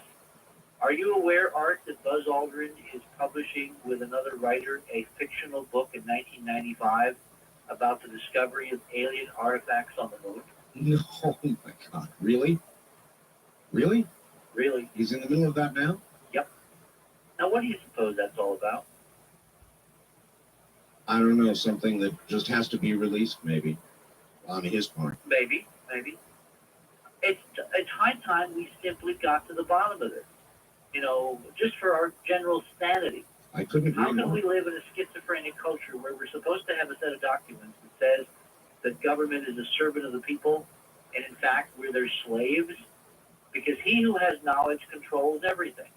Well, it would only be the most important story of known human history, and here you are, perhaps with it. I can't wait for you to see the data. Yeah, it's staggering, Richard. And just in case anybody's wondering, we have diversified tapes. We have multiple copies. We have multiple copies of photographs and discs and negatives and prints, and there's no way this genie will be stuffed back at the bottom. No black men running in and grabbing it. Although I must say that Excuse me, not black men. Oh, let me stop that. Richard, hold on. Let me correct that. Not black men, but men in black. Men in black. It's late, Art. Yeah, it's late, is right. Hello, on the wildcard line, you're on the air with Richard Hoagland. Hello, Richard. This is Jason Bellingham. Hi, Jason. I have a question about about Viking, with the biological experiments when we went to Mars. Yes. I was wondering if you could comment a little bit on that. I know they did a gas exchange experiment, a labeled release experiment, and a pyrolytic release experiment. Wait. You really expect me to follow this at 6 o'clock in the morning? I've been up all night. Well, even more general than that, I know that they all showed some positive. They showed positive signals of life. Yes, they did. But after that, they did more studies that showed they could all be explained by inorganic chemical reactions. Yeah, funny chemistry was the. Although, if you actually look at the details of the AIM studies, they never really got the curves right. NASA again claims that which it can't substantiate. It reminds me of that old joke. Remember Chevy Chase said, used to come on Saturday Night Live and say, "I'm Chevy Chase and you're not." Mm-hmm. Well, NASA's attitude is, we're NASA and you're not. And you're not, right. And no one has had the temerity, the chutzpah, to basically ask them what's really going on, to show us the data. When you look at those experiments, they did not duplicate Levin's curves or Oriyama's curves or some of the other real experiments from Mars. They came close, but in this game, close is no cigar. If we just came close, what do you think they would do to us? You gotta have it, and they didn't have it, but they lived on their reputation, and until they killed 7 human beings, all right, which was an agency disaster of the first magnitude, we basically let them have a free ride. Now look what's happened. We have telescopes that go into orbit with lenses that can. Oh, you want to hear the really extraordinary, headline of the hour? Yes. One of our Mars members on my project wrote to the Space Telescope Institute and asked them if they could, very innocently, nothing given away, could you gentlemen please point out Hubble toward the moon and take pictures? Right. Guess what the response was officially on letterhead from the Space Telescope Institute from NASA? What? The moon's too close? The moon is too bright. You got it. Now do you begin to question, maybe was the mirror ever flawed, gentlemen? Yeah. Now the fact is that some of this structure is so big it can be seen with Hubble. And since we now know where to look, and you can look at Christium and see it under the correct lighting from Earth, one of the things I'm going to do in Los Angeles is to lay out for the amateur astronomer crowd in Southern California how you can see this stuff from the ground. Mm-hmm. There was, back in the 1950s, the Astronomer Royal of England, H.P. Wilkins, who wrote a series of books, who thought he saw a 60-mile-long lunar bridge. Remember that, Art? I vaguely do, yes. And guess where he thought he saw it? Oh, my. Mare Crisium. Uh-huh. I think what he saw now was part of the structure of the dome collapsing and causing light reflections for a while, and then it collapsed to the surface, and of course it would go away. I think we better give your fax number again, please, Richard. A lot of people are going to want to get hold of you directly. Okay, area code 201-271-1703. And if you want to come and see these pictures, be prepared to stay a while, because I'm going to do this in 3 hours in 2 segments on Sunday night. What is it? June. What is Sunday next? No, I'm not sure what June Sunday. 12th? Yeah. Yes. June 12th at the LAX Hyatt at the airport at the UFO Expo West. I'm going to talk about Clementine, the Mars data, the Moon-Mars connection, and show hundreds of photographs of structures, the likes of which you would not believe. And this is the first time, isn't it, Richard, that you've ever done anything in front of a UFO group? Well, not exactly, but it's certainly one of my very rare, occasions that I do this. Mm-hmm. All right. Wildcard line, you're on the air with Richard Hoagland. Hello. Hello. Going once. Going twice. Hello, Hello. that's Richard Hoagland. It is. I'd like to ask you about, have you checked out the book somebody else is on the... Yes, George, what's his name? Leonard. George Leonard. I unfortunately think Mr. Leonard passed away. Is he still with us? I don't know, but Okay, I've got it because- here with his photographs. I think that, frankly, looking at those pictures, there's nothing there. I think that's part of the disinformation. If it isn't, I think Mr. Leonard was incredibly naive, and I think what he interprets as what he calls the X-beams and drillers and all that Right. is massive mega engineering that no one in their right mind would ever have proposed. But in looking at his photographs, they're so bad in quality compared to what we've got. And plus the technology, all he had was basically prints from NASA headquarters or from Goddard. And then he would photographically enlarge them. We have applied the state-of-the-art computer technology, and frankly, I think that's our edge. When you can redo and re-enhance until you can actually bring out subtleties. That's right. So you can see it. You've got basically the edge that the government has had all these years. All right. Wildcard line, you're on the air with Richard Hoagland. Yes, that's Maria, California. Yes, sir. Got a couple of questions. What do you think these structures are? What were they used for? What were these aliens like? And do you think there might have been an atmosphere on the moon at one time? Well, if we have domes, if we have sealed environments with multiple compartmentalization, no, there wasn't an atmosphere. Whoever was doing this was trying to create an artificial environment, very much like the biosphere or Apollo Solari's arcology. What they were like, I haven't a clue. Remember, we're looking at structures, not people. We can go there and find out, which is absolutely what has to happen. And what was the third question? No, he's now gone. Were they living structures? Yeah, we're looking at living structures. And you can get into some pretty amazing scenarios to even cover the extent of what we're seeing. In other words, Richard, for example, you can look through one of the clear portions of, say, one of the windows and see the other side of the structure, or Yes. something internally in the Yep. structure, or what? Well, what you see are multi-level planes reflecting and scattering light at different angles.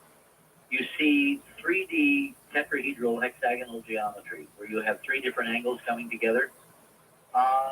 You can see footings for the dome in one area on the southwestern edge of Ukurt. There's a crater called Kaladny, and just north of Kaladny, if you look at the lunar map, there's a wonderful lunar orbiter shot, which is 385M, and then you want to get 385H1, H2, and H3. These are frame numbers.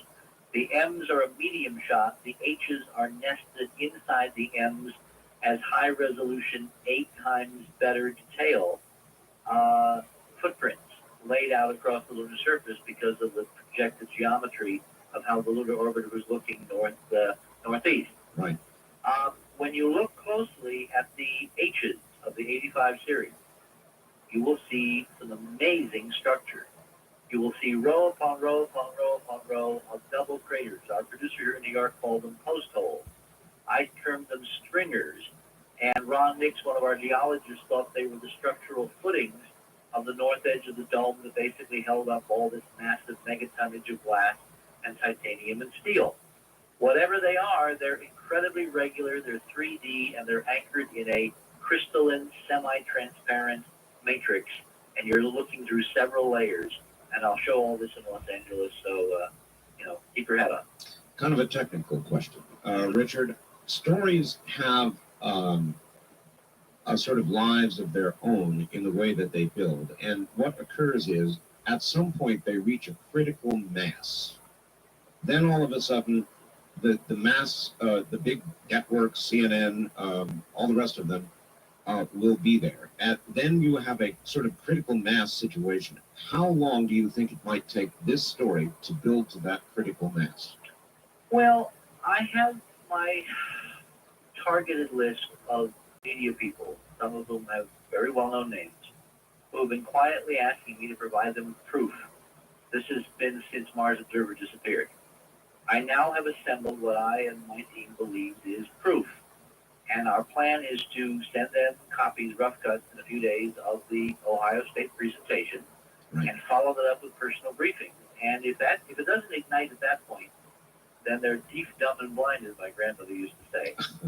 But the fact is that every scientist who's seen this data so far is absolutely boggled. And we live in a culture where media will be driven by the scientists. If the scientists say, yes, it's got to be there, we've got to find out, there'll be excitement. If scientists yawn, nothing will happen, because media doesn't understand how to do any investigation on its own. But you're telling us they're not yawning. They're not yawning. Absolutely. Just the contrary. Any of the people that you addressed in Ohio willing to stand up and have a microphone or a camera? Oh, yeah, absolutely. I mean, you ought to have Bruce Cornett on from Lamont. He's not with him now, but he was with Lamont already. Jim Rajavik, who works for the EPA, I don't think that his EPA job would preclude him from doing an interview with you. But I would wait a few days until I can get more data into their hands. It's unfair to ask the scientists to make comments when they've only seen a very few. All right. Well, this story is important enough. So when you get them the data that you feel would convince them, they're going to get their video the same as you're going to get. I understand, but theirs is a scientific look. Mine is just a look. And so well, you no, get. No, everybody's going to get the same thing. What I'm saying, Richard, is I but understand I that. follow up with them with hard copy and disc. I understand. Yes, please. So, and now my question is, once you get somebody that you have supplied all the data you want to, get me their name. I'll have them on.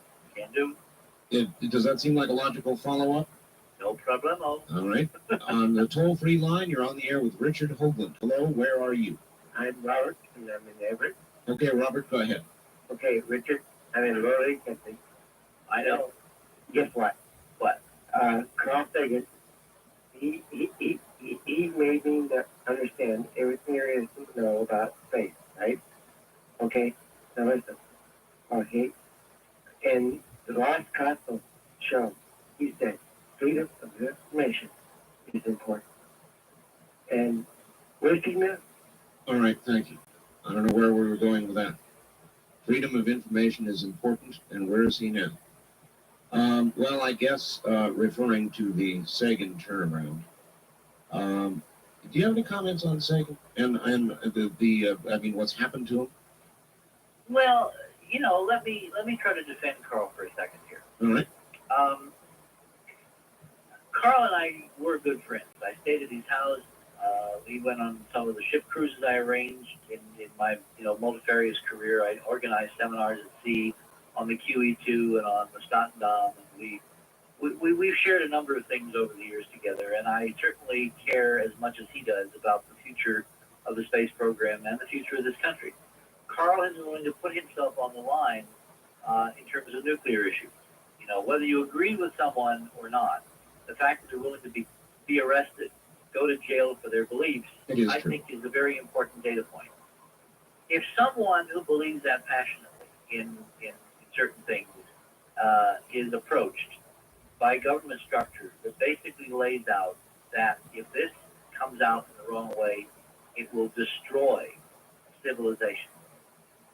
Don't you think that good men and good women can be bought by a combination of that? Because who wants to have on their shoulders the responsibility for, radically altering or destroying that? All right, Richard, let's say he went for it, and that's a good answer. Now, what about you? Suppose somebody came to you with the exact same appeal, and we've only got a minute.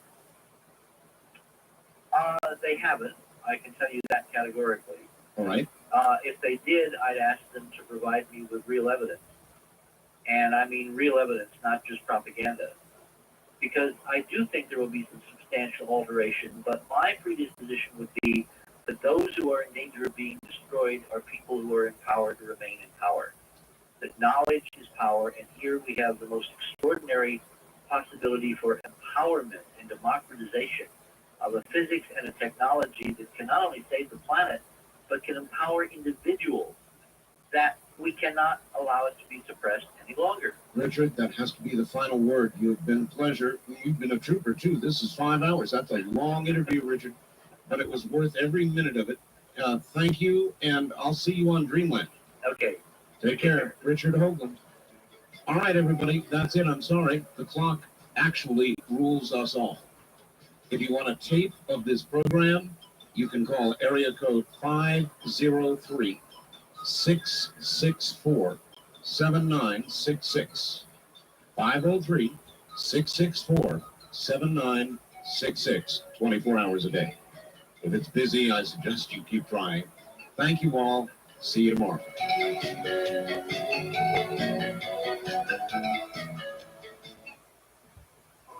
November 28th, Nightline did a show on something called remote viewing, which is sort of a psychic expression.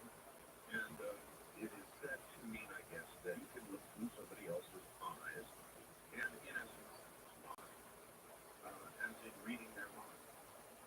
It seemed an odd, a very odd thing for Nightline to do, actually, in view of the breaking Bosnia story at the time. Honorio Hayakawa has sent me a fax about a man named Major DEPT, U.S. Army, retired. And he helped, apparently, set up the U.S. government's psychic spy operations. And he says about everything Nightline said was accurate. Not only that, but they barely touched the surface of what really is going on. And here he is, Major DEPT.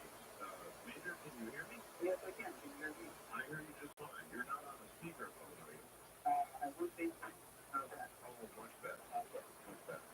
Good. Now, is this roughly accurate? In other words, did you, in essence, help some part of the government help set up the whole operation that is still, I guess, ongoing? It is no longer the staff. I was both the operations officer and the training officer of the unit.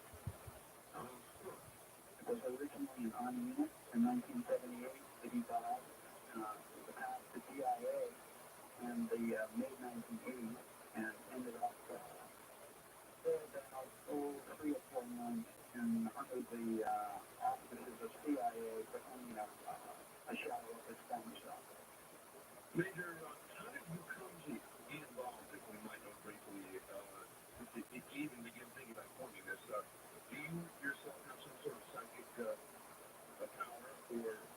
basically in charge of the project to gather together those who allegedly did.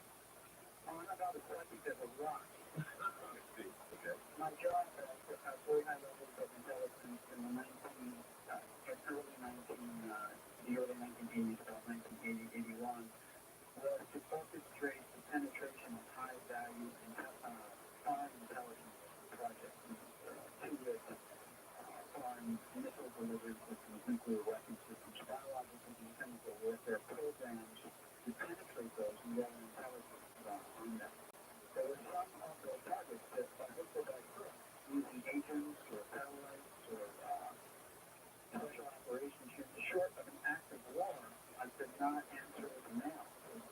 And so the tactic of desperation, I turned to earlier CIA studies and to work that was being done by an operating U.S. Army unit using people, natural practices.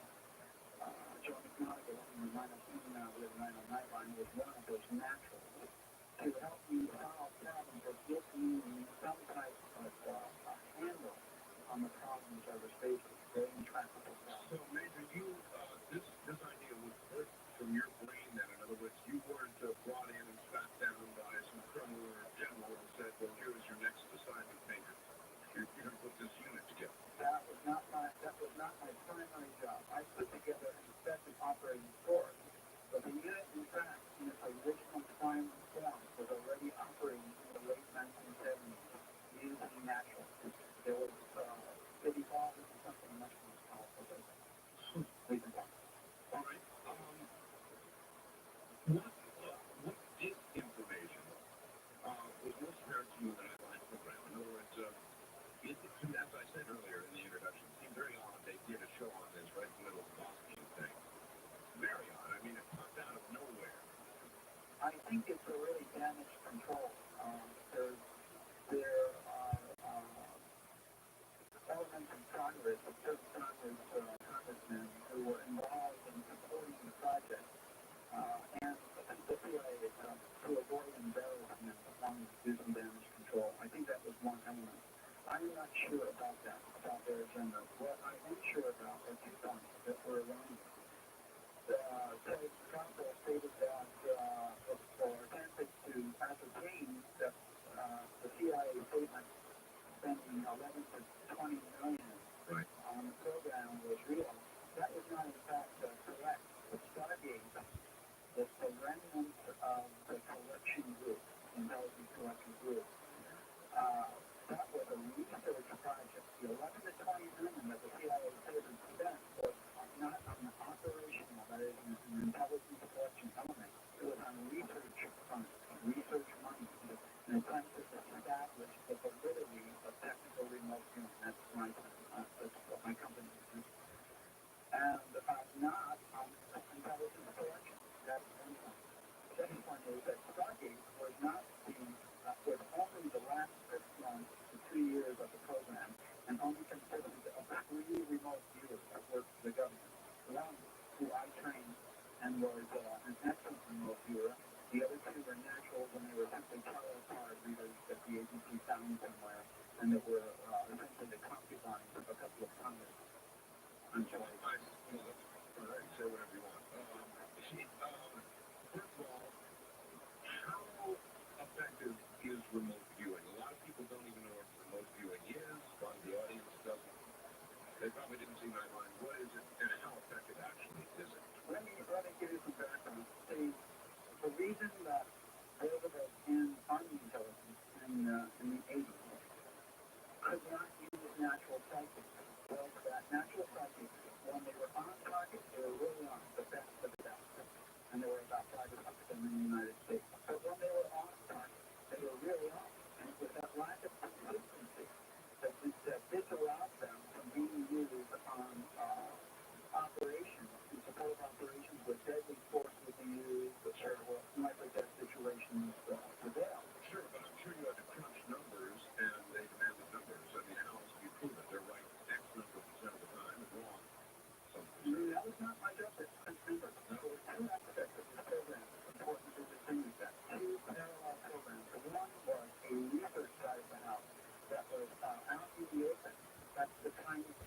being discussed by Peter and Dale Graff and Yes. the other night. But there was another unit that was very, very secret, and that was the unit for which I was operations officer and training officer. We were actually the intelligence collectors. We did not have to be politically correct.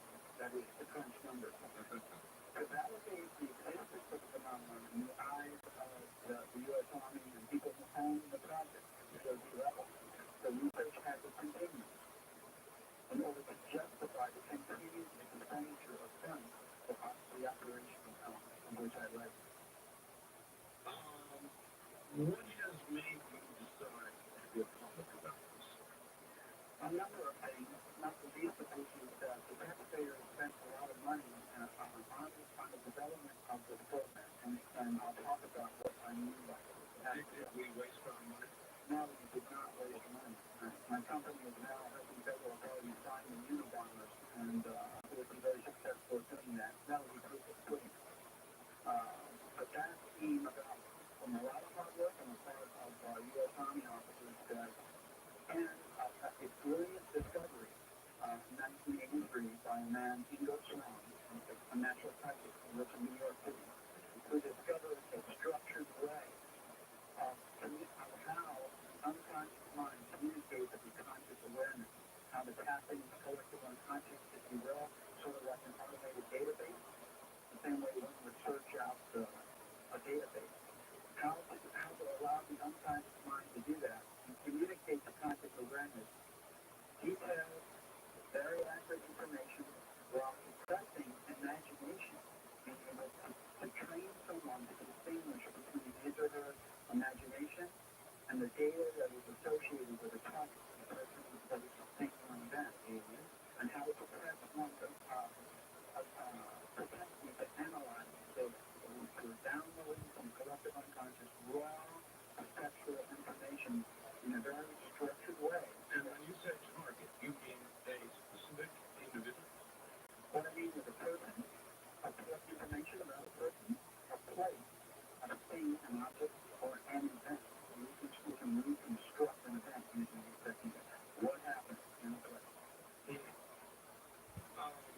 And that would be interesting. How does one, if there's a way to explain it, teach somebody with these powers to delineate between their own imagination and what is being remotely viewed? That would be quite a trick. That was part and parcel of the breakthrough discovery made by Neil Swan, the person who was a contractor, the natural subject who was contracted by the U.S. government, the Army in this case. That was part of his discovery at Stanford Research Institute in 1983. He had been there for a number of years and had been the guinea pig of the American Society for Psychological Research for many years, and extremely gifted natural scientist. He turned his attention on himself and said, how am I doing this? And was able to put together a model for how he himself, as a naturally gifted scientist, was communicating his unconscious to his conscious awareness. So he put together this model, which is a set of protocols, behavioral protocols that I teach, and that he taught me.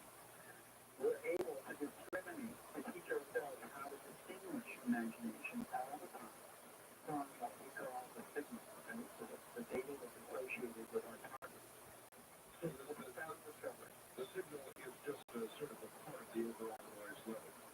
The signal is that little weak voice, if you will, that is associated with the target as opposed to our own background noise, the day-to-day, moment-to-moment, conscious noise that we have in our conscious mind. Is there a way, or you may not want to, and I will push into it, but is there a way to briefly describe to us the methods, the methodology you use? Yes, I'll give you an overview. Without going, the course is a 9-day, very intensive course, and so I'll skip a lot, including lectures. Okay. But basically, we acquire a target. We are able to turn on our conscious attention and our unconscious mind to the target via a series of stages.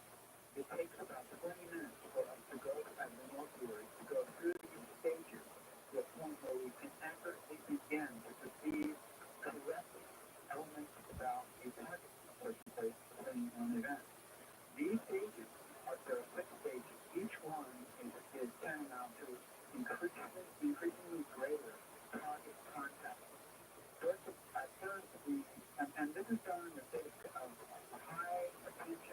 It's not like the old days where we used to actually sit, lay down in bed in a dark room. Right. And sort of like a stream of consciousness protocol.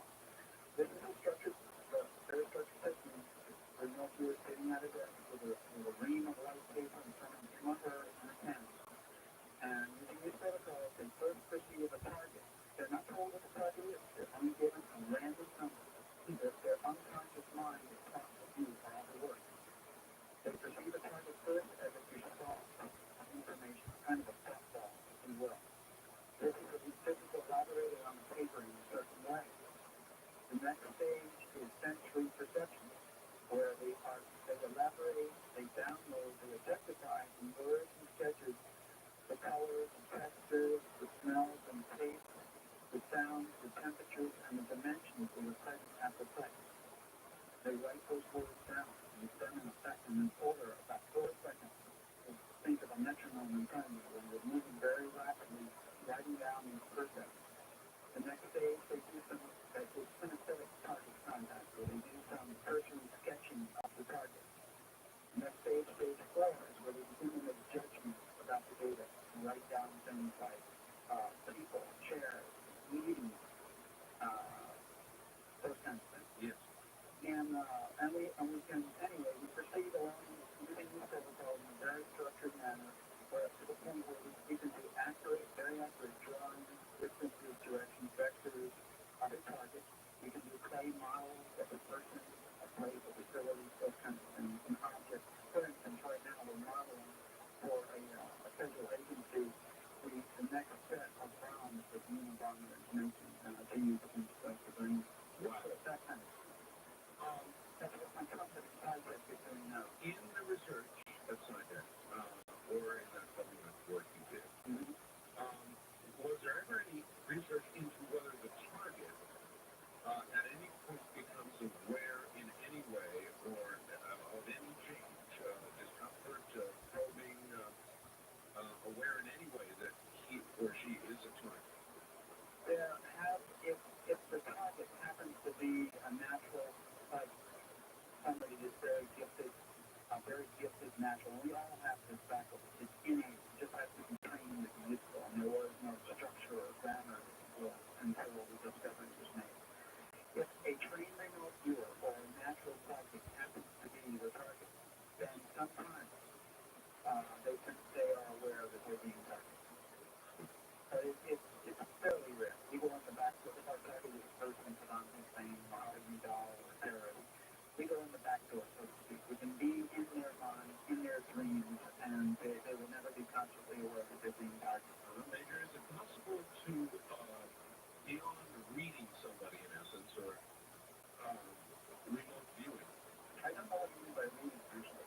Well, intuitively reading through them in the remote viewing process. What I'm asking is it possible to go beyond that and actually control another mind?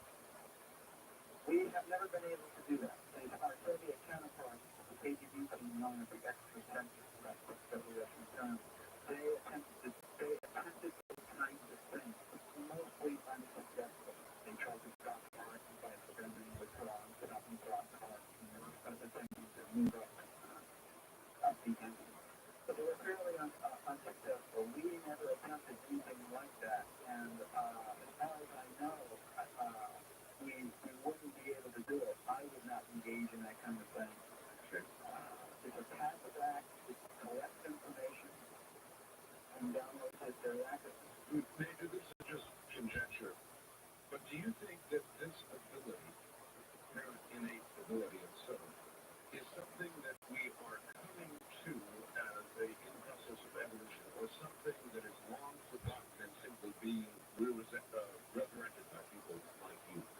Well, speculating, when I say this, and it's my personal opinion, I think it's a birthright. I think it was forgotten somewhere way back there, centuries, perhaps a millennia ago. That's what I believe to be true.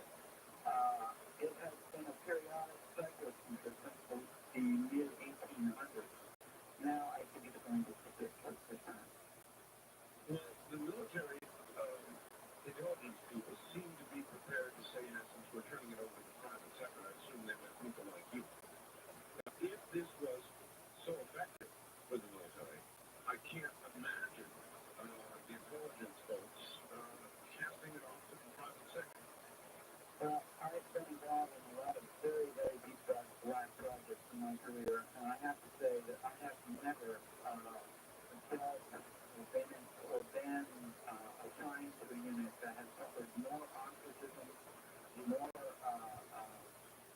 been looked upon with more fear, more jealousy than that unit that I was assigned to. I can imagine that. And it was in the late 70s, was associated with the occult. That gave it a bad name.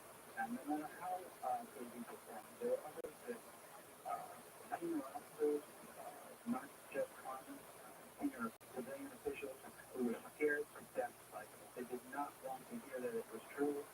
And the head of the presidential fund tells the story that Picquiao was raised in cheap rights and said man should not know these things until he dies.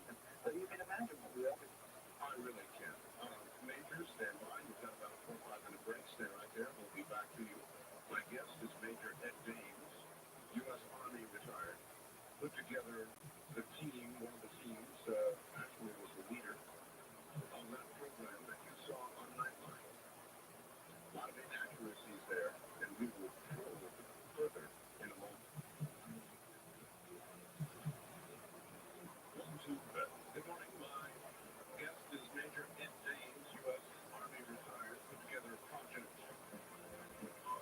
actually several projects that involve remote viewing. It is a fascinating topic. He's in the private sector now, and at the moment looking for the Unabomber. I'll ask him about that in a second. What you're listening to right now, of course, is 00. Back now to Major Ed Dames. Major, I assume publicly, having announced that you're looking for the Unabomber, you check your mail carefully. I have certainly built-in controls. I'm sure you would. Are you getting close to the Unabomber? We've got the principles, yeah. They're concentrated in the South Bend, Indiana area. I've mentioned that publicly once, but the details, further details, we have to provide for law enforcement. I understand. They come to you, or did you go to them? The Unabomber, the federal agent? No. You're the agents. It was a mutual agreement. Mutual agreement. Where, Major, can this go?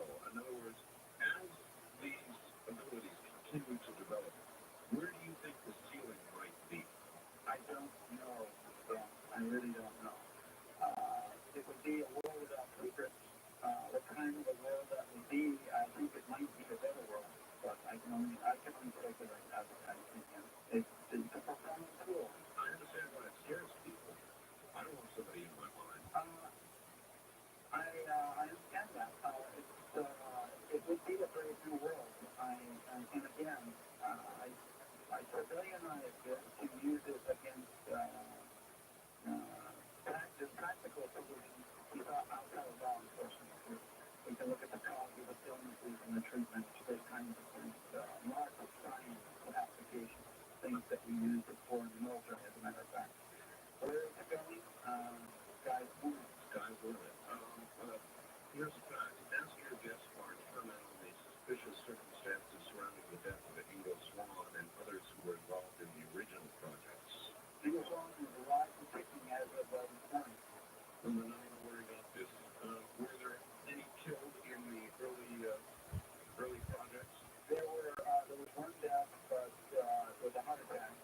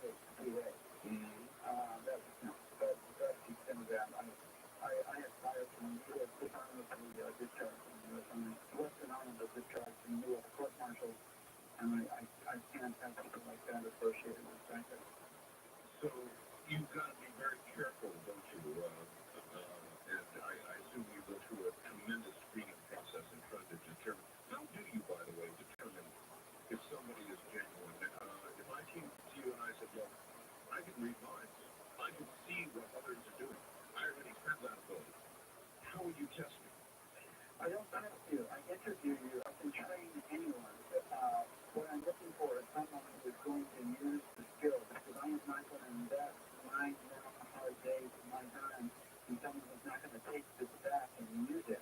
And there are different types of discipline, whether that's medicine, we're trained doctors, scientists, musicians, you name it, who we want to go back and use it in the profession to solve their own problems, to bootstrap their own disciplines, and some of them have written books. If you were to come in there as a natural subject with that kind of a talent, I would first be leery that you had a big ego. If your ego was such that you've been told how good you were for many years, I'm going to need to break that down, because you have to start from square one with me. Think of if I were an NBA scout, and I saw some kid in the inner city who could run rings around his peers with a basketball. Yeah. If that kid was prepared to come with me and start from square one in a training camp, I know I can make an all-star out of it. But if he's not, then I can't do anything with that. Now, of the two possibilities, would you rather train the untrained and, you know, those who have a sort of latent ability that you can bring out, or would you rather have somebody already with a great power in this area come to you? I've been training since 1983, and I think I split down in 50/50. About half of the people I have trained who have become all-stars rather than just mere professionals, half were said they had no psychic ability to speak of. And it turns out that they did and didn't know it, and they were superb. The other half were people who had natural psychic ability and knew it, but were willing to toe the line and submit to the training protocols, which are rigorous. Is there a physical, psychological price somebody pays for doing this work?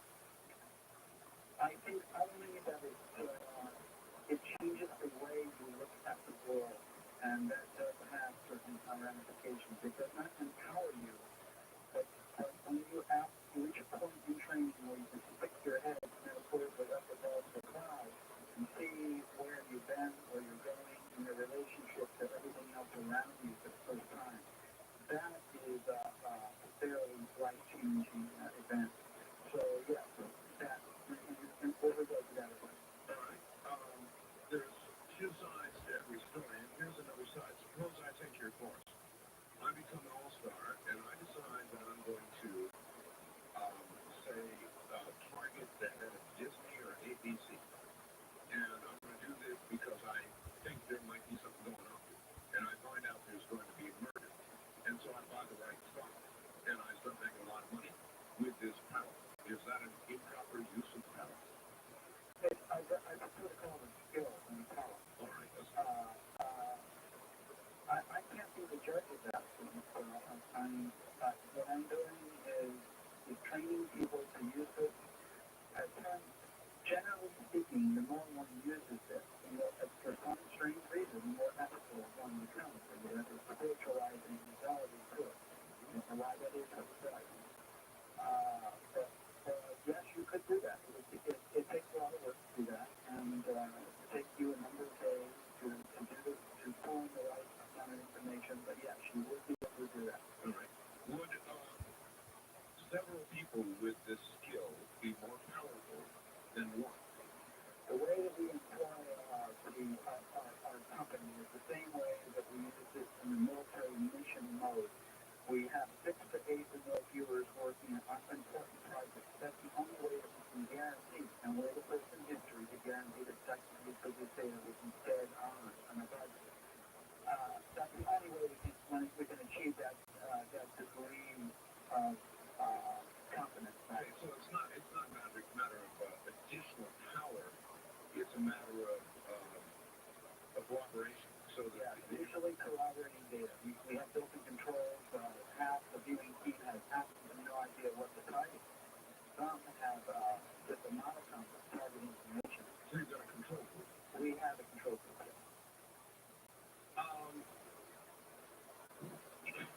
How did you proceed from the military side of this to the privatized side of this? You've got a company, it does this kind of work. What kind of other than law enforcement, look for the Unabomber, that sort of thing, what might typically be a client of yours? A lot of our clients, research and development types of companies who are interested in solutions to technical problems, or perhaps a new drug, vaccines, those kinds of things. AIDS research? Yeah, some age research. We actually had almost landed a project to look at the origin of AIDS. Now you have to be careful when you do something like this too. AIDS is both a disease and a virus. So when you're searching the collective unconscious, the way that we do it in a very rigorous, systematic manner, if we're looking for the origin of the AIDS virus, we can go back 10,000, 30,000 years, where it appears to be a canine virus that jumped ship in simians or monkey blood. But if we look for AIDS, if we just target the possible idea of AIDS, then we see a couple of decades ago, it's beginning as a pandemic. So we have to be very careful about what we call terms, or search terms. Right, you keep using the term collective unconscious. Now, delineate that kind of work with a specific target. How do you collect information from the collective, and by that I assume you mean the world's unconscious? The global mind. The global mind, all right, there you are. Using the protocol that we use, we turn our conscious attention to a target. Our unconscious attention follows. Our unconscious attention is already immersed in this global mind. It's already there. It doesn't go anywhere. It simply turns and looks in a direction, I'm using that term loosely. It focuses upon that specific area that we're interested in. I suppose you coined the phrase think globally. No, not necessarily. All right, I have had on my program, and will have on tomorrow night, somebody who claims great psychic powers and has documented them to a great degree, Lord Michael Scout. I've heard of it. You know the name? Yes. He has predicted accurately weather cycles, volcanic action, earlier in the year, and in March, a series of earthquakes that he now believes may be culminating in a very, very large series of earthquakes soon. In your probing of the collective consciousness, do you run into anything like this? Yes, I regret it. Can you tell me anything about what you've done? In a general fashion, yes. In a general way. And here's that, over the years, we've looked at these. This is an experiment as a military team and compiled results. We perceive massive global weather changes that preclude growing crops. The magnificence of these weather changes will preclude growing crops the way we normally do. Will no longer be in North America, at least. The crops will have to be grown in habitats that are controlled. A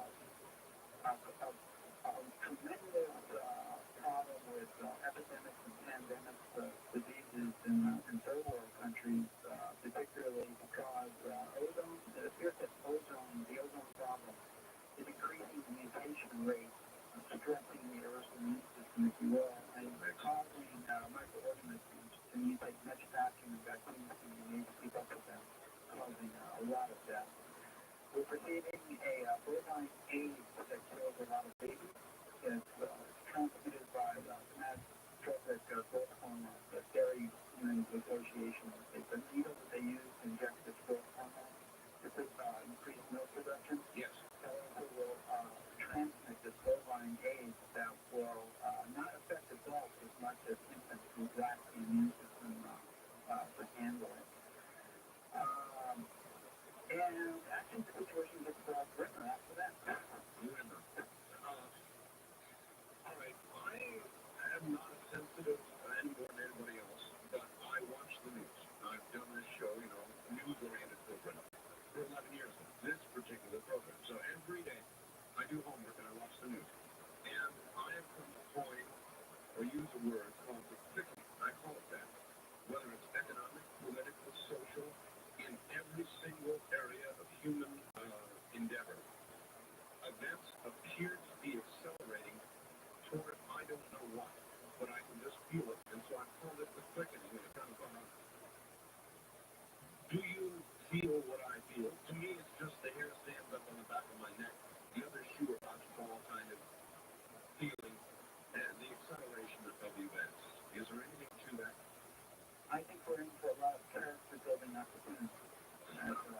as public worldwide. One of my best interviewers, I took the best and the brightest from the military team and employed them in my company. And one of them is still on active duty with the defense development agency. He has an explanation, and well, actually, he has a good description of what he and the those of us on the team feel is happening. The LIFO engine, as you know, that needs a governor. The rotary engine. Yeah, oh yes, I know. Needs a governor because it starts to accelerate out of control. Right. It slows. Right. And he feels that here that the glory is in that sort of a modality now, is accelerating out of control without the governor, and then it's going to go down. So I tend to agree with that. Most psychics, when you talk to them, will say, here is my prophecy, but it does not have to be. In other words, a change in human behavior will produce a change in the thread of time in the future. Do you subscribe to that? Many of my students who are scientists and doctors do subscribe to that. I'm more pessimistic by nature, having done the course for many years. I don't think we're going to blow ourselves up those bootstraps. I think there is a finger in the back approach to many things, including ozone problems. So I disagree. I think the situation is going to get grim and that we will not, in fact, rise to the occasion. As you look into the collective unconscious, I too share that half-empty glass of water view with you, by the way.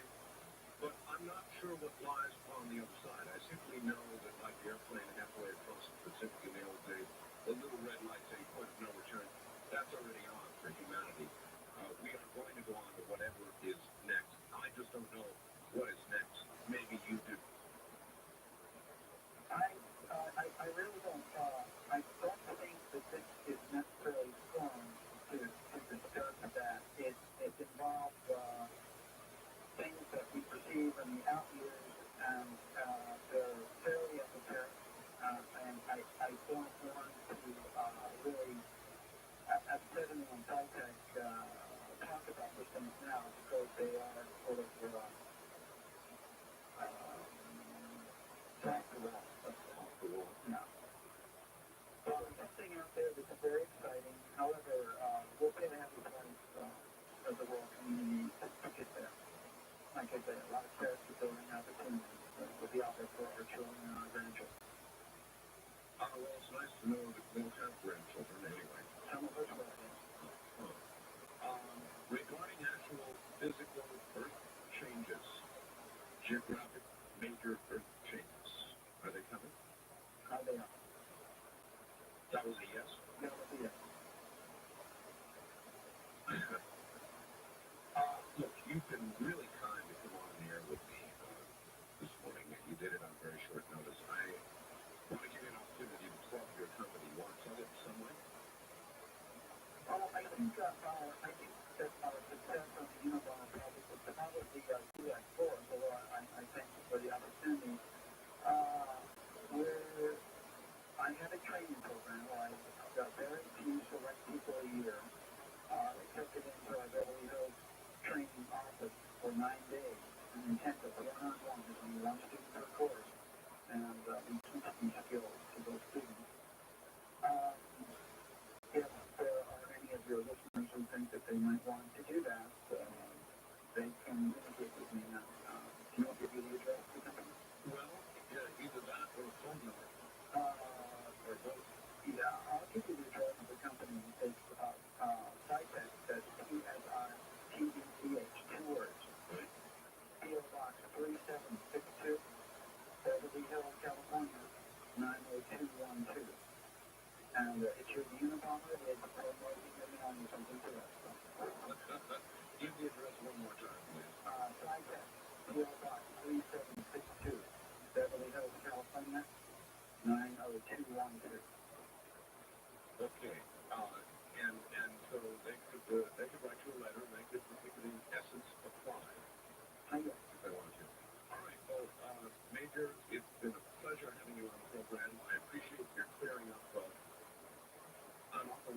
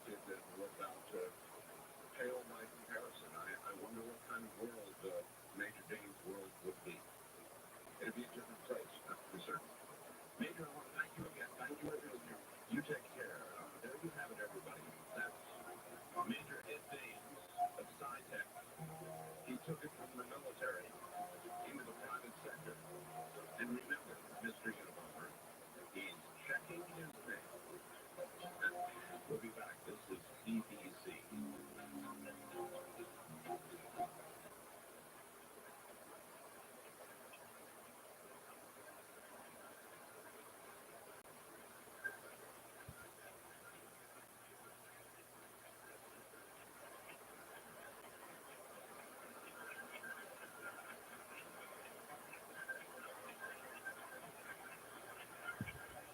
From a high desert to the great American Southwest, I bid you all good evening or good morning as the case may be across all these many prolific time zones. From the Hawaiian and Tahitian island chains in the west, east all the way to the Caribbean and the U.S. Virgin Islands, south into South America, north to the pole and worldwide on ye old internet. This is Coast to Coast AM. Good morning, I'm Mark Bell. What do you suppose it would be like to die? What do you suppose it would be like to die? Only not quite go on, as we all imagine might, to one's final reward, whatever that might be. I suppose that occurred one way or the other while you were here. Coming up as a man who has done that, he came back, actually twice. He read a medical record, all support that fact. His name is Andy Brinkley. He's a good friend. He's back in the country and bouncing around as he always does. Daniel does a lot of geographic time. But we dumped him down at least for this night in Charleston, South Carolina. So we'll talk with Daniel about many, many things. What it's like to die, the fact, what it's like to have visions, what they mean. Egypt. We'll touch on Egypt and many other things. All of it coming up. Oh, by the way, coming Tuesday evening, Mr. Spock, Star Trek, Leonard Nimoy. Sorry, we were talking the other day about the fact that Jackie's stuck with the role boy, Mr. Spock is a role.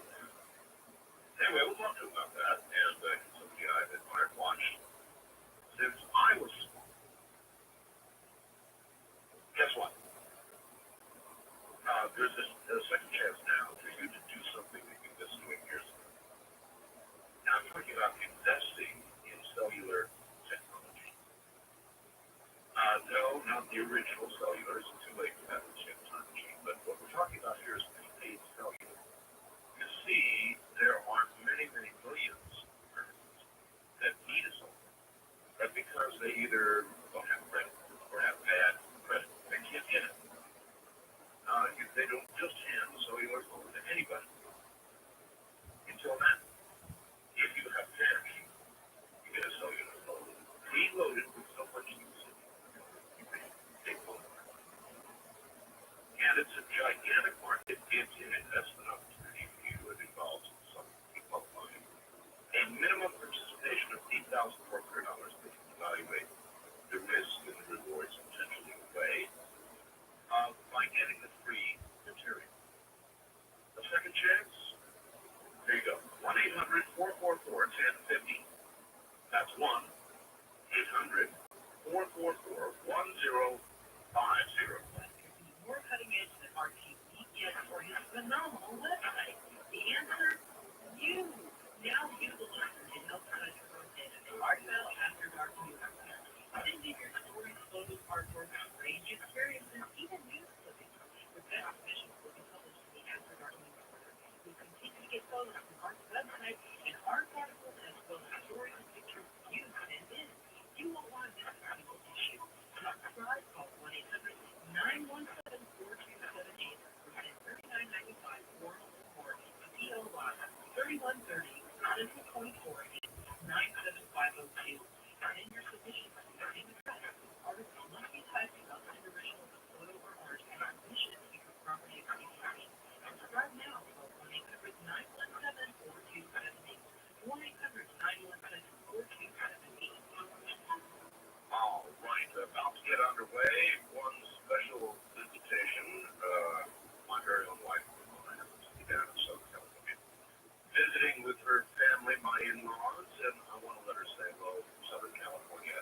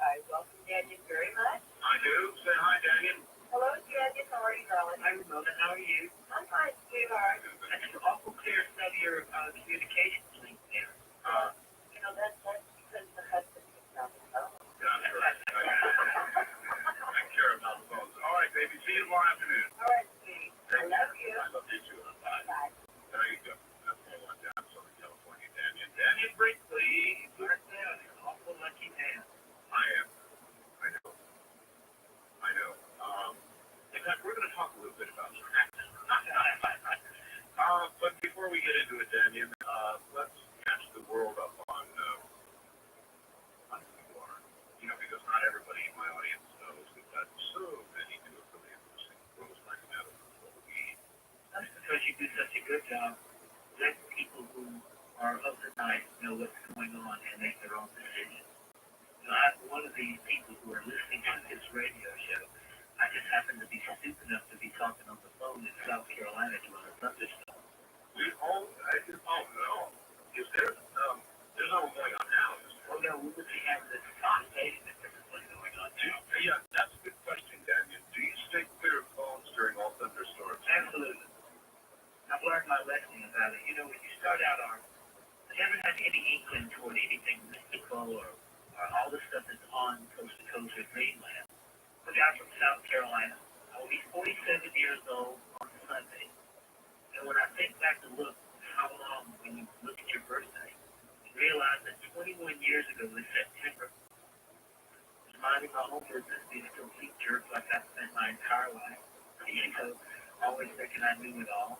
And I decided to talk on the telephone and get my son with me, and I decided, Actually, don't skip over all that, Daniel. You're moving too fast. Okay. You said you were a completer.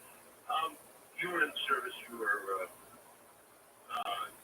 bad guy. I once asked you, and you told me, you had to kill some people, huh? well, I mean, war dictates that kind of stuff, like a lot of it. You try to put that out of your mind, but nonetheless, that's what you do.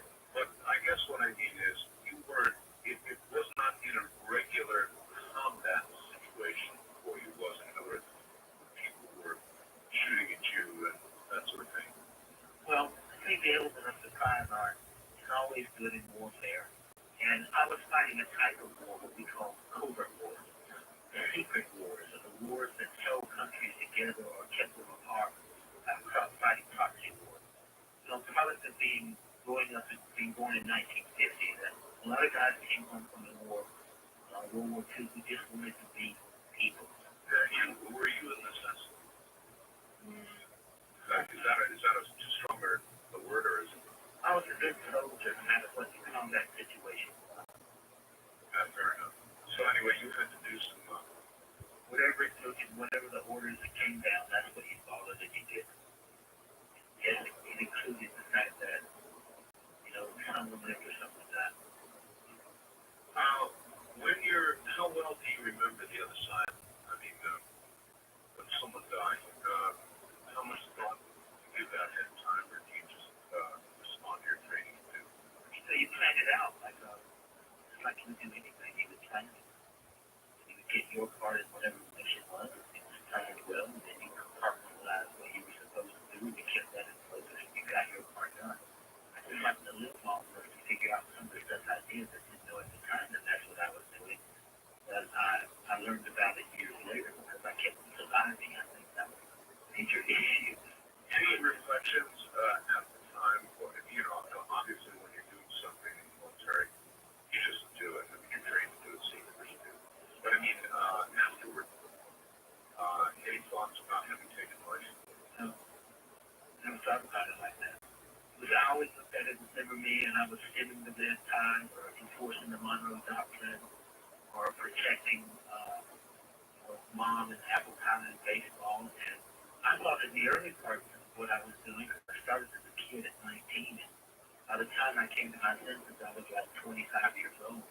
So that doesn't make me a rocket scientist. But I lived in that mentality, the continuous mentality, and the soldier mentality, and the macho mentality. And that consumed my whole world. I mean, that's what I did and where I lived. And I lived both one life and then acquired a life. And it wasn't quieter, but it was unknown. And there were a lot of us that did that. A lot of people came from the Vietnam era that felt unsatisfied in the fact that we lost the war. And we knew so much about what was going on that we felt we had to keep improving ourselves. So we got bolder and bolder, and we created a world of covert activity. Now it's such a dominant market that we've accepted that this way of life is supposedly the best way to protect the quality of life that we live. You know, reflecting for a second on Vietnam, we lost the war not because we couldn't win it, because we didn't have the will to. What we were really fighting for. What were we fighting for? Well, yeah, but these are all questions, worthy questions. But I mean, once you're in a war, it's my feeling that you either win the damn thing and do what you have to do, and a war is a partial game, not a part game. Maybe. Or you get the hell out, one of the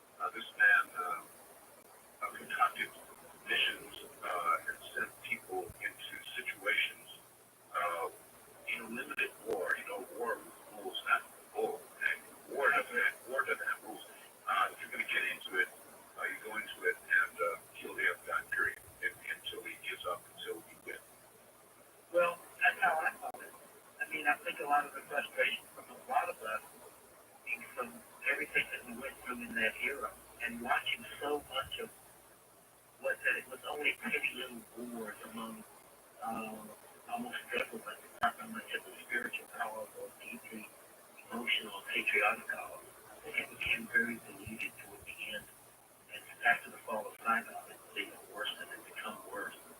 But, I just tend to look at things differently, you know, when you were involved in it, and you saw friends got killed because they went to fight, less than a full fight. It built anger, and of course a lot of it. I understand and appreciate it very much, my kind friend. I can understand it very much. And I see one of those coming again. Bosnia comes again. I mean, the whole deal from the whole issue of where Bosnia and Sarajevo and all that, here it comes again. If they think that when they leave, meaning us, that they is us, that it's not going to take up where it left off, we are out of our minds. You're doing that now. Of course. I mean, that's what's going to happen. One thing that I really love about the Art Bell show is the more informed a person is, regardless of whether it's literacy to complete sanity, the more informed that we are, the better we're able to make informed decisions.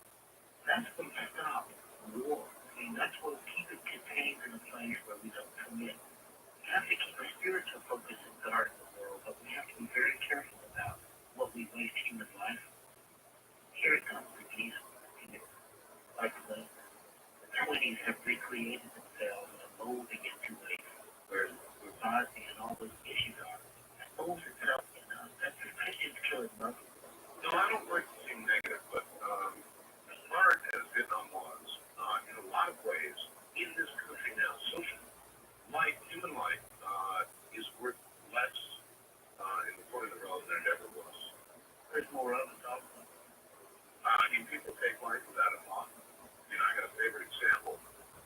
It used to be in America, Jackie, that when somebody would rob a 7-Eleven, they'd go in, you know, and I love this example. They pull a guy, pull the gun on a guy and say, give me your cash, back up the back door and take off.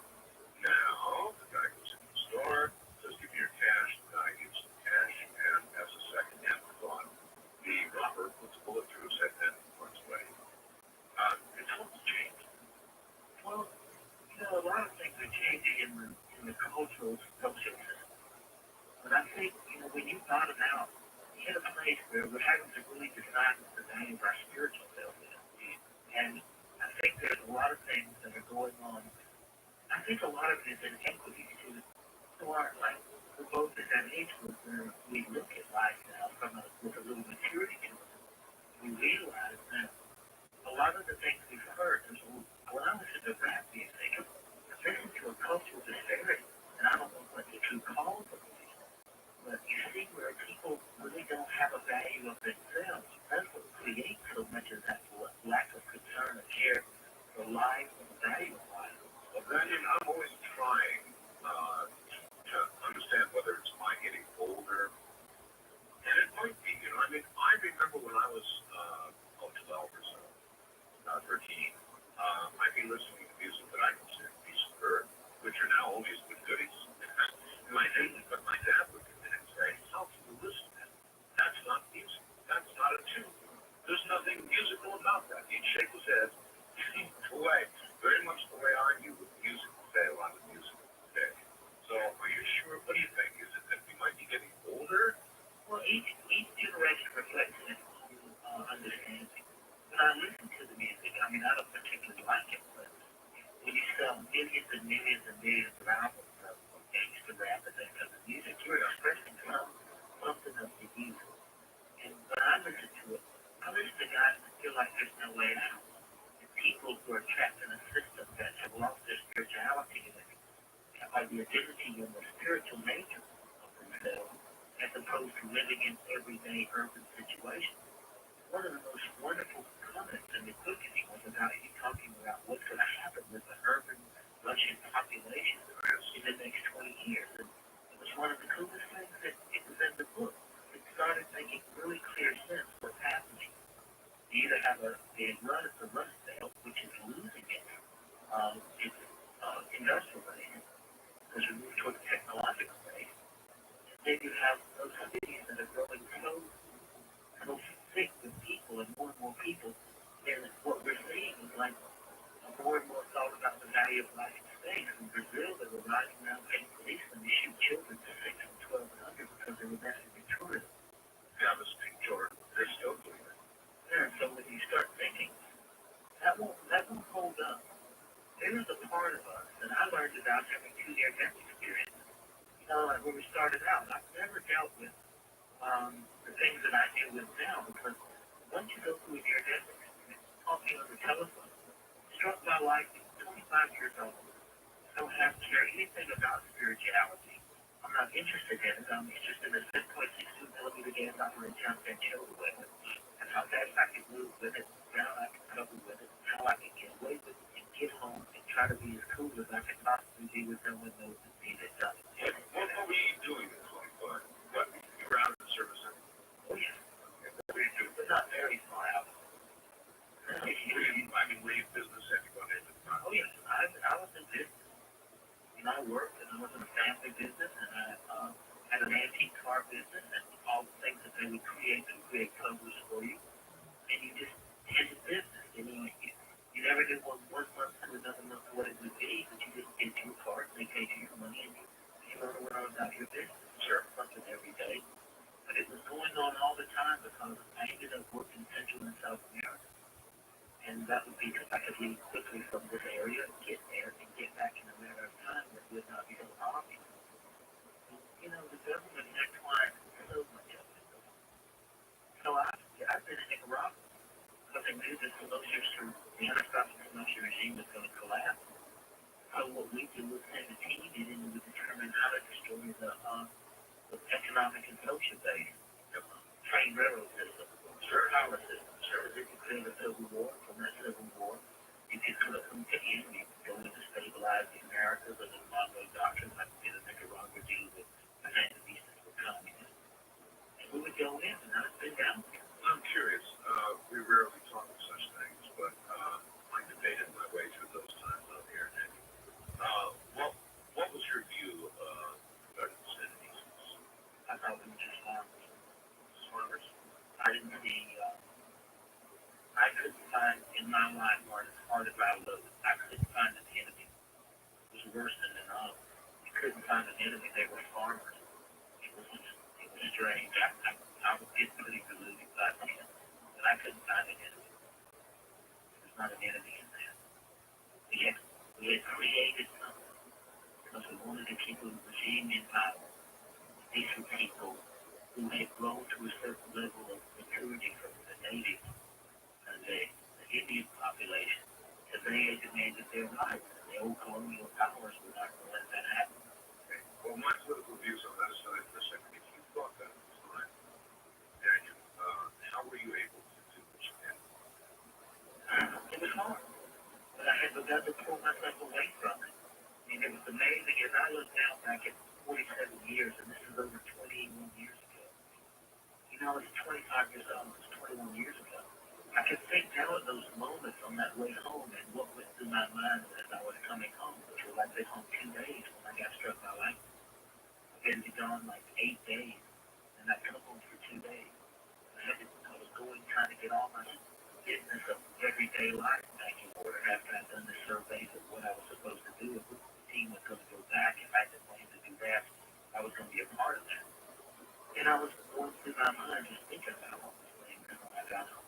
All right. Well, that's exactly what we're going to talk about next. So hang tight.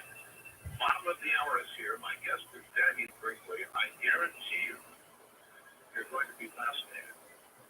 What's coming is one of the most amazing stories that you've ever heard. I mean, if you're at all curious about what happens when you die, then stick around. I'm Art Bell from the High Desert. Action it tonight. This is CBC.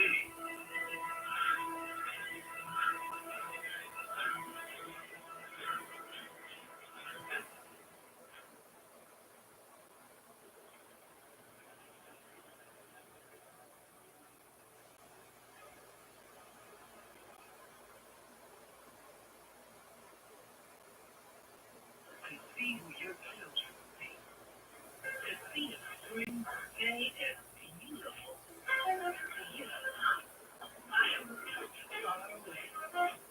To live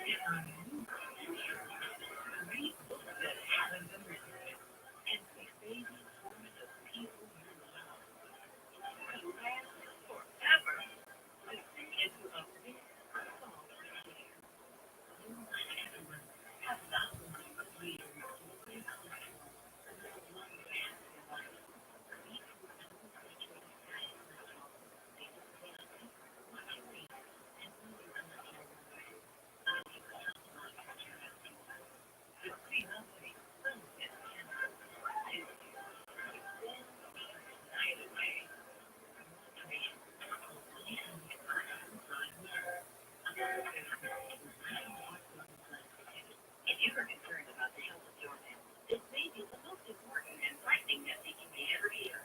Did you know that due to the heat and perspiration that your body gives off while you sleep, your pillow becomes a breeding ground for fungus, mold, and dust mites, all of which may cause severe allergies and possibly other more serious illnesses?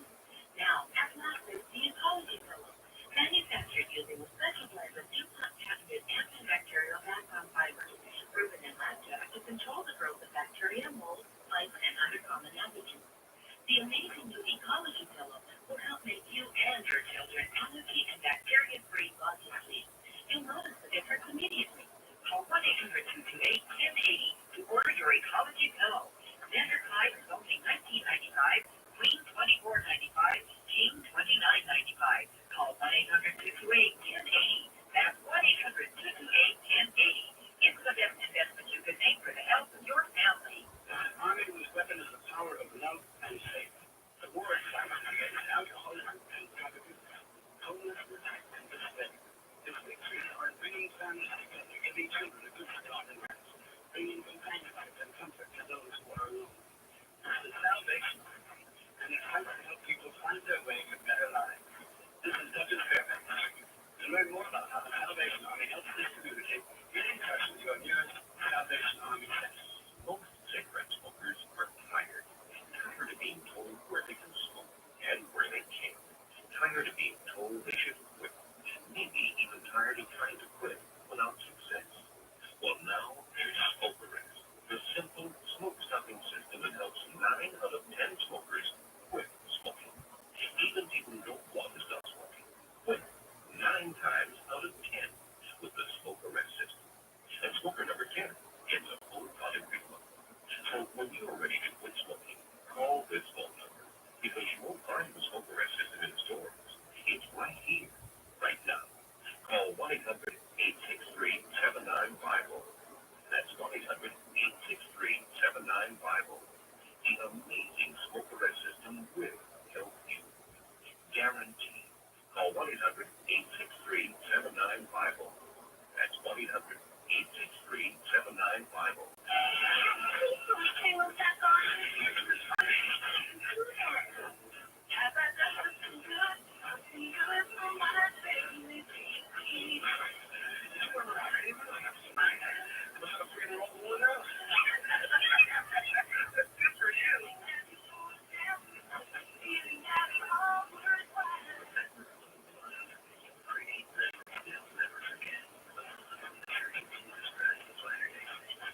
If you own an acre or more of meadows, pasture, woods, or even a vacant lot, get out your pencil so you can write down the toll-free number at the end of this message. In return, we'll send you all back about the amazing DR Field and Brush Mower. The DR is a heavy-duty walk-behind rotary brush cutter that chops and mulches tall grass, weeds, brambles, brush, even saplings up to 1 inch thick. The DR itself its big wheels roll through rough areas, wet spots, even roadside ditches and slopes, places where you'd never want to take a riding mower.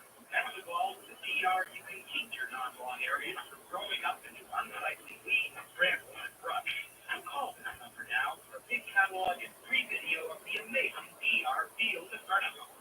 Call toll-free 1-800-487-9933. That's 1-800-487-9933 for your big color catalog and free video all about the amazing DR Field and Brush Mower.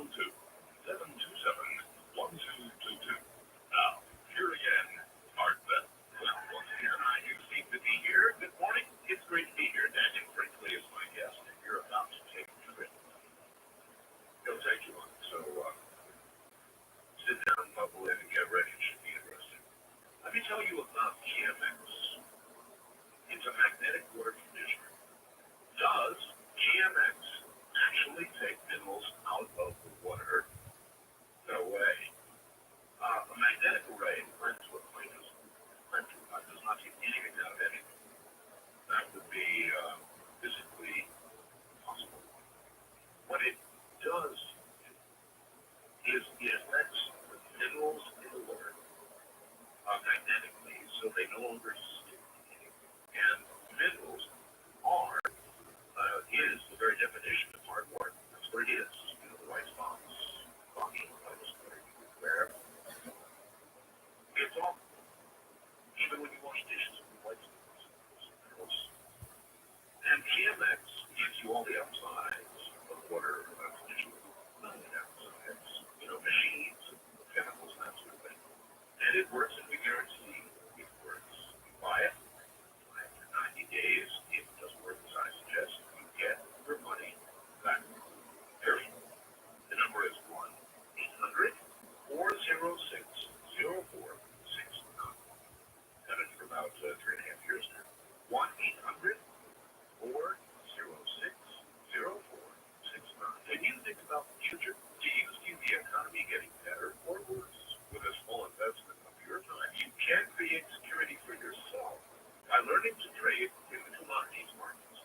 Some financial pundits have just about made commodities a dirty word. But if you know the ins and outs of how to approach it with the right attitude, commodities can pay off big time. Look at coffee.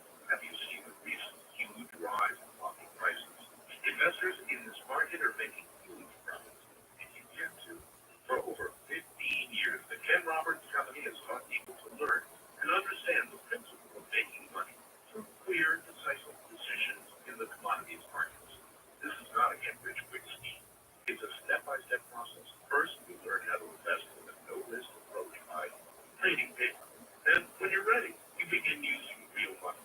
Call now, 888-GOLD-KRC, to receive absolutely free, with no obligation, a complete report and audio tape that explains everything. No more guesswork. Call now, 888-GOLD-KRC. That's 888-GOLD-KRC. A sad note for you to hear, Alice Springs, Australia. CNN is reporting that a geologist, Eugene Shoemaker, who helped discover the Shoemaker-Levy-9 comet that crashed into Jupiter 3 years ago in the most spectacular way, was killed Friday in an automobile accident, according to Sky and Telescope magazine. The couple had been in Australia for 2 weeks on an annual trip to search for asteroid impact craters in the outback. And he is met with his death in an automobile accident. Very sad. All right, and I've got one other item. As you know, there have been UFO sightings recently in Oregon. And I'm not going to identify the person unless they want to be identified. Now, I have a report here from the National UFO Reporting Center in Seattle. You remember I told you I was joking about objects hovering above my network headquarters? Well, one of our employees there, there are many, there are about 40 there, saw a UFO herself and reported it to the National UFO Reporting Center. And if she wants to say anything about it, I'll let her do it. Otherwise, I certainly will not identify her. But there are some interesting things going on in Oregon. And I think it's less than coincidental that there are pop circles beginning to show up in the area as well. Just something for you to know. Back now to Charleston, South Carolina, a very famous old American city. And Daniel Brinkley, Daniel. Hi, Art. One of the greatest old cities in America. Yes. Absolutely wonderful place. All right, Daniel, let's talk about it. You were on the phone one day, just chatting with a friend or something. I'd like to say one other thing, Art.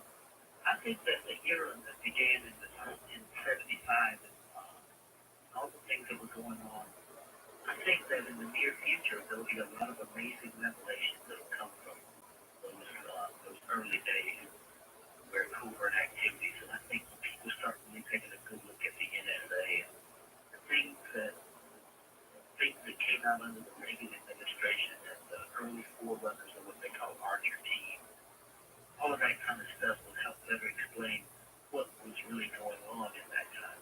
I frankly, though, kind of wonder if it's really any different today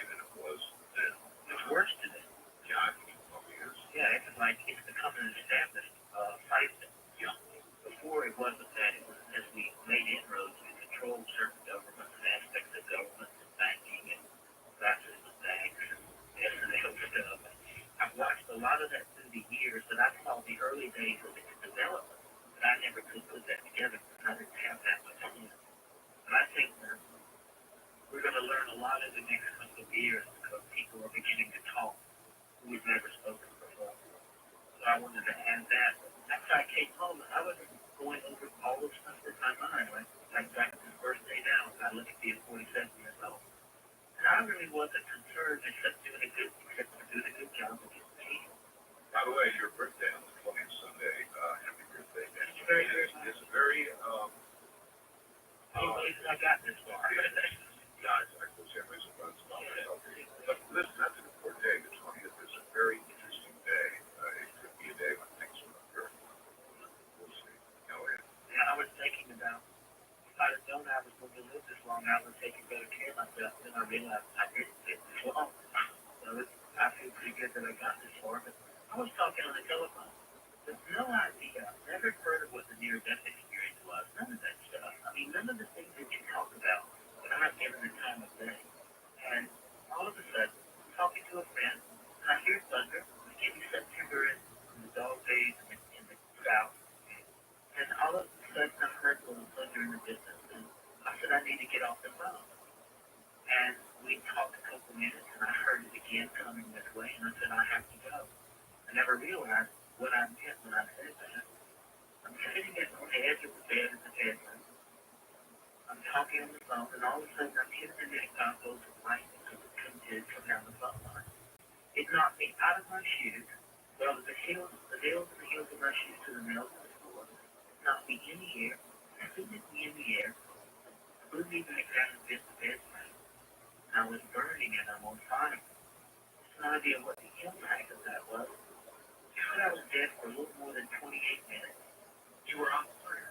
I was like drinking battery acid. Dang, and who was there? Was somebody there? Yeah, my wife was there. Your wife was there. She saw it happen. She heard it happen. Yeah, but she turned down the hall. And I can remember her saying it was a close one. She looked down the hall and saw me spread across the bed. And I'm burning and on fire and I can't move. And I don't know quite what had happened. I never thought about life.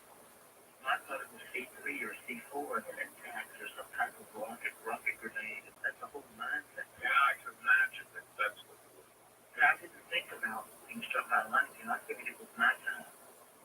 Someone had come to do to me what many times I had gone to set up or be a part of it. I could be connected. And then the pain was so severe I couldn't move. Think about death, which was no pulse, no respiration, and not breathing. Your wife obviously calls 911. Well, Tommy, the guy on the other end of the phone, he came over, he heard the explosion. The phone wasn't working. He came over, he was a corpsman in the Navy. And she and he were working on me. And he saw that I wasn't breathing. And he sent her to call next door to call paramedics. Right. But in the course of this, this is what starts the experience that now has lived Daniel Hunter for 21 years of a whole new different way he looks at life. As I was burning it on fire, the first thing I thought after I gathered my senses of where I was, I couldn't move.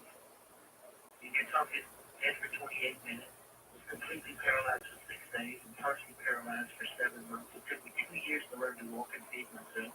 I lost more than 50 pounds.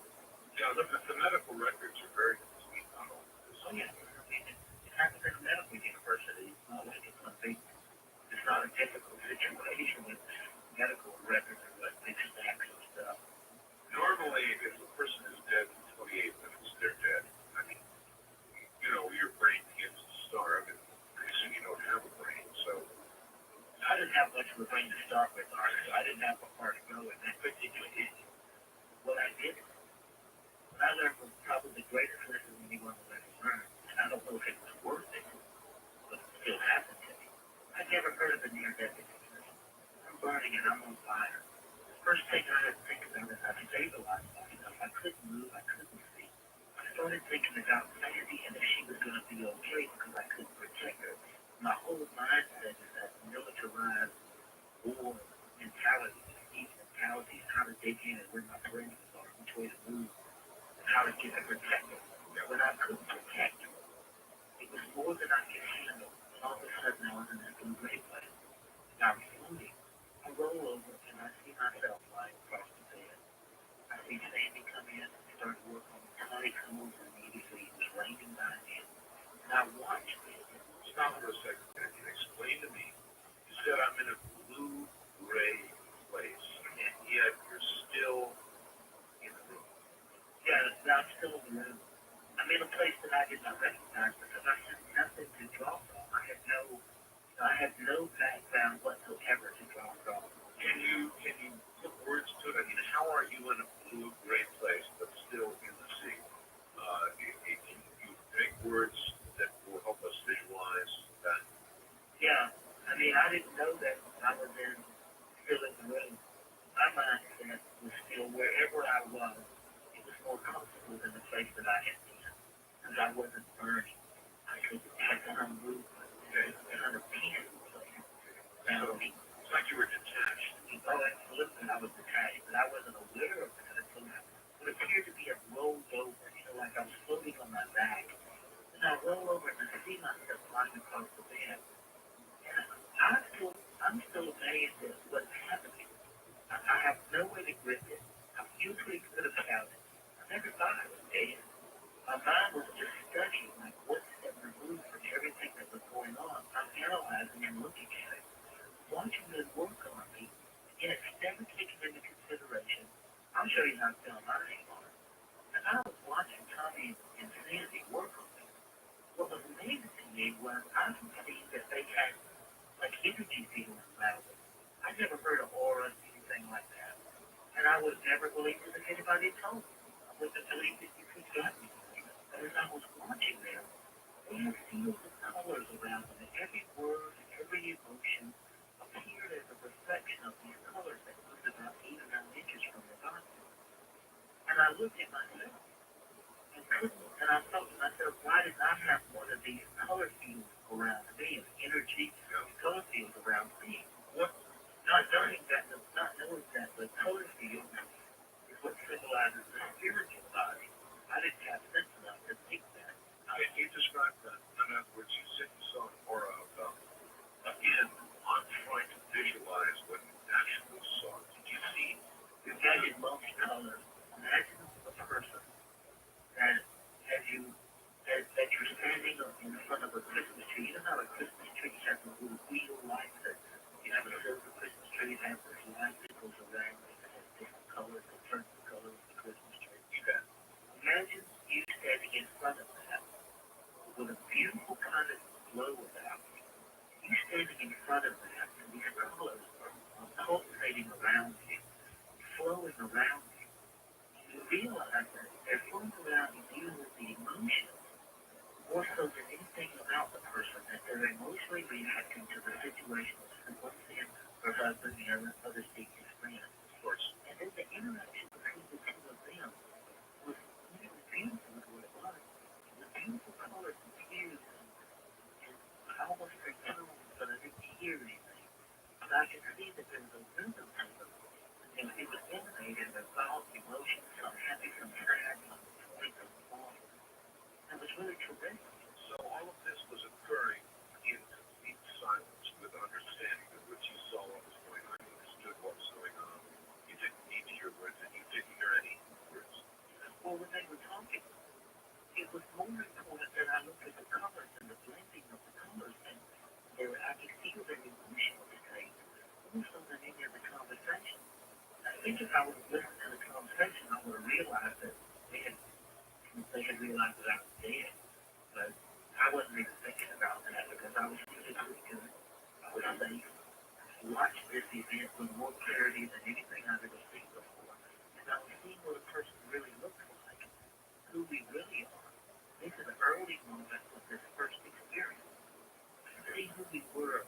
We're more spiritual in our dynamic than we are in physical and mental.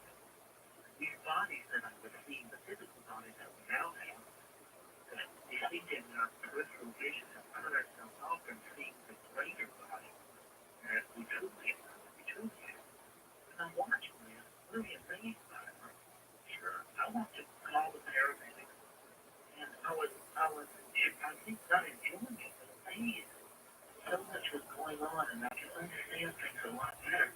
Still never thinking that I was dead. I watched a movie in an ambulance, and I was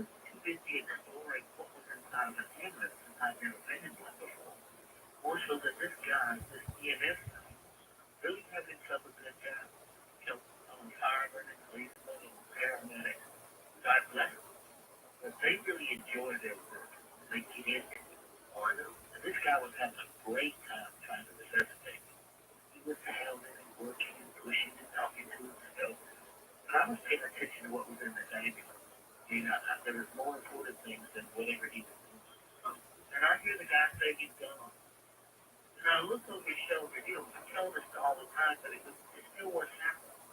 I remember looking over his shoulder and looking down at myself, thinking to myself that I thought I was a much better looking guy than that. I mean, you think that, but that's true, Martin. People laugh at me. But it was me coming to grips with my mentality, coming to grips with the fact that I was separate from this body. Well, look, Jackson, you were having a bad hair day. You didn't look that good. You were on fire. You just got hit by lightning. You were dead. That's all. Well, I'm telling you, but that's my mindset I look at it. Oh, boy. I always thought it was better looking guy. Because my hair was burned, my eyebrows were burned, my fingernails, all the hair was burned off my arm. You know, and people who know about electrical discharges and which follow wherever moisture is, I had these blue lines all down me, all over my neck. That would be exactly right. Yes. This tunnel, I began to come away from this holy nation. They keep rushing onto the hospital. I don't know if it's a tunnel. The tunnel that was moving whether I was moving or not, that had an essence to it, and a nature to it, and a peace. It was truly, truly peaceful. I started moving down this tunnel, and I was comfortable with it. So people, when you think about all the things that we go through being afraid of death, Can I ask you a question? At this point, Daniel, do you remember sensory things? In other words, for example, do you remember, did you have a body? Did you have a body you could examine or see? Did you see your hands? Did you see any part of your physical, what seemed to be a physical body, or were you a pure spirit? no, I had a body. And when I moved down this tunnel, it became more defined than it was. I was mostly my mental self, but I had a body. When I came through this tunnel, I could see a light at the end of this tunnel. And I started coming through the end of this tunnel. When I came into the place where I could have stopped, and I was like resting, dwelling is the only word I can describe. I remember looking at my hand and seeing I had a body that appeared to be surrounded by light. It was not as dense as the physical body, but it still was a body. I was still Daniel Brinkley. I didn't turn into an angel or anything like that. Right. I was still Daniel Brinkley's mentality. It was evolving. I could tell I was changing. When I looked at myself and I was focusing on my hand, the light and the energy around it would tend to focus tighter. When I let go, like to watch it move, it would move outward and blend with everything around me. And when I was this blue, silvery white place, like in the early morning and fog in New England, it looks like it's thick, but it's really not. It's like a chill music. It had color to it, but not. It was more silver and white. It didn't have multi-dimensional color. One of the key things about it was I was comfortable. I was at peace. Wherever it was I was happy to be there. Content that this was a part of everything that was natural. Were you aware you were dead? I started to begin to think. I mean, that's an obvious question, a layman's question. In other words, were you asking yourself, this is really strange. I wonder if I'm dead. I mean, that's what you would think you would ask yourself. Well, I was pretty close to that. I was thinking about if this was the end of life was like. Not so much death because my mind was I was too alive to be dead. But my mind started searching for an answer for it, but not from a fear base. I mean, this is curiosity base. You know what's so amazing about death is that it's a natural, orderly decision. And it's filled with a very comforting message that you travel through. And after going through this the first time, going into this place of life, really realizing not as much then as I do now, but knowing that this is how we always live. It was a very systematic nature that comes into play that takes us home, back to a place where we started from. We're not from here, we come from this other place. And as I watch all of this, I'm 25 years old. I grew up in South Carolina, not like a rocket scientist. My whole mindset's a whole different world, and all of this I'm dealing with the spiritual plane.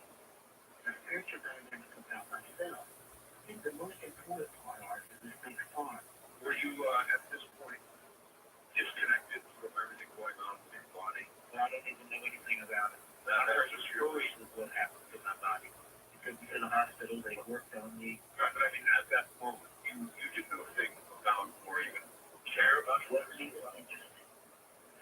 I not only didn't care what that body was, I wasn't even interested in it. So wherever it was, they could have it. So wherever I was now was the place I wanted to be. It was a comfortable place. This was a natural, you don't really know what it all is. But inside of you, something knows it's the right way, the right time. Just like you know how you got up in the morning and you put your clothes on, you ripped out the bus, went to school. It was the natural way that you ran through your day. You came down the bus, you came home, and you like me, you went to work. It was as natural and as wondrous as that was, but even more so, because I was free and I could move and I could believe, and it was just a different person evolving into. All right, hold the story right there. We're at the top of the hour. Rest, relax if you can. I wonder how hard it is to relive all of this. The medical records are very clear, and there were months and months of recovery. What you're hearing is a story of a man who died. Hope you listen. I'm Mark Bell, and this is CBC.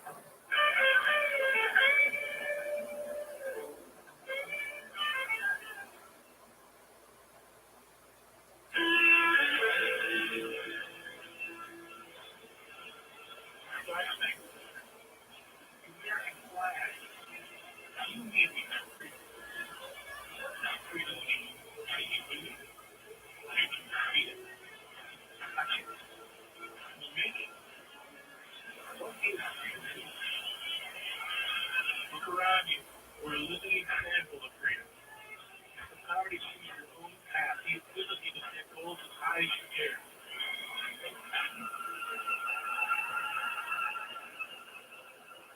In fact, we're to fight for freedom. And USA responds for this. And then we plan. And USA responds for people here. Helping you grow, helping you succeed. Make it. Take stock in America. USA responds. If you own an acre or more of meadow, pasture, woods, or even a vacant lot, get out your pencil so you can write down the toll-free number at the end of this message. In return, we'll send you all the facts about the amazing DR Field and Brush Mower.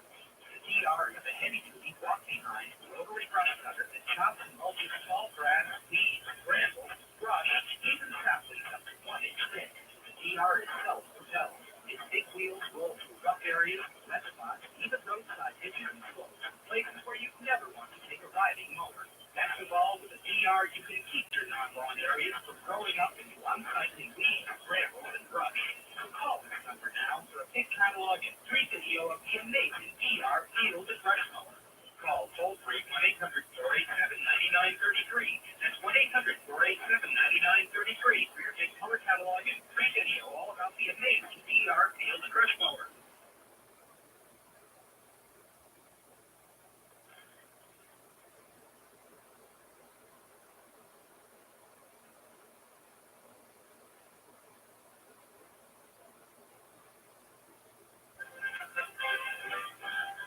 USA Radio Network News, this is Jennifer Kinsey.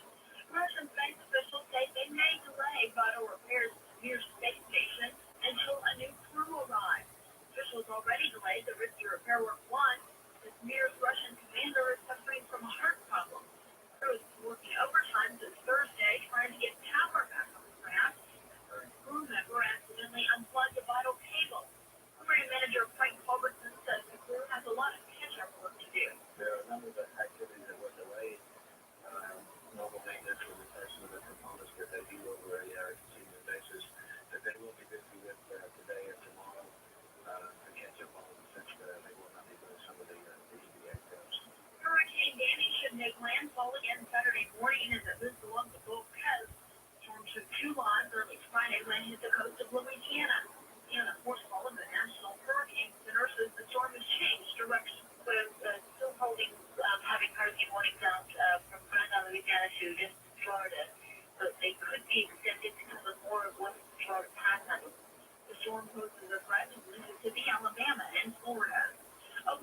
City bombing suspect Terry Nichols is accusing federal prison authorities of violating his constitutional rights. He says prison officials are copying his mail and turning it over to investigators. USA Radio News. Who do you think you are? Well, if you tell me your profession and your age and your religion and what part of the country you're from, that's only a thing. I want to know what you love. Because if we can find out what you love, we can turn it into a life you ever love. Let me tell you something else. If you're trying to figure out what to do with that life of yours, I don't want to know your skills. I don't want to see your resume, and I don't want to know your experience. Those are handy things. Those can get you a job or pay the rent. Great, very useful. If you're ever going to be brilliant, if you're ever going to be special, you've got to go after what you love. The simple fact is that everyone has unique gifts and talents, and to be truly happy, to live a completely fulfilled life, you don't need self-improvement, and you don't have to walk out of your responsibilities. You just need to use the gifts that are waiting inside you. My name is Barbara Scher. I invite you to call now to find out more. Call now. The number's 1-800-670-WISH. That's 1-800-670-WISH. The continuing problems aboard the space station Mir have triggered concerns over cooperation with the Russians and expensive advanced space flights in general. USA's Time on. Many concerned U.S. scientists and policymakers do not believe another American should risk their lives on board the Mir. In addition, critics of the manned spaceflight program argue there is more to be gained from a project like the Mars Pathfinder than from the expensive manned flights. The unmanned program only costs millions of dollars. The others run into several billions of dollars. I'm on USA Radio News, Washington. Flight attendants working in smoky aircraft cabins face more exposure to cancer causing secondhand smoke than waiters and bartenders. That's according to a public health expert testified in a $5 billion anti-tobacco suit Friday. You're listening to USA Radio News. Thousands of people have been losing weight for months with the remarkable discovery of an all-natural fiber substance called chitin. When taken before meals, chitin absorbs pure fat, making that fat indigestible and eventually passing it naturally right out of the body. Your body then burns its own stored fat and you lose weight. What's really exciting is you too can lose weight with this amazing product called Fat Absorb. Call 1-800-252-9732 for discounted marketing information. If your name is Linda, why aren't you in Davenport, Iowa this weekend with all the other Lindas? It's the 10th annual get-together of the group, Linda involved in Network Development Association. Friday's concert was a fundraiser for the Quad Cities chapter of Gilded Club, an activity center for cancer patients and their families. Chairwoman Linda Swapper says everyone is having a great time. Right now it's like mass confusion. It's like a family getting back together on a reunion. We have a great time. About 75 to 100 Lindas are expected to attend the event. Will saccharin make it its sweet revenge? Federal health officials plan to review information that could lead to removal of the artificial sweetener from a list of possible carcinogens. In 1977, the Food and Drug Administration took steps to ban saccharin after a study came out that showed the sweetener caused cancer in rats. I'm Jennifer Kinsey. You're listening to news on the USA Radio Network.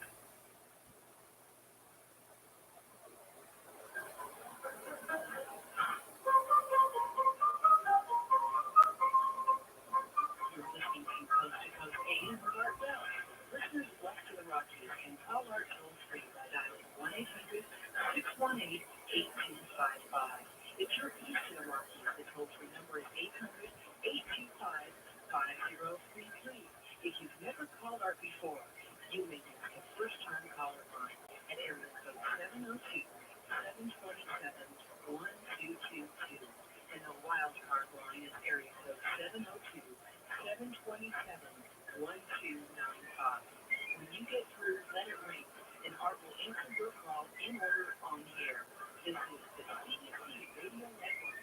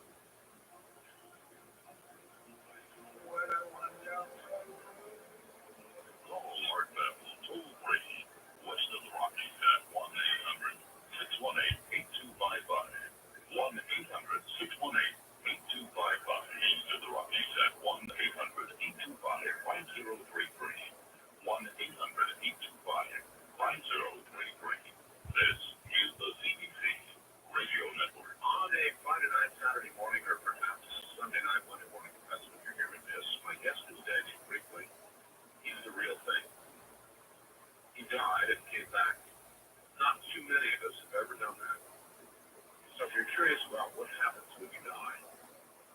Keep listening. Someone who knows. Here's a good idea for you. Security. And I'm talking about the kind of security you have when there's food on hand. And food is an essential of life, isn't it? Absolutely an essential of life. And when hurricanes come, I have a good example of that is right now. Looks like the Panhandle of Florida is about to get clobbered, perhaps not by a serious hurricane, but there are tornadoes intended power lines down the Arkansas. And the food empties from the shelves. Gasoline, you're seeing the stories on CNN, and it goes right over shoulders.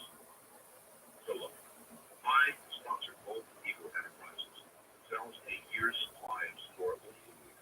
And I'm telling you, and I'll keep telling you, it makes all the sense in the world to have on hand. Canned grains, vegetables, tasty gourmet entrees, gourmet. They're so good that you can eat them. Soups and foods, all oxygen absorbed and packed with strong enamel metal cans. A 10-year plus shelf life, probably 2 decades. It's a really nice thing to have on hand. And then the way I justify it, easily in my mind, was nothing ever goes wrong. Is that I eat my vegetables. Think about it.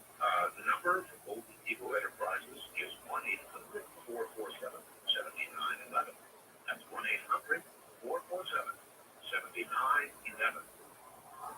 Do you believe in angels and miracles?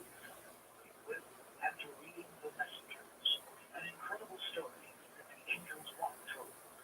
When a successful God's Word businessman struggled with the realization of his true purpose on earth, angels intervened. His reluctance overcome, he felt compelled to tell this inspiring story, a story that began 2,000 years ago when he lived as the Apostle Paul and walked alongside Jesus. The Messengers chronicled the angelic visitations that led this man to finally share the memories of his past life. You'll never look at religion or spirituality in the same way again. Whatever you believe, you'll want to read The Messengers, a true story of angelic presence and the return to the age of miracles. The Messengers, pocketbooks wherever books are sold, a story that will change your life. For those of you who may be joining us, Daniel Brinkley is my guest. She was struck by lightning while on the phone. His shoes, the nails in his shoes, welded to the floor. He was thrown into the air and onto the bed, and his body was on fire, taken by ambulance to the hospital as they tried to resuscitate him. 7 minutes and 8 minutes. Dead. Months and months in recovery. And we're kind of midway in the story, and at this point he's in the ambulance. Observing more about the ambulance than the emergency medical technician trying to reanimate him, and that's where we got left off. And you were in a kind of a hazy place, but an okay place, looking around the ambulance. Well, I was watching him work on it, and I was more interested in the systems of an ambulance since I had never seen that kind of stuff before. This was a truck instead of an ambulance. You know, when I grew up, an ambulance was either a Buick Cadillac or an Oldsmobile, and it's the same automobile as a hearse, except it had lights on the back. Right. This happened to be a truck. It was the first time I'd ever seen an ambulance that was a truck with a shell on the back, and I was curious about that.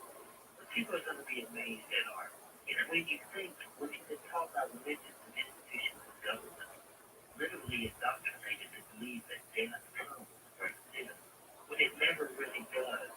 The most disturbing thing about having a near-death experience is all of a sudden you realize that about 75% of everything you've ever been told is just some kind of work, some kind of crap. It was amazing after I came back in recovery, the things that I used to believe were so real, all of a sudden they didn't even matter because it was the furthest thing from the truth. Well, a lot of that's beginning to occur to me now as I get older anyway, but very slowly. But also, Art, that you innovate with what you're doing. You allow people to tell their stories of their issues. I'm sitting here turning 47 years old, looking back at what happened to me 21 years ago. move through that tunnel.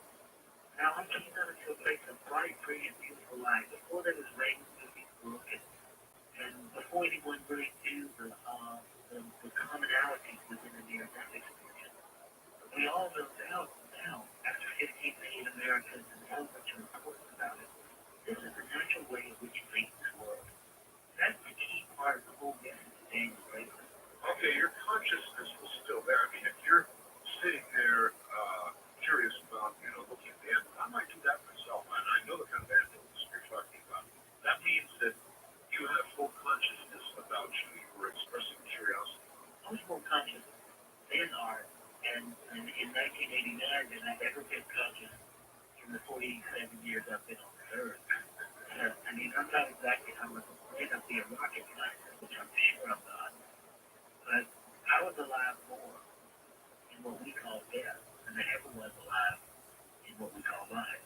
I always say I had a near life experience. You realize that you will live from your body, and you are safe and protected and aware that it's a system. You're fully cognizant, you move down a tunnel, into a place of bright, great, beautiful light. No matter what you think, or who's telling you, or what the minister said, or anybody else said, this is how you leave this world. One question.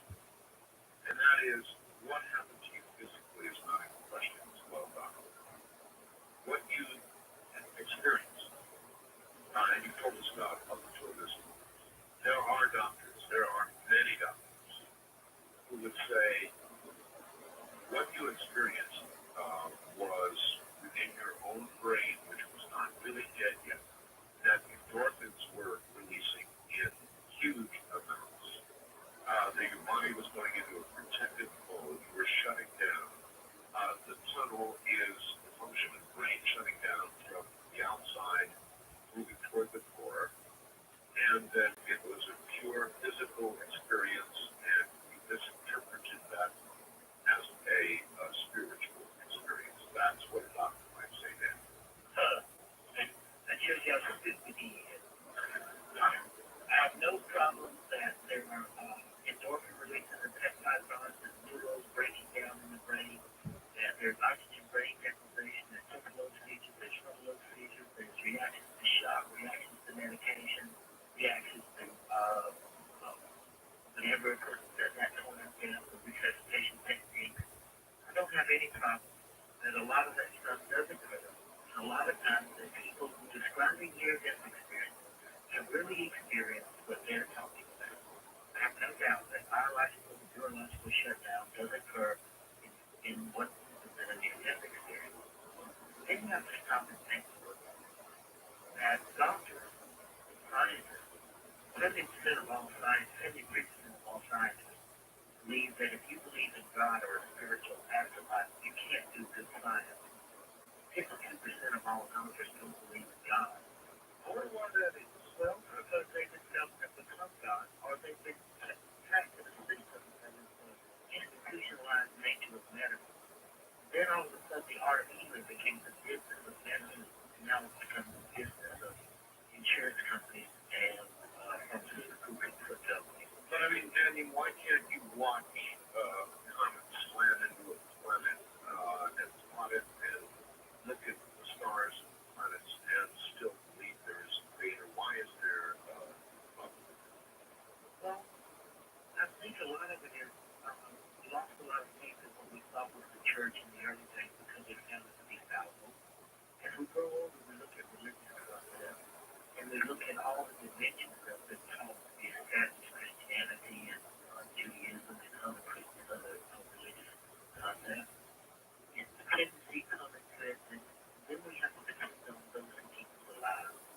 We're looking at death as a controlling issue, not a afterlife, but the fear of pain. Then we create a whole new religion, like the science of medicine. First we had the science of spirituality, then the science of the church. Then we created a new God called science because we needed it. We couldn't have faith anymore, so we had to have something to explain it to it. From science we created our new God called doctors. And in the system that managed care, what I learned from the near-death experience is first it doesn't happen. Number two, what most people tell us goes on from the religious side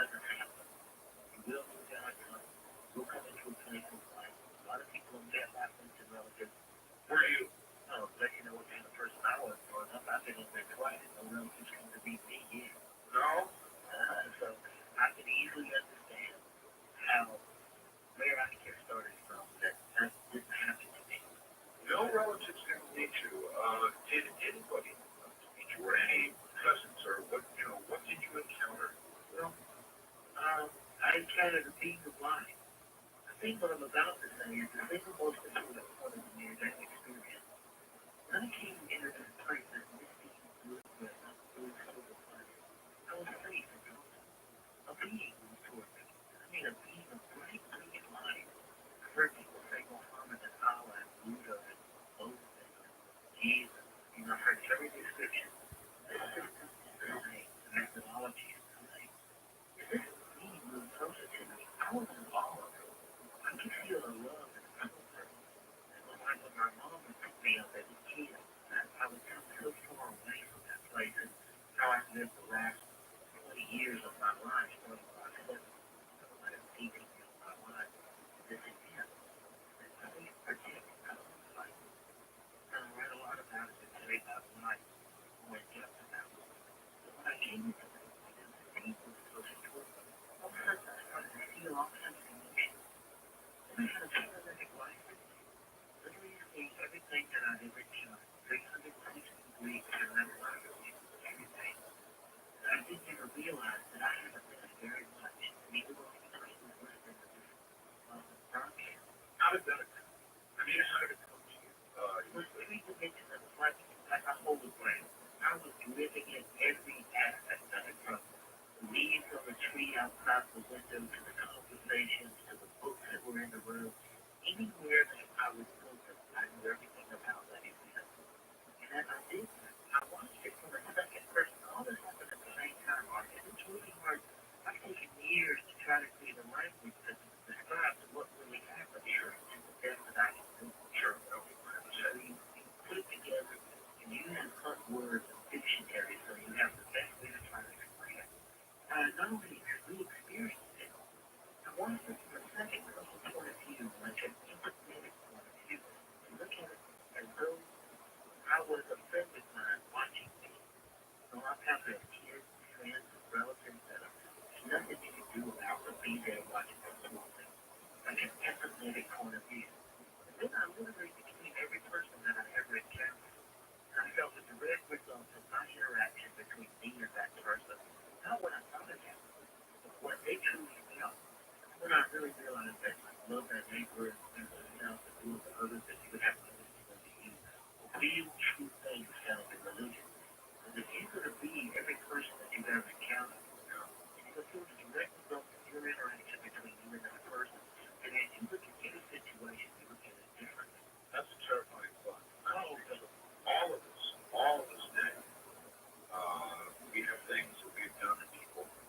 I wrote about in my first book. You know, I know I have. When I was younger, I did some things not all proud of to other people.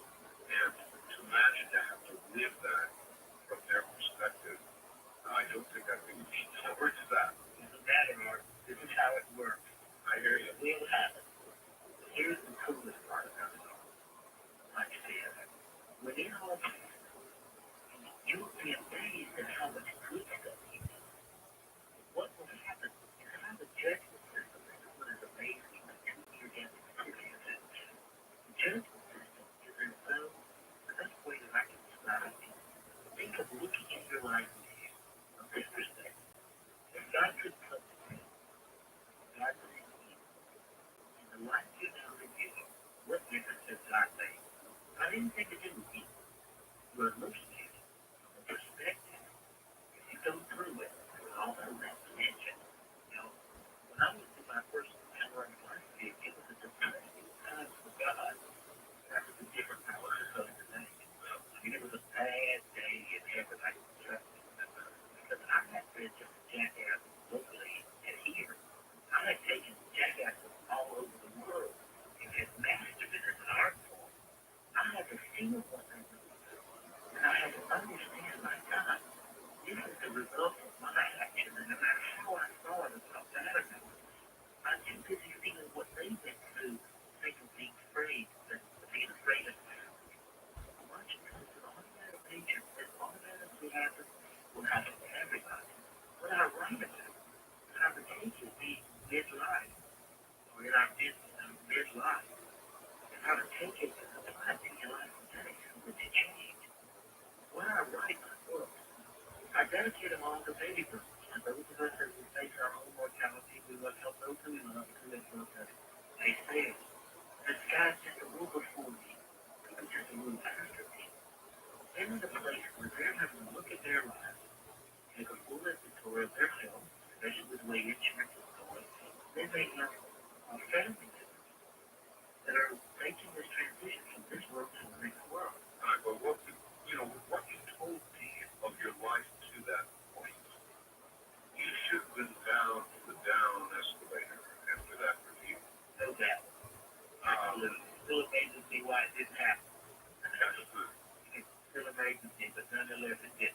Now, and before we continue, is it possible, do you think, that everybody comes back with their own particular experience? In other words, there are many who have experienced your head who tell a somewhat different story, even some of the back from hell. Not 3%,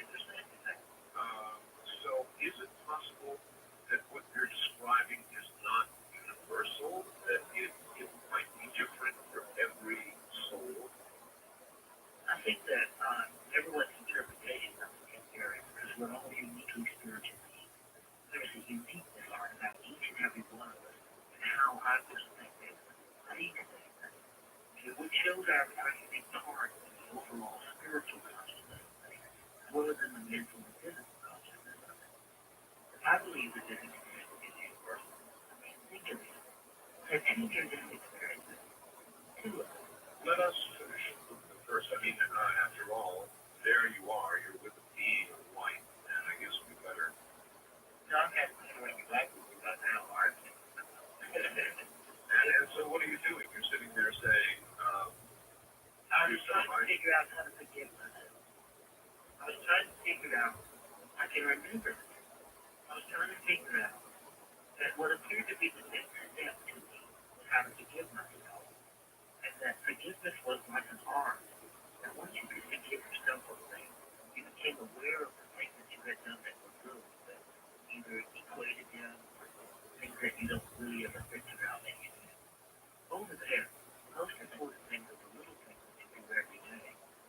The simple things of an act of kindness, of patting someone on the back, giving someone a boost of confidence, helping them through a hard time.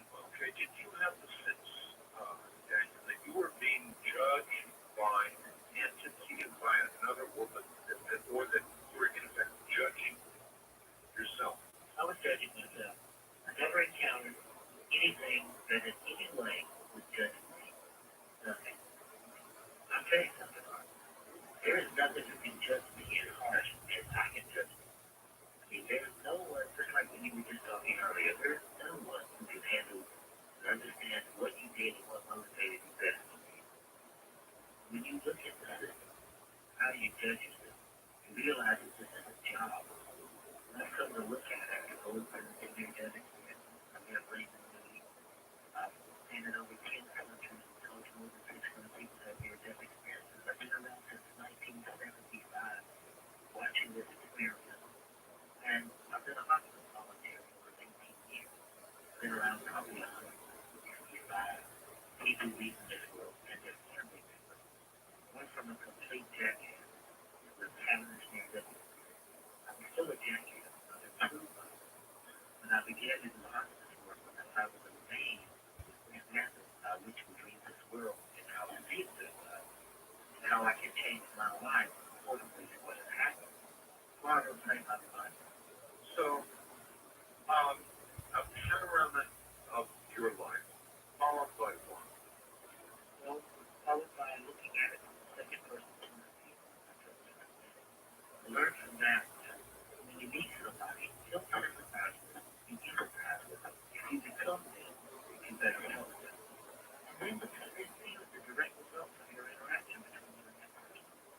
This is what's so dramatic about me. The whole experience and all the cosmic stuff that went on in my near-death experience, which I didn't know it was all that cosmic. I just expected other people who had asked me, the crystal cities and future events, all the things which have come true. And the most important to me is just Danny Quick at 47 years old, who struck my life. The fact that I would move to intelligence this way, and this is the way I think, build a stronger police system in this world, knowing that, know that there's a way in which you leave this world. Then I look into that money because I can help other people going through those issues who are still in doubt of the system and help them be safe so they can make the right decision at the right time. During all of this, did you have a sense of time? And here there is. There's the time-space differential is really, it's really different. No sense of time at all. No sense of time except in the pattern of recipe when you're watching the series of events. So a lot of them are happening all at the same time. You said a couple of intriguing things. Crystal cities, you said future events. Let's get into that when we get back. We're breaking here at the bottom of the hour. You're listening to what it's like to die. And not so many people come back. To Daniel Brinkley, it occurred twice, not once, but twice. We'll tell you about that. We'll be right back.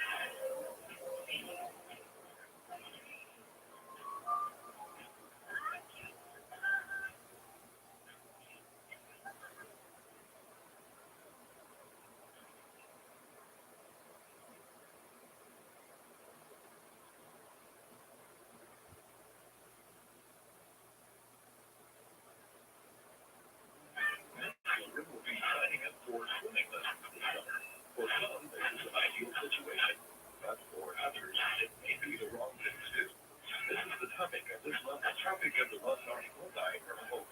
Order your free copy by sending a stamp and address envelope to TRN, P.O. Box 7755, Central Point, Oregon, 97502. How to check your child's readiness for swimming lessons. This month's topic of the month. If you're overweight, the catabolic diet is the most effective, unbelievable program ever created based on over 100 foods that remove calories from your body. Did you know that every food that enters your body requires various body organs such as liver, spleen, stomach, digestive juices to complete digestion? For example, an ordinary piece of cake that has 300 calories may require 25 calories to complete digestion, but a catabolic food that contains 50 calories may require 100 calories to complete digestion, actually removing fat from your body. Diets based on catabolic foods result in staggering weight losses. According to the doctor that created the program, the diet works 3 times faster than starvation. One lady, written up in the Journal of Medicine, actually lost 256 pounds in a matter of months. We're in the catabolic diet for only $19.95. Call 1-800-292-2060 to find and lose those unwanted pounds. Call 1-800-292-2060.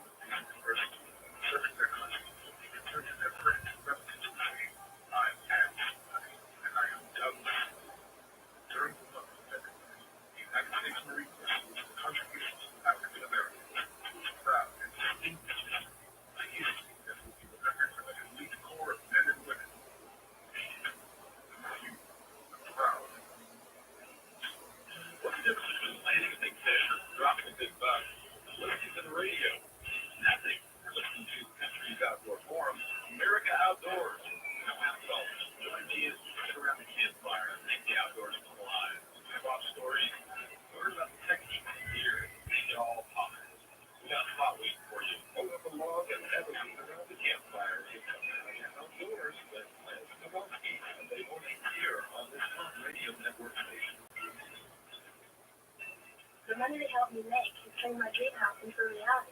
Now, I'm on the way, paying the college tuition for my 5 daughters. What you do with your money is your business. How you can make more of it is ours. The Individual Investor magazine is focused on one thing: results. Each month, Individual Investor seeks out undiscovered companies on the way up and distills that valuable information into simple, detailed profiles that you can act on. They helped me earn the money to start my own company. Individual Investor highlights growth stocks on the verge of exploding and the hottest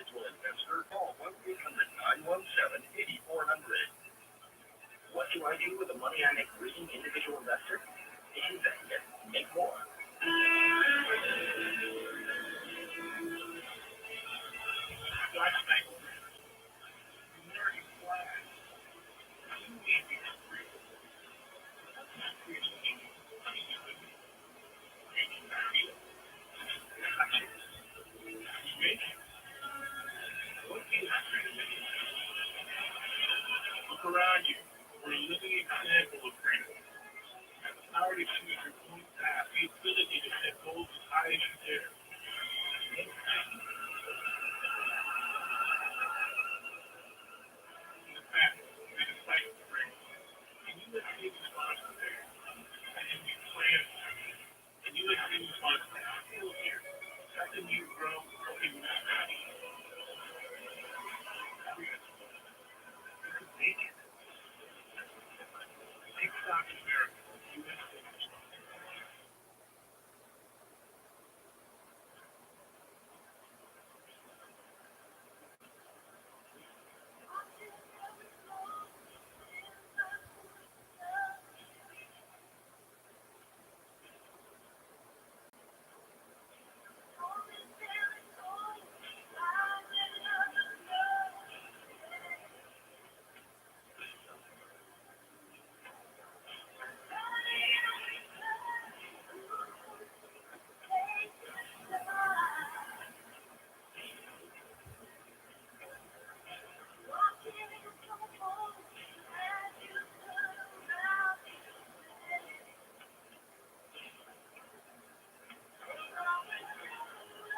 Martha is taking calls on the wild card line at 702-727-1295.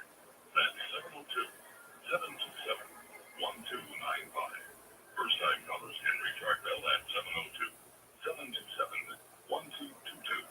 702-727-1222. Now, here again, Martha. Some programs are more important than others. This is one of those. So, just get comfortable, turn your radio off, and listen very carefully to what it's like to die. My guest is Daniel Brinkley, and he'll be back in a moment. I've got a sponsor named North American Trading, actually. It's David Hall's North American Trading. And they're doing something that on the face of it seems crazy. But it's not. They are selling this incredible coinage of beauty. I don't know if you've ever seen it. It's done stuff with people, but it's beautiful. And of course, as gold. It's a very good time to buy gold. I said the other day it was $391. About a week ago. Several people sent me messages and said those photographs. This is really a good time to buy gold. And they've acquired a bunch of these coins at an incredible price, and they're doing something that I'm not sure why they're, if I am. They're selling them at cost, which means they don't make any money on the coins. And what this meant, I mean, they know once you see one, it's one per family, and they're very strict. They really mean it about that.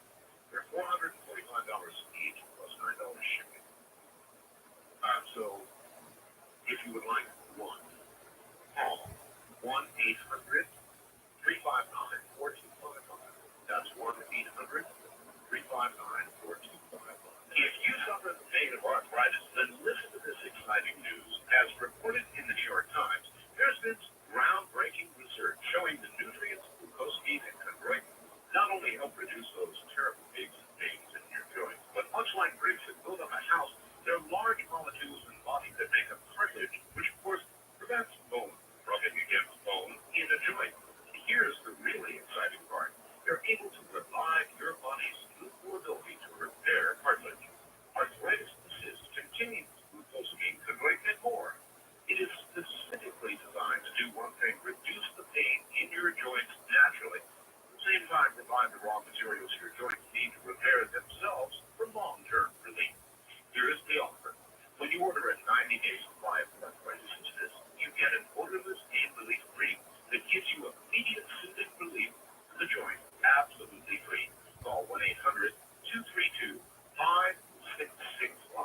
Arthritis assist, guaranteed to work your body back, and you can't get it in stores. So call 1-800-232-5665. That's 1-800-232-5665. You've got nothing to lose but the pain. Tell them Art Bell sent you. All right. Back now to Daniel Brinkley, a most remarkable experience. So well documented in medical records. Near death. I want to touch even a fair term, Daniel. Near death. Is that the right term? You were like near life, Mark. You know, thanks to Raymond Moody, who wrote the landmark book Life After Life, Raymond Moody gave this experience a name that allows us every day to talk about it. An NDE, near-death experience.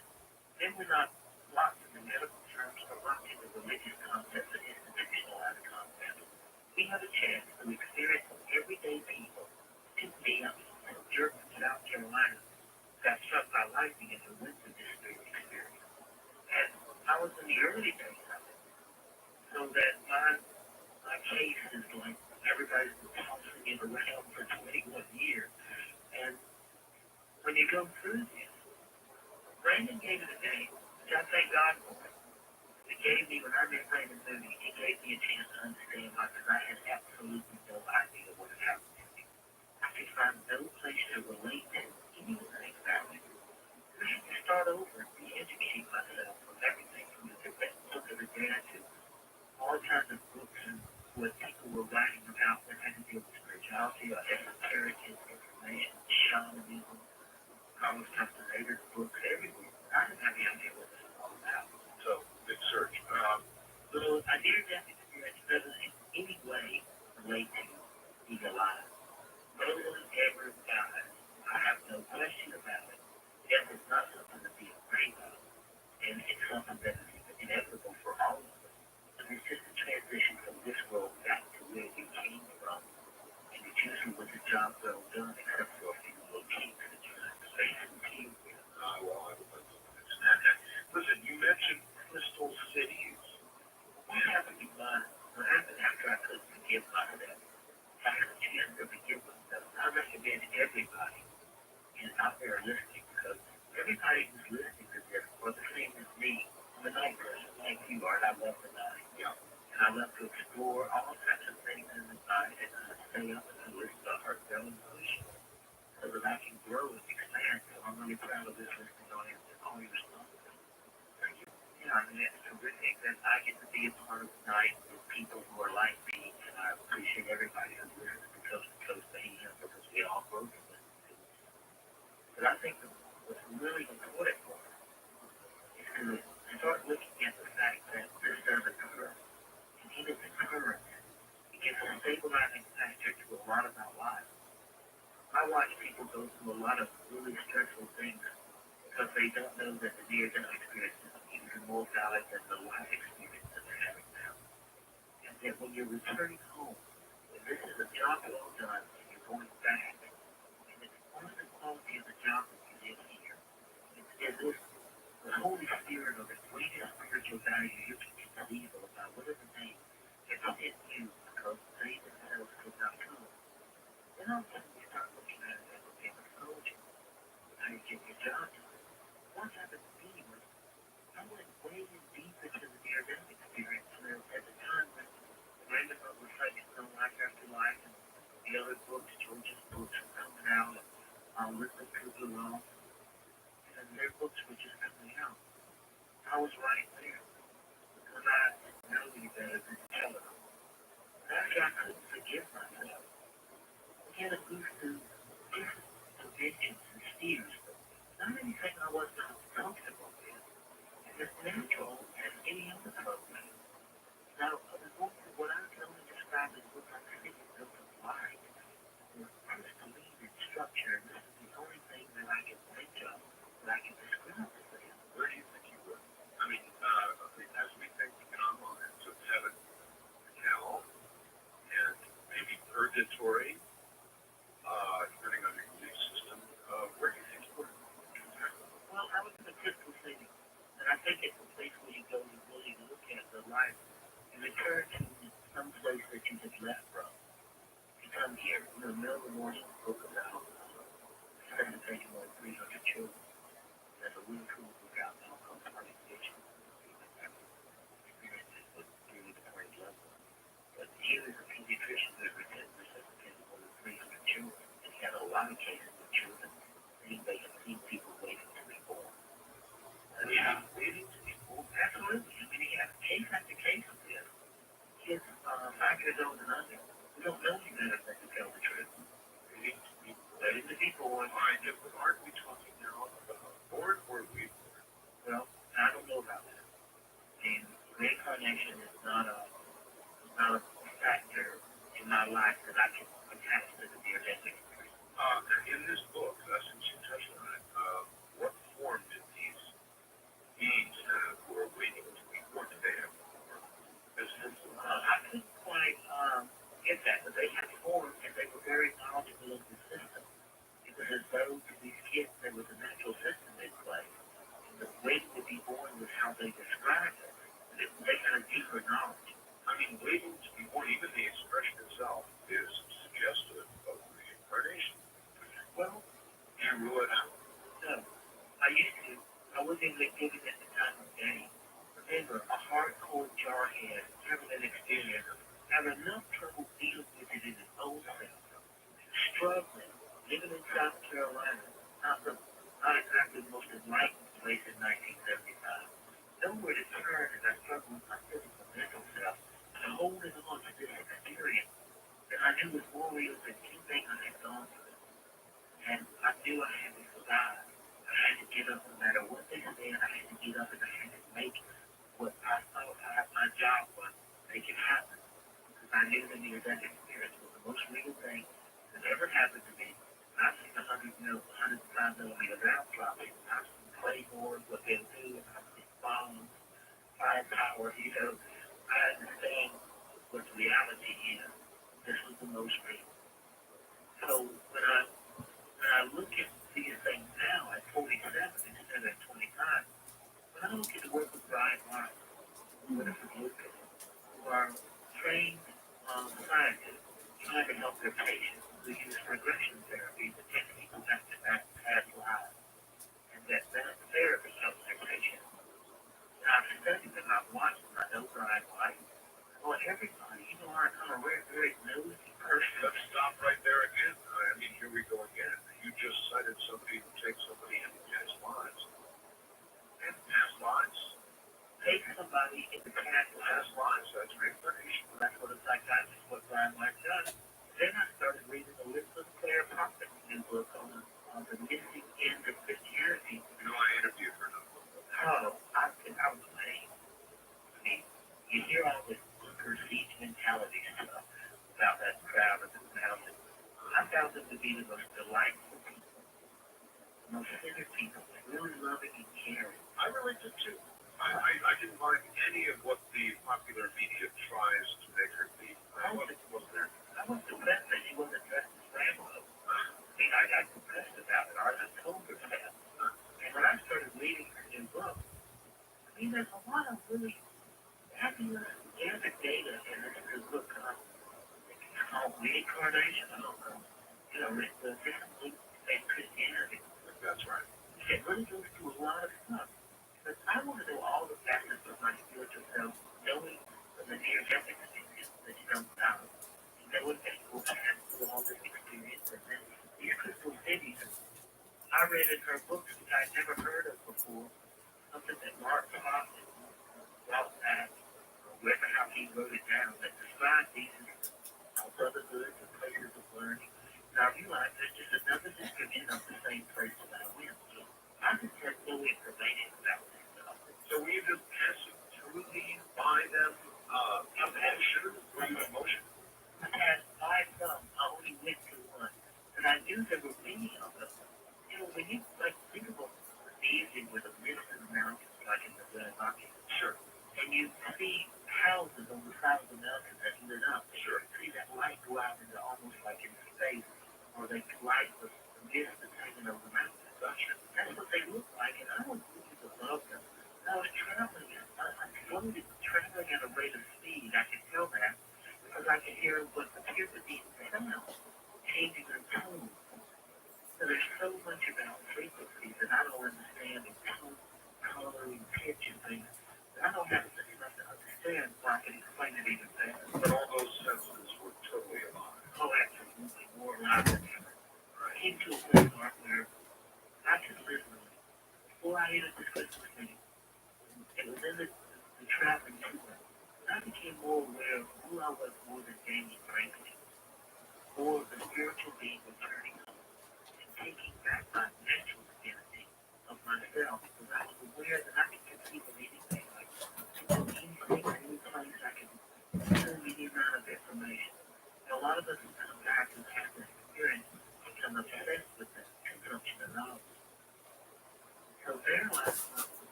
am more of a true spiritual person than I am. Look at that, I'm closed off like anybody would. You know, I was fortunate, unfortunate enough to get a wake-up call to get a couple around that. You know, Jen, when we have a dream at night, probably just before we awake in the morning, actually, and we remember that, you know, as we're just waking up, it's vivid, it's as real can be. We were living it, but as, you know, we sip our first cup of coffee, the dating begins. By the second cup of coffee, or whatever it is you drink in the morning, as you wake up, it's dating fast. By midday, unless you have intentionally tried to remember it and recall the details, it's gone. Is there any relationship between that and what you experienced?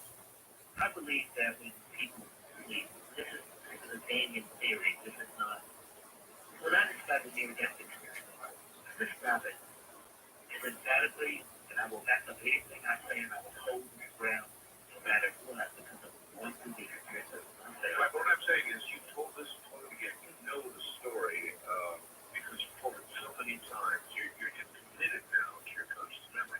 So what I'm asking is, though, otherwise, do you think it would have made it like a clean thing? I would think that it would have done that. I think that it would have had, I could never forget that the things of not being afraid of dying, the comfort and the love and the wonderment that goes on that side. There is so much wonder, there is so much, but just love and its most majestic concept that you can conceive of. That stays with me. And it'll never go away. But I believe that if I hadn't seen the future events that made me so famous, which I didn't know was the future then.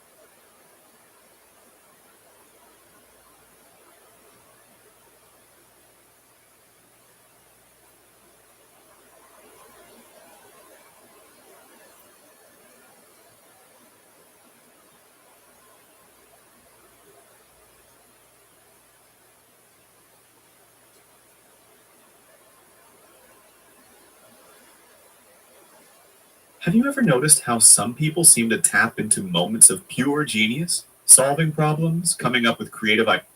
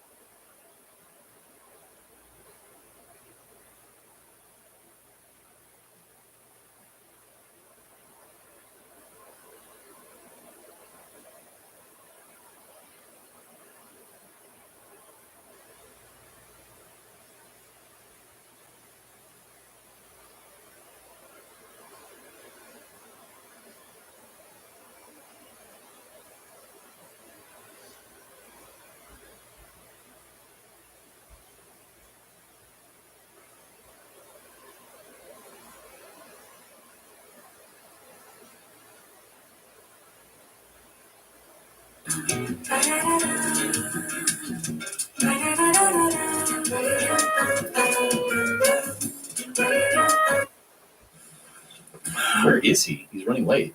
Probably picking up hot dogs. Yeah. Have you gotten your monthly hot dogs yet? Hot dogs? I'm just getting woke. I'm not. God! Where's he going? What are you doing? Scoot up! What? We're all just sitting around casually like we don't have a Grammy Award winner. She's got half of an EGOT. She's got the egg part. This is an A-lister. Okay, then here's what's happening. Johannes. Okay, yeah, no, you can't look like a friggin' lumberjack, pal. Change! Adam, change! You gotta be outside to greet her, man, like it's an airport thing. You know what I mean? I hired a driver. I use a Necrogomicon corporate card for it, okay? Brandon, go direct, okay? Charge your phone, go outside, and record her entrance, guys, okay? You got it, Sean. Go, change, go, give me this, give me this. Adam, what? Go, right now. Right now, right now, right now, right now, right now, right now, right now, right now, right now. Adam, turn the sign around. It's fine to me. Yeah, because you're looking at it. Tiffany Haddish needs to see the sign when she pulls up. It's upside down. All right, there we go. All right, just gotta make sure my notes are okay. I don't want this to be another Felipe episode where I look like a total idiot, Johannes. What are you wearing? You told me to dress up. This is what I got. Johannes, it's Tiffany Haddish. Where's your tie? I don't have a tie. This is it. Check under your desk. A turkey for a turkey. That's right. Put it on. It's Thanksgiving time. Put it on. Can't believe this. Absolutely incompetent staff. Whatever you do, do not this up. Oh, wait, here she comes. All right, I'm going to record. 3, 2, 1, action.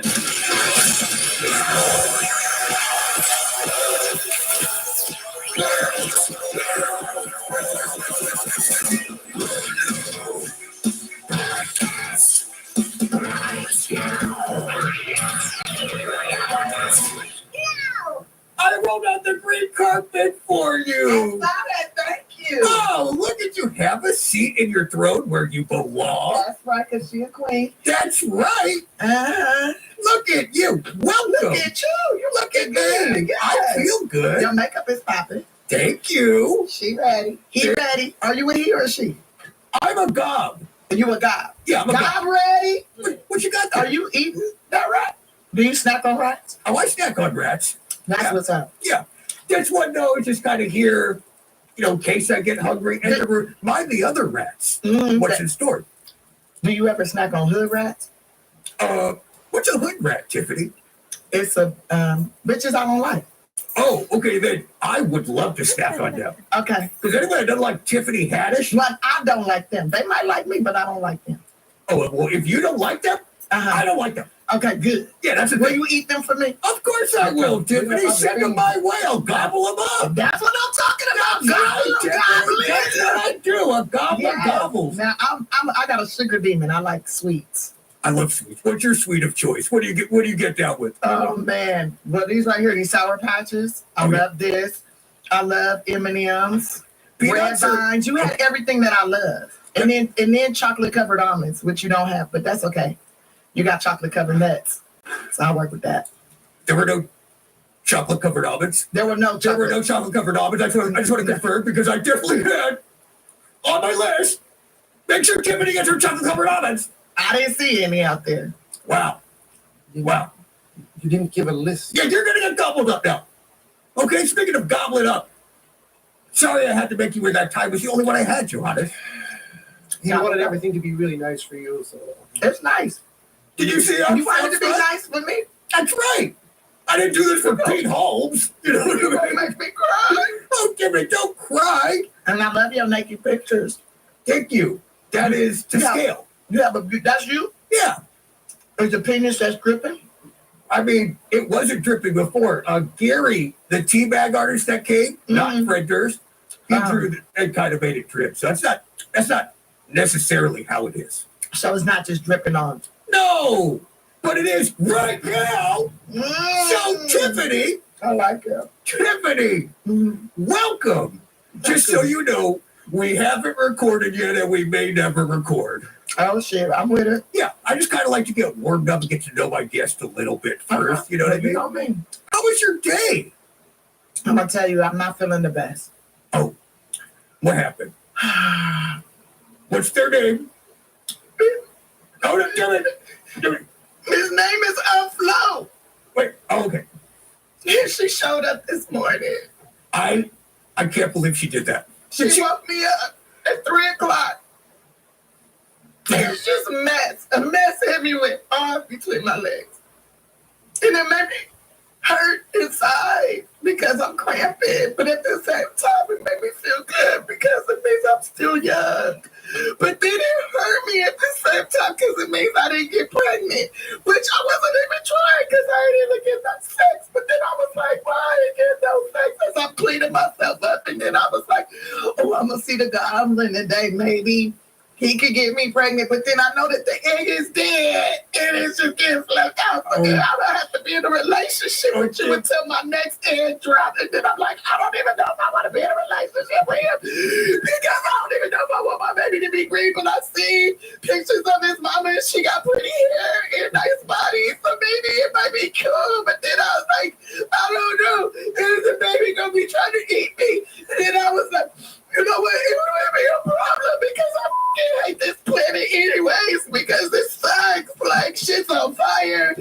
President's doing weird stuff. Like, who the knows? And then I got out of bed. And I got dressed. And then I was like, let me do my makeup because I want to be cute for you. And that's how I'm doing today.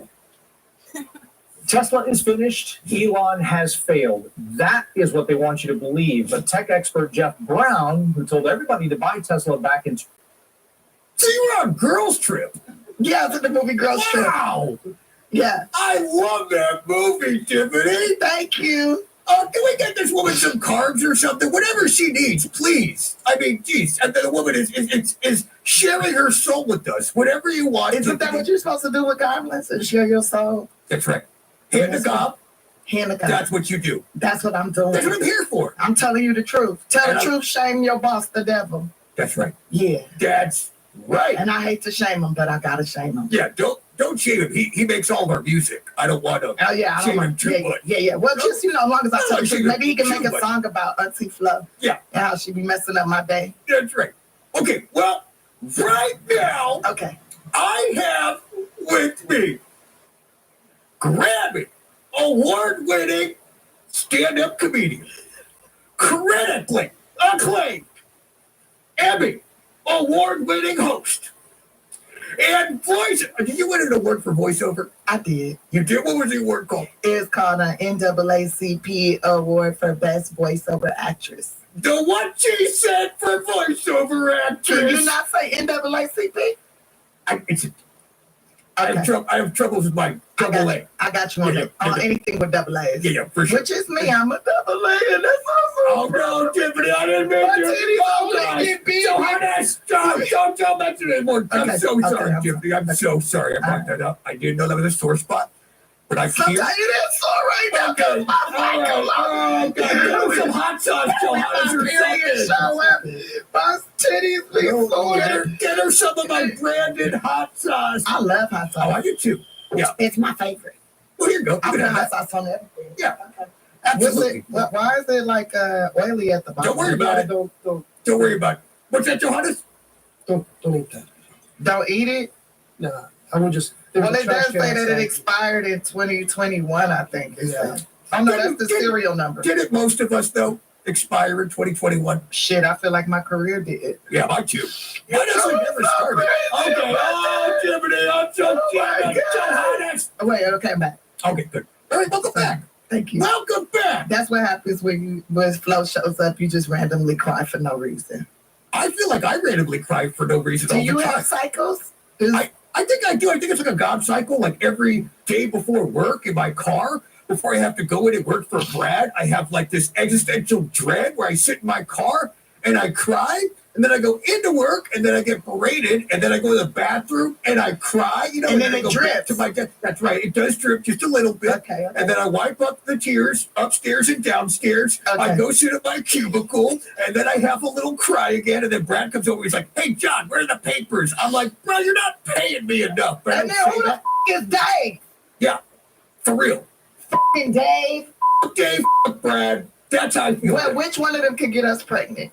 I can tell you this, neither. Okay, For well then, sure, then let's neither. not deal with neither one. For sure, neither. Fired. That's They're right. fired. The Black Unicorn. Yes. Tiffany Haddish. Yes. Why do they call you that? Because I'm black and I'm a unicorn. Well, all right, next question. Don't you know a unicorn when you see one? I mean, I'm looking at one. Right. Yeah. Yeah. That's it. Yeah, they started calling me unicorn in elementary school because I had a thing growing up my forehead. It was a wart. Did you get bullied? Yeah. But I believe back, though. I like my bullies. That's goblin of you. Yeah, I know. I know. You fight back. Yeah, it's a unicorn in me. Because, I got that horn. So if you're nice to me, I'll let you be nice and touch me and all that. But if you hurt my feelings, you hurt me in any kind of way, I'll stab you with my horn. That's right. In your chest. That's right. Yes.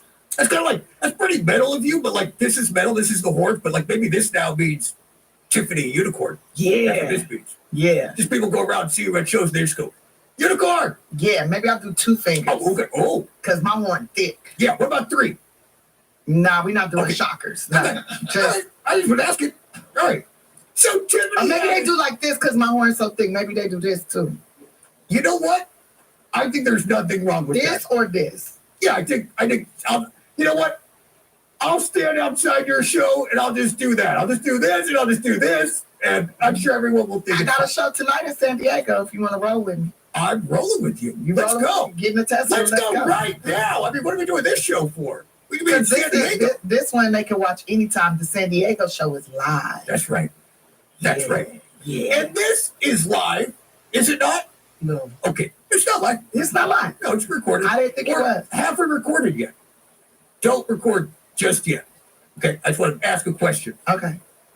Because I'm seeing here, we've had on a lot of comedians, with credit, Yeah.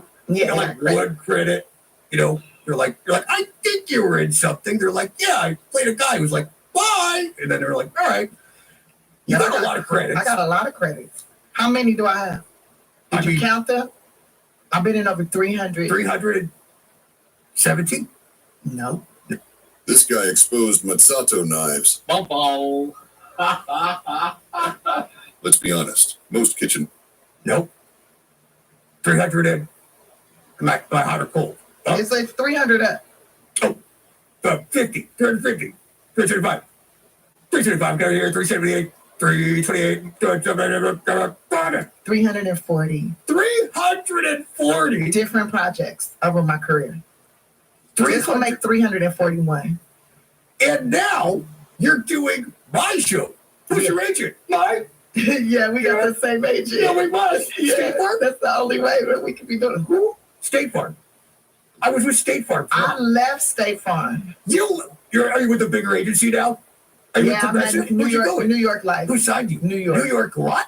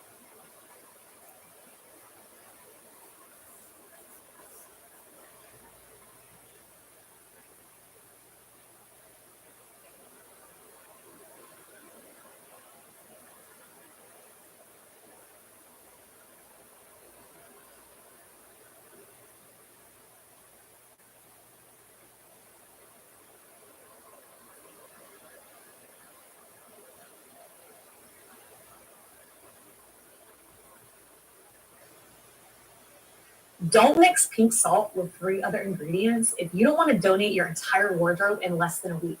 Don't believe me? Give me 60 seconds to explain. The viral 32-second pink salt trick that melts fat in record time.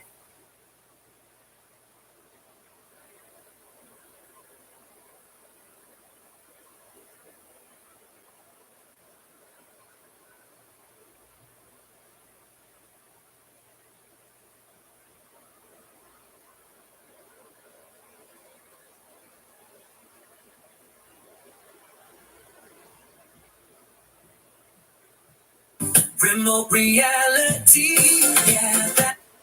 As a continuation or more.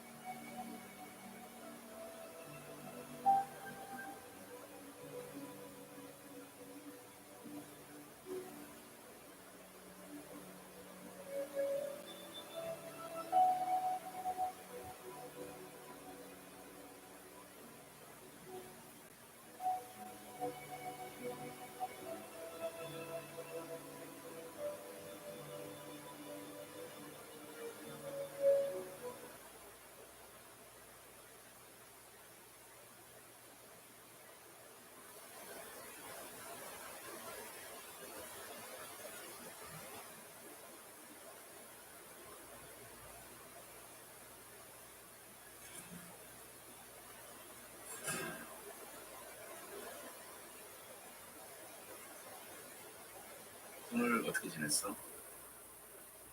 잘 지냈어?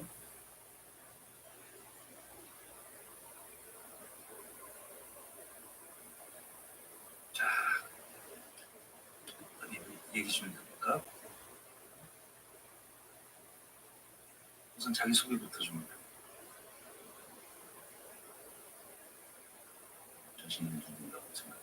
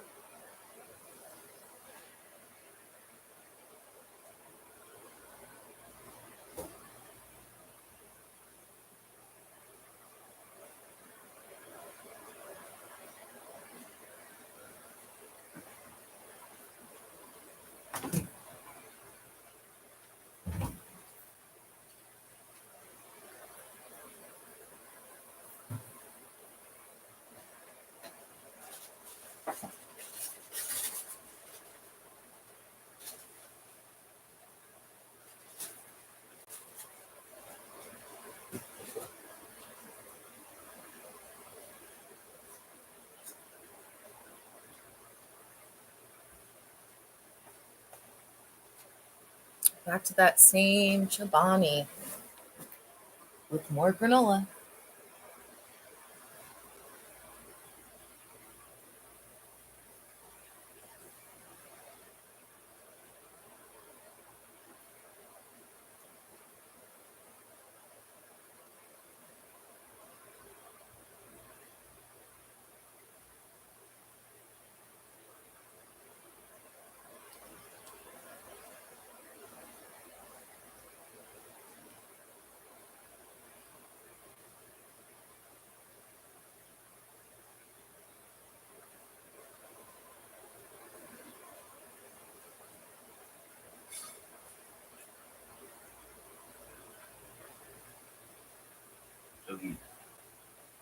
저기 사람 누구지?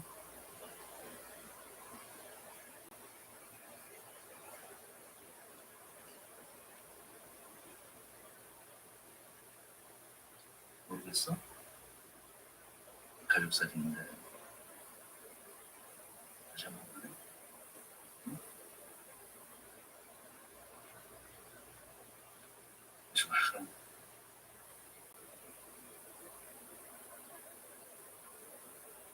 그날 일에 대해서 좀 얘기해 줄 수 있을까? 그날 무슨 일이 거지?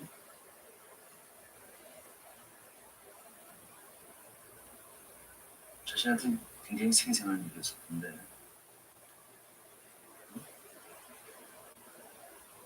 괜찮아. 지금 무슨 일이 있었는지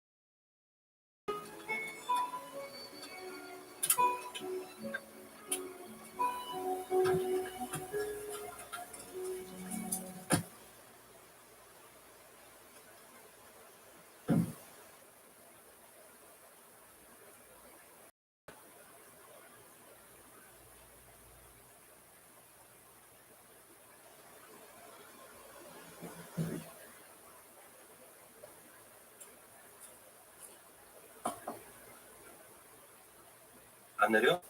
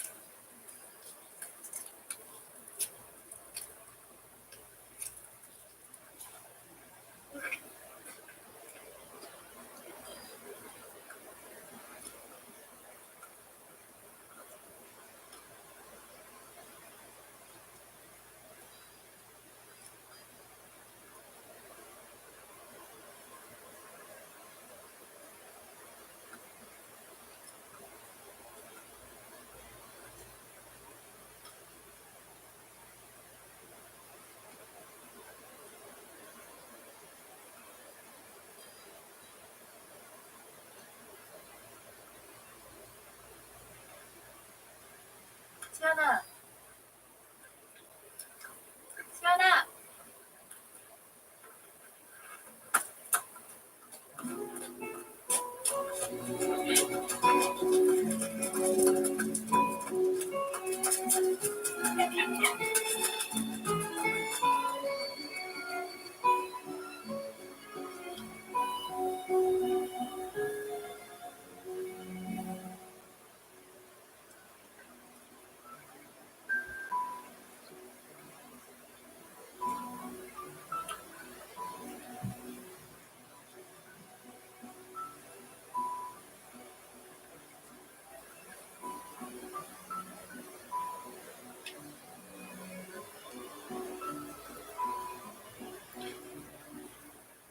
I'm not brave enough to eat the whole thing yet. But I had a little this morning. I'm not puking or having diarrhea.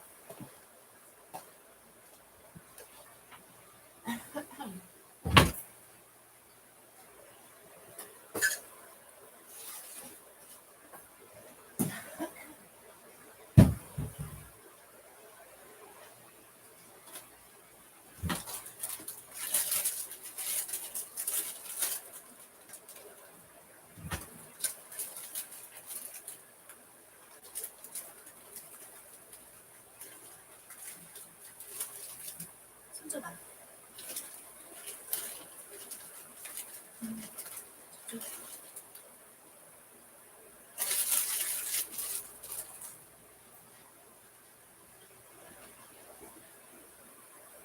왜?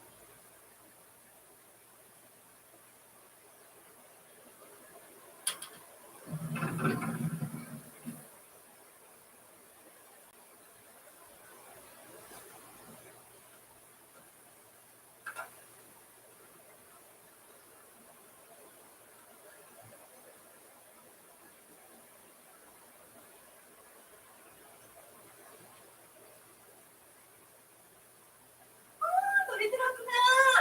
어서 와. 이게 얼마만이니? 세연이 그동안 많이 변했네. 더 이뻐졌다. 근데 니들 너무 섭섭하다 얘. 난 하루 종일 집안 청소며 음식도 만들면서 니들 오기만 기다리고 있었는데 어쩜 니들 오자마자 이럴 수가 있니? 뭐 했어? 어? 놀다 온 거야? 선착장에 갔던 거야? 그럴 거면 들어와서 옷이라도 갈아입고 나갈 것이지. 너희들 참. 어쨌든 니들 내려온 거 정말 축하하고 환영해.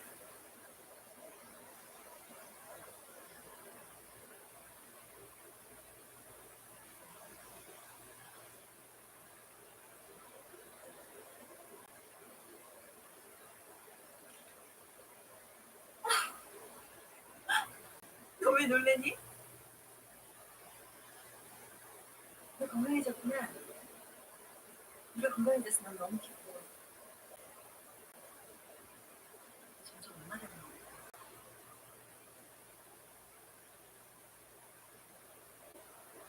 소리가 더 많이 나아진 거지?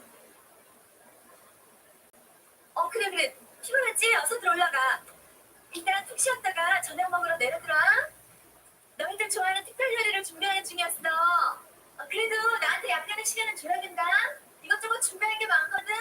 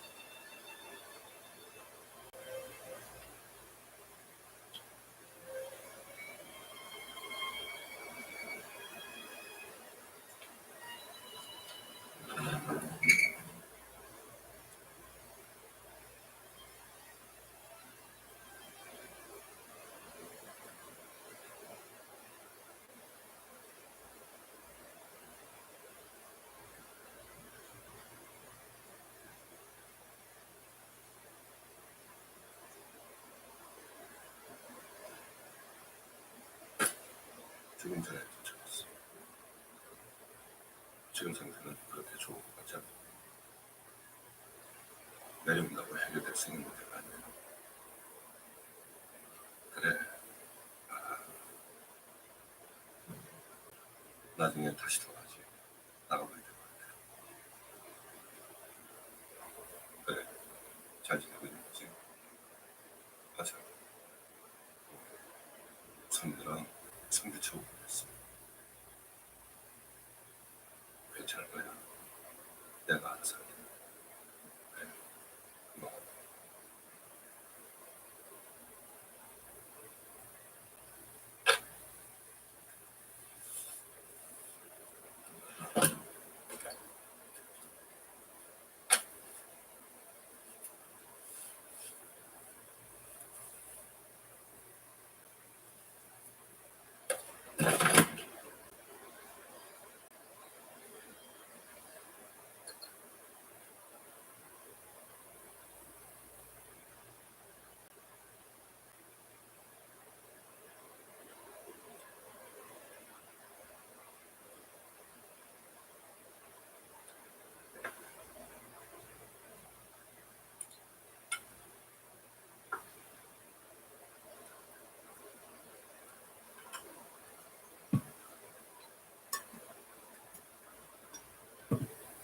아 정말 이번 주말에 성규랑 성규집 불러서 저녁 같이 먹기로 했어요.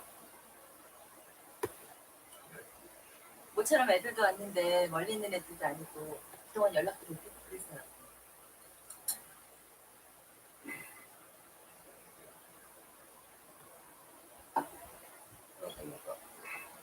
정리할 수 있어. 먼저 일어날게. 피곤할 텐데 이건 일찍지.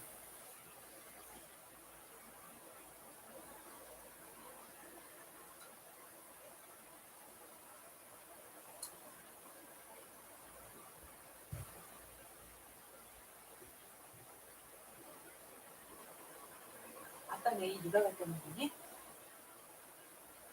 그런 거 내가 해도 돼. 내일인 것 같아. 내 성정도 내일이야. 왜 나는 먹었는데 소문해? 전부터 그렇게 돼 있었어. 전에도 똑같은 것들이 수십 번씩 걸려 있었어?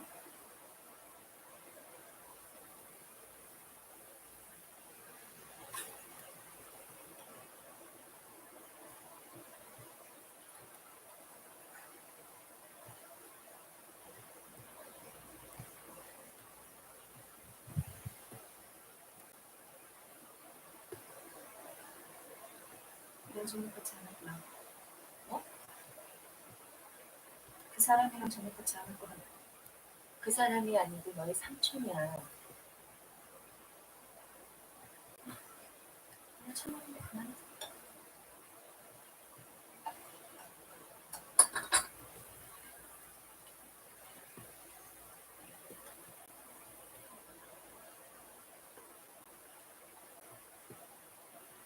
넌? 넌 왜 안 따라가? 언니 하는 대로 따라야 하잖아.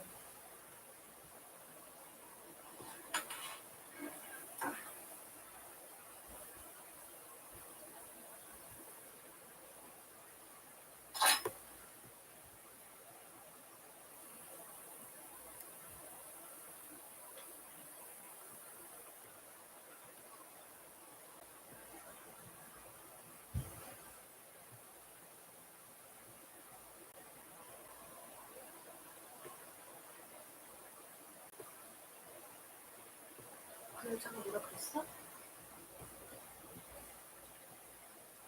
그 여자가 뭐라 그러면 나한테 말해. 전 여자가 그러지 말고. 알았지?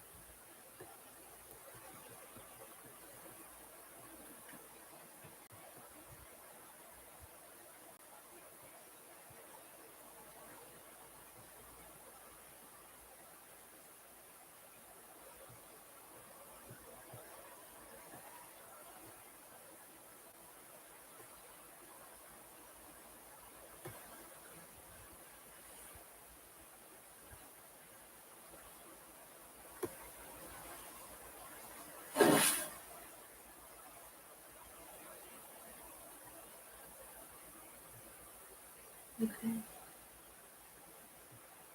이뻤어? 문장 때문에 그래? 그럼 왜 그래? 자꾸 밖에서 이상한 소리가 나.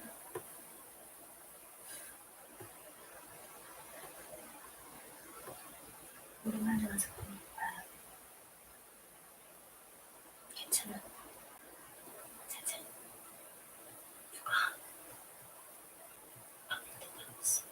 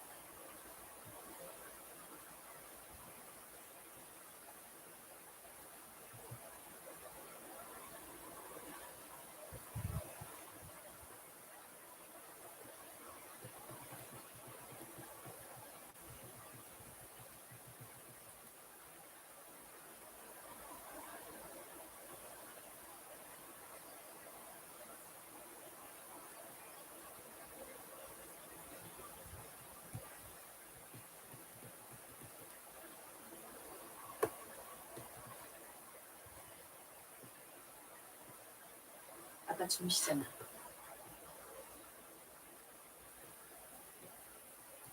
알아. 근데 왜 깨우려고 그래? 누가 깨워? 지금 네가 깨우려고 하고 있잖아. 아빠한테 뭐 할 말 있어? 상관하지 마. 내겐 아빠 지금 주무시니까 깨우지 말라는 얘기야. 내가 못 알아듣겠니? 나 물 마시러 내려온 거야. 아빠 주무시니까 조용히 얘기해.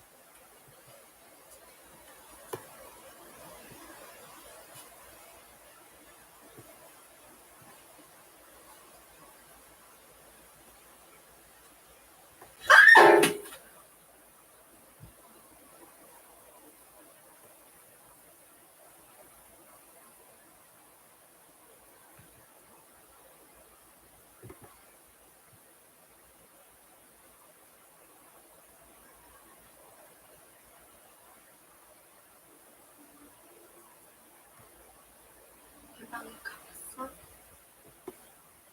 응.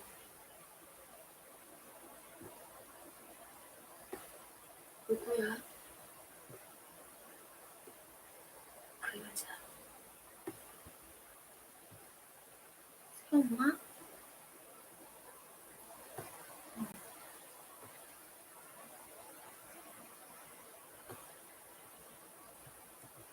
근데 좀 이상해. 뭐가? 그 여자도 이상하고 이 집도 이상해.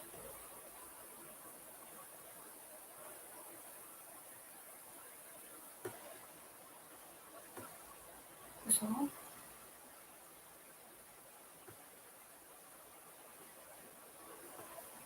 괜찮아.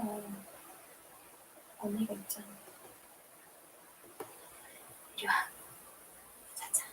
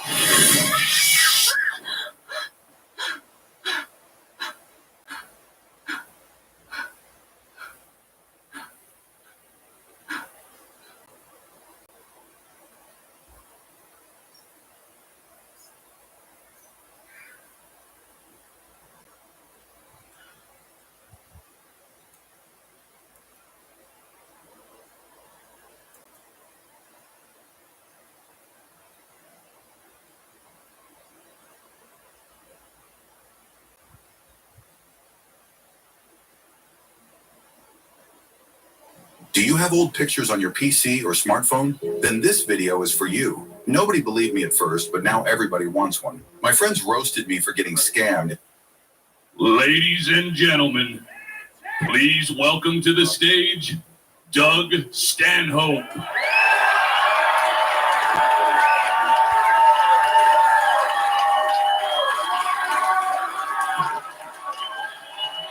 Thanks.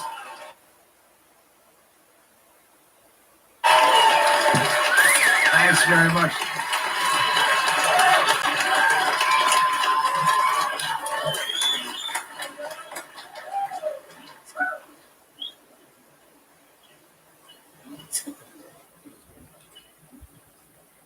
For public release, on Saturday night, May 25th, while performing in Las Vegas, I made comments and performed material that I now understand to be utterly deplorable and indefensible.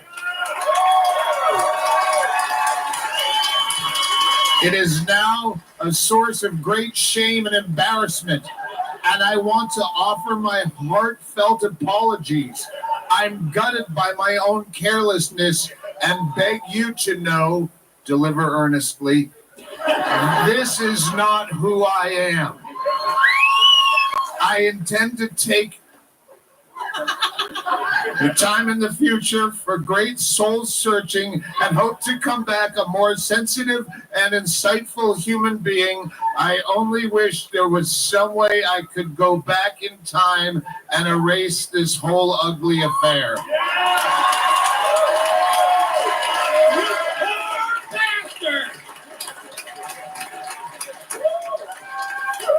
I like to get ahead of problems. I decided I'm going to do this whole show backwards, kind of, where I'm going to open with what I was going to use as my closer, but my closer I really like, and it's about dead kids, and that makes me happy, and it sets a tone for the entire show. So I go, yeah, let's do it that way. Perks me up in the beginning. And I'll tell you, there used to be, in any given recording or special or whatever the fuck you call them, a large portion, not a large, but a certain percentage of my material was based on cable news, shit I watched on CNN or whatever cable news. And I don't have that anymore because since the election, there's only one fucking subject on cable news anymore. And it's just that one boring fucking story that I don't care about. I have nothing to add to. I never even say his name on stage. Just ignore it. It's your fucking problem. You deserve that fucking guy because you're the generation that made this happen. You are responsible for making all these talentless blowhards famous just for being fucking assholes. And now you got one that you called your leader. So fuck you. None of my business. I'll be dead soon.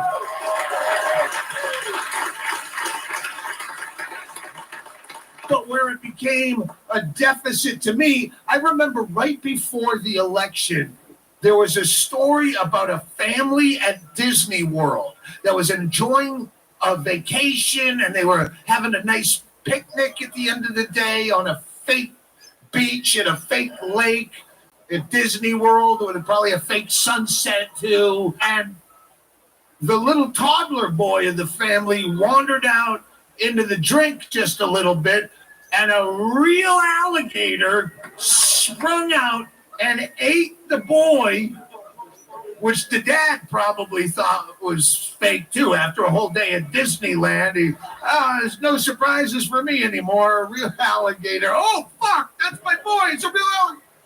So the dad, he grabbed the boy by the wrists, but by now the alligator has the boy up past the feet, past the waist, and as they say in the business, possession is 9/10 of the law.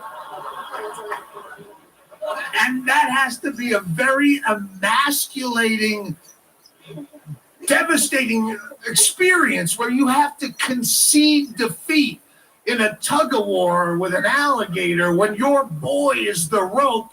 Like, I can't, fuck, oh, But you try it, honey. It's a goddamn alligator. The fuck am I supposed to? This whole vacation was your idea. I'm not responsible for.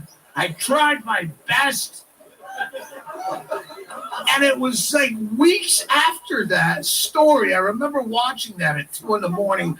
And then the election happens. And then that's all they talk about.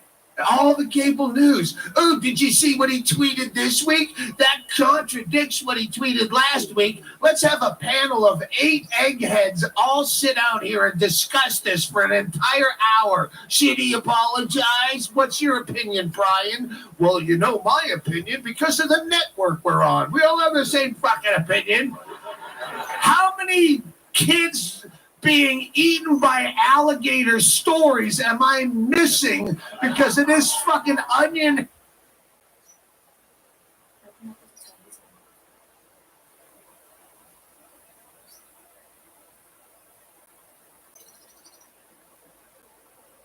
선생한테 들어가자. 들어갈 거야.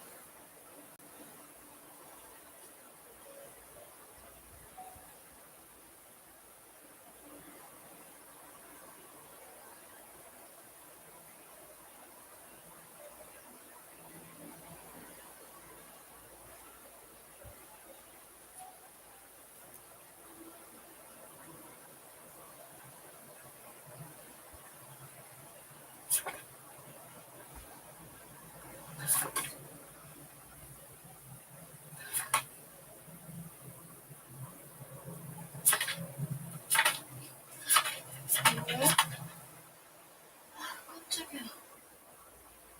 언제 들어왔어?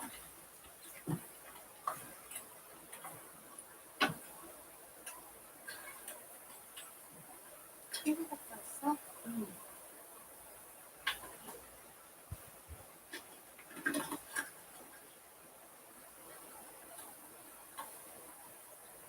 수연아, 이거 봐봐. 짠. 이쁘지? 엄마 거야.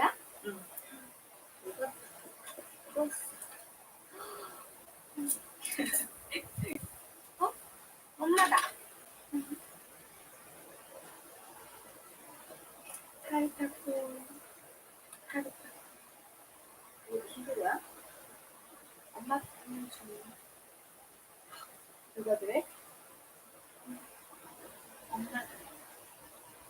어? 나 이거 가져도 되지? 어.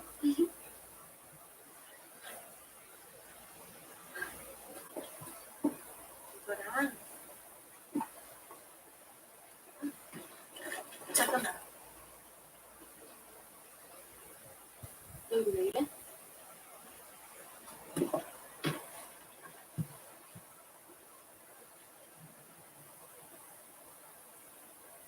누가 그랬어?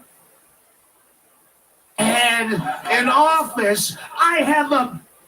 괜찮아, 말해봐. 그 여자가 그런 거야? 그 여자가 그런 거지? 수연아, 너 정말 왜 이래? 언니한테 다 말하라고 그랬잖아, 어? 그 여자가 그런 거지? 그 여자가 그런 거야? 그 여자가 그런 거냐고! 말해! 빨리 말해!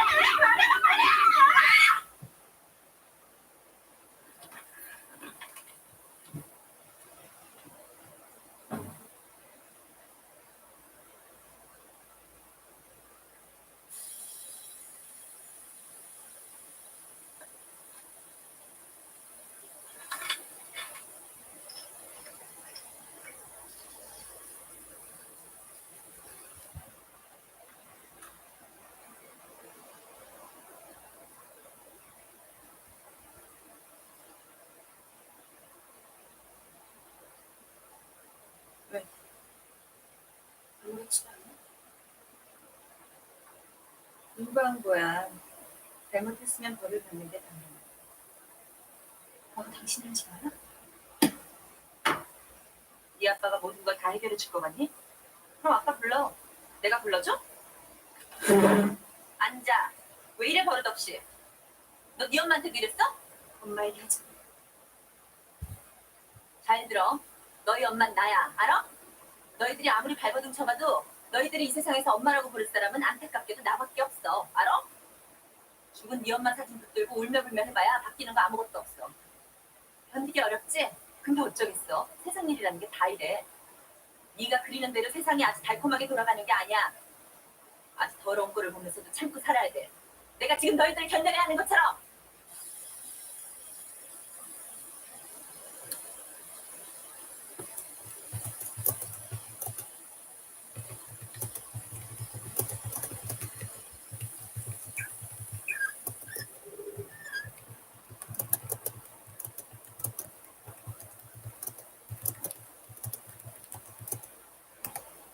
너 도대체 왜 내려온 거니?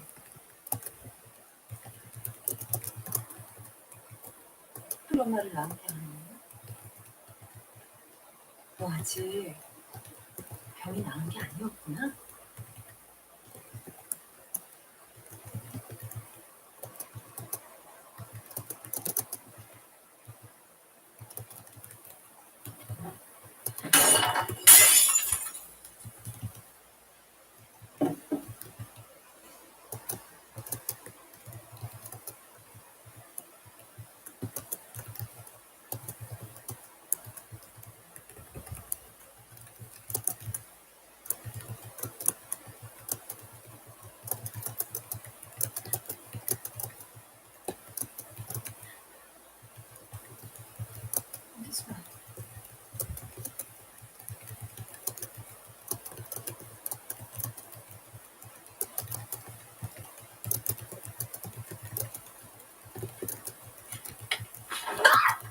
너 왜 이러는 거야? 몰라서 그러는 거야?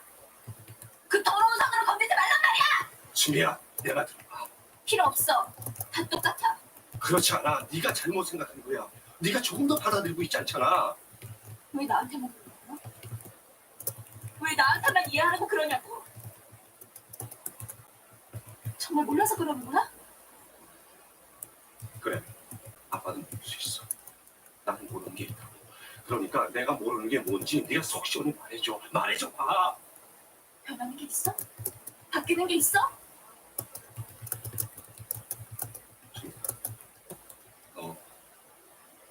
너 정말 그러지 마. 너 이러면 안 돼. 이러면 너 또 다시 아프게 돼. 뭐?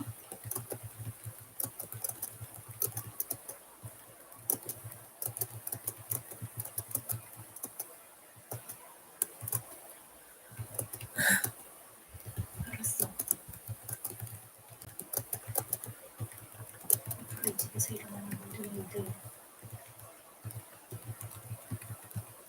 아빠가 불러오는 모든 더러움이 아빠가 책임지고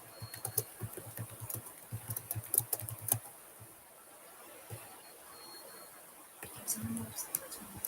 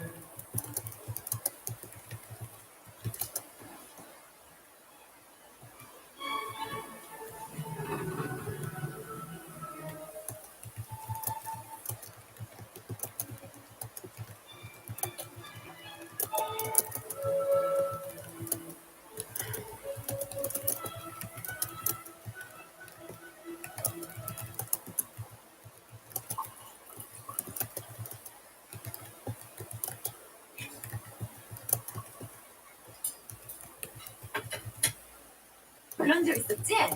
기억이 가물가물한데 그런 적이 있었던 것 같아. 몇 년 전이네? 예, 너 그건 기억나니? 왜 동네 조그만 냇가에서 네가 고기 잡는다고 뛰어들어갔다가 물에 빠져서 험석거리고 온 동네를 바깥 뒤집어놨었잖아. 한 번은 그런 일도 있었어요. 뭐지? 그래, 맞다. 동네에 미친 사람 하나 있었잖아. 근데 웃기는 게 그 사람이 평상시엔 아무렇지도 않다가 비만 오면 갑자기 피 도는 거야. 밭에 가서 밥 달다가도 비가 오면 갑자기 옷을 막 후루룩 벗어던지고 길거리로 심장소리를 막 뛰어다니고 그랬지. 제일 웃겼던 게 한 번은 비가 오락가락한 거야. 그랬더니 이 사람이 옷을 입어 다 벗었다. 그랬더니 자기가 지치니까 그냥 집으로 들어갔잖아. 그때 동네 사람들이 얼마나 배를 참 무섭는지. 그게 제가 그걸 한번 보고서 제가 아주 어렸을 때인데 그걸 한번 보고서 자기도 그 사람 같이 뛰.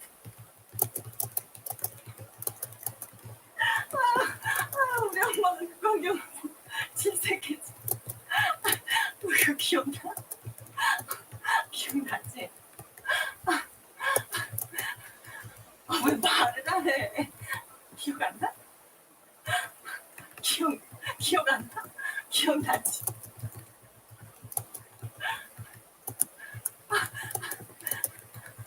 아니, 기억 안 나. 뭐?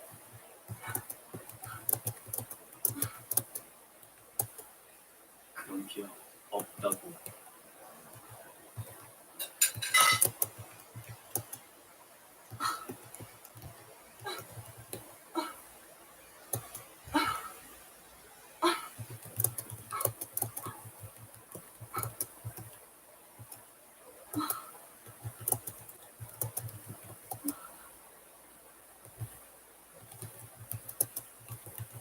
왜 기억 안 나?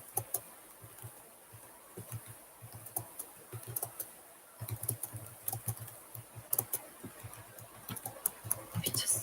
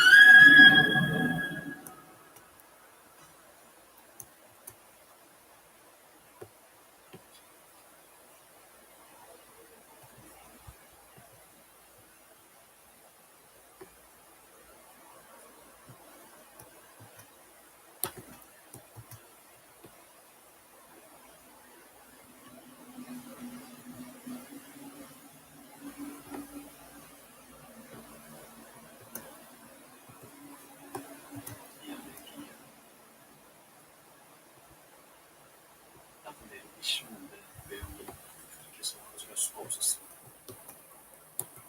자기야, 나 아까 그 집에서 이상한 거 봤어. 뭘 봤는데? 딱 여자들.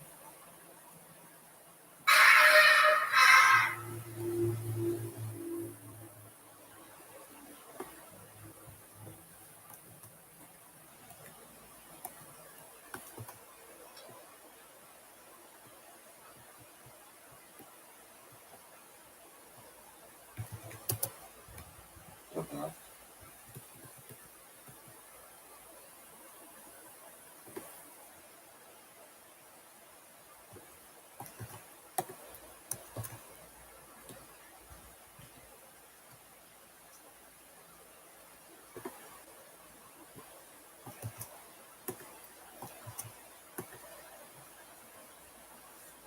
I just put some stuff in the chat, which I will read aloud, and then I'll show you visually. In a minute or two or three or five.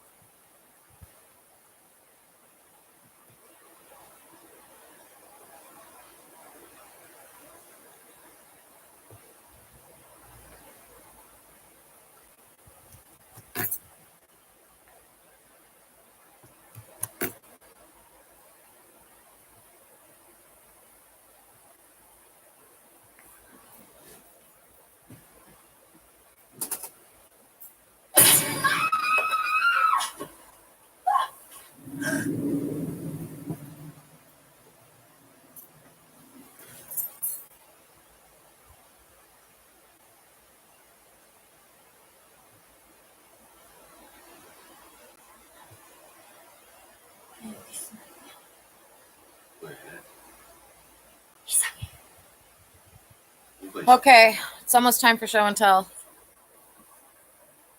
애들이 집에 내려오고 나서부터 집에 자꾸 이상한 일들이 일어나잖아. 제발 바보 같은 소리 좀 하지 마. 당신 아까 못 봤어? 갑자기 방향이 바뀌었어. 좀 쉬면 나아지.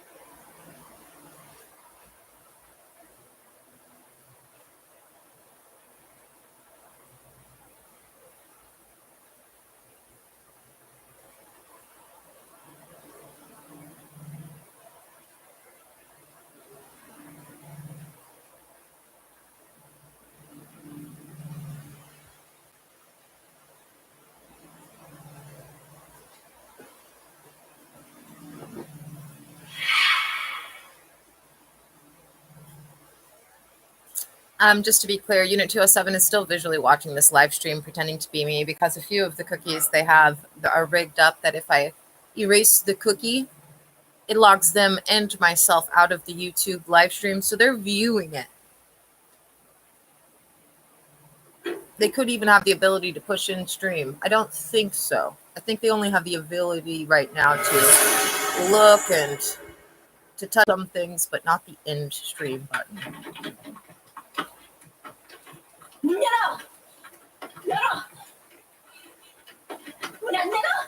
Oh, a girl upstairs disagrees with me. She feels she has the ability to end the stream.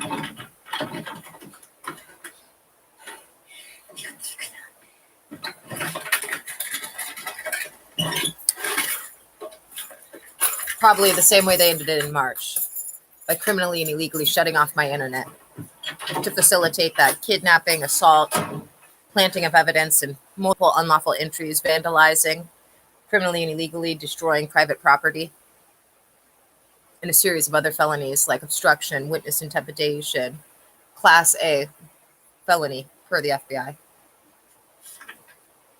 In this case, past, present, and future, baby. Also, remember, that was reported too in 2017 to the FBI, and of course, again in July and August 2024 tort claims before they began their rampant crime spree, in which they've made every reported felony actionable, except for the final one, my murder, to be deemed a suicide and not to have any video or audio footage.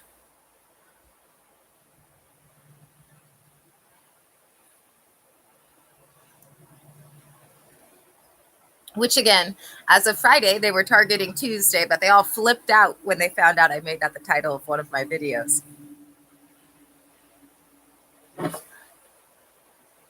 And I'm saying that because knowing them, they'll just change the date. I'm guessing they're going to do exactly what they did in March. They're going to wait and criminally and illegally shut off the internet. And then they're going to come to perp it. And then the FBI is going to have to put down some officers on top of sending some to prison. Namely, any that reach for their fucking holster.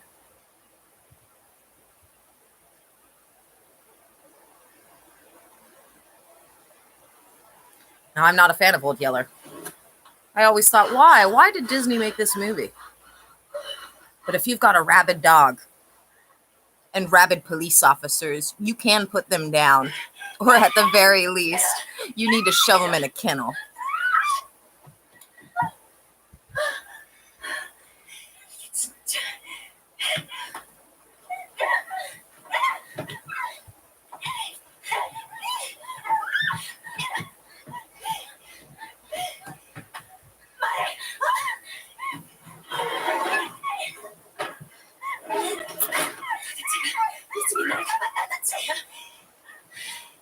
And the reason for that is because they're a danger to society. And in this case, according to the marshals, an absolute danger to the judiciary.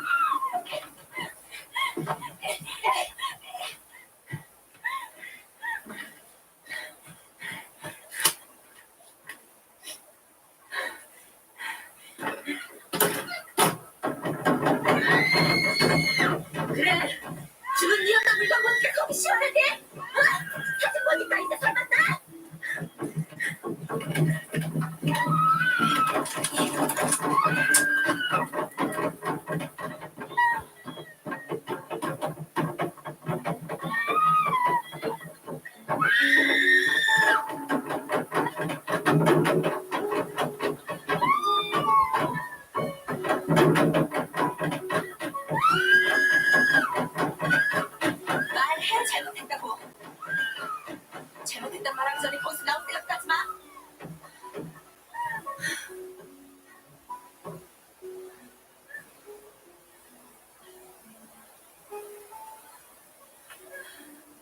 울어도 소용없어. 잘못했다는 말을 하고 용서를 빌어.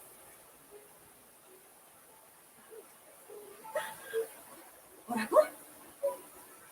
똑바로 말해봐.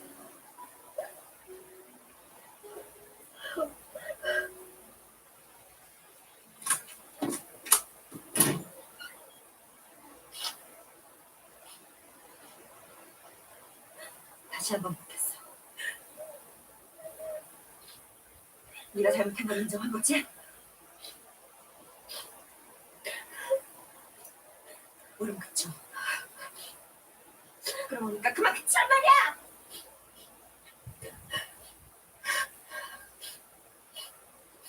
너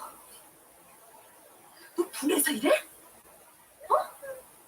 군에서 이러는 거야?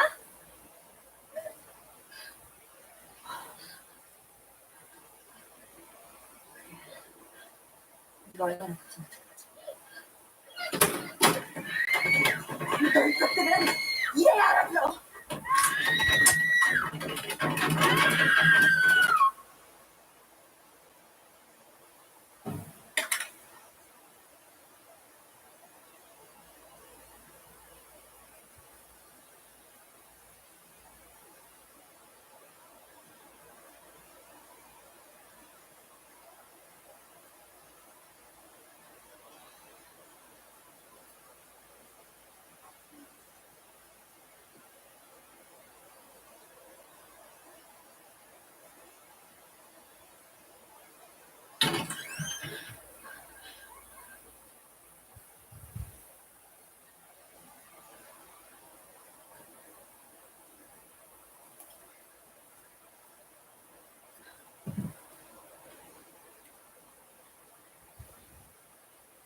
Okay, time for show and tell. I'm going to start by reading what's on the right-hand side in the chat. Or should be, unless the Everett Police Department tampers with that and gets rid of it like they've done to many videos on youtube.com/mysticgwen. Here we go. Mini at 3:09 p.m. Expiration on those cookies appears to have been altered the same to the year of 2027, 3:45 p.m. So I went onto YouTube on the HP Chromebook, logged in, but not according to any website, just according to the device, as Unit 207 NEP detaining me for 300 days at gmail.com, and put on a Doug Stanhope YouTube special at around 3:30. Then, since Everett Police Department forced me to only be able to access the HP Chrome yesterday in developer mode, and has it rigged to reflect that the email address, oh wait, we have a visual delay because I'm aiming at the laptop.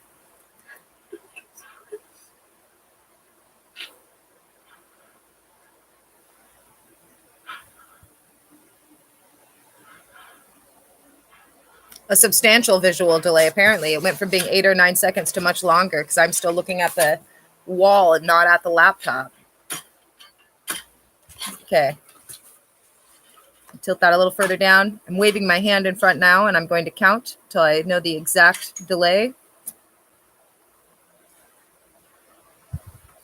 Okay. So I went... I'll unplug it and bring it closer to the screen. I went to YouTube.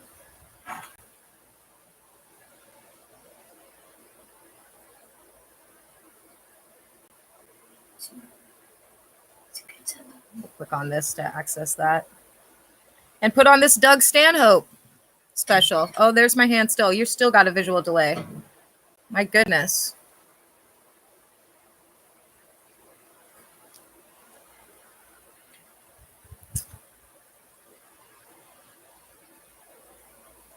Let's wait till your screen also sees the Doug Stanhope.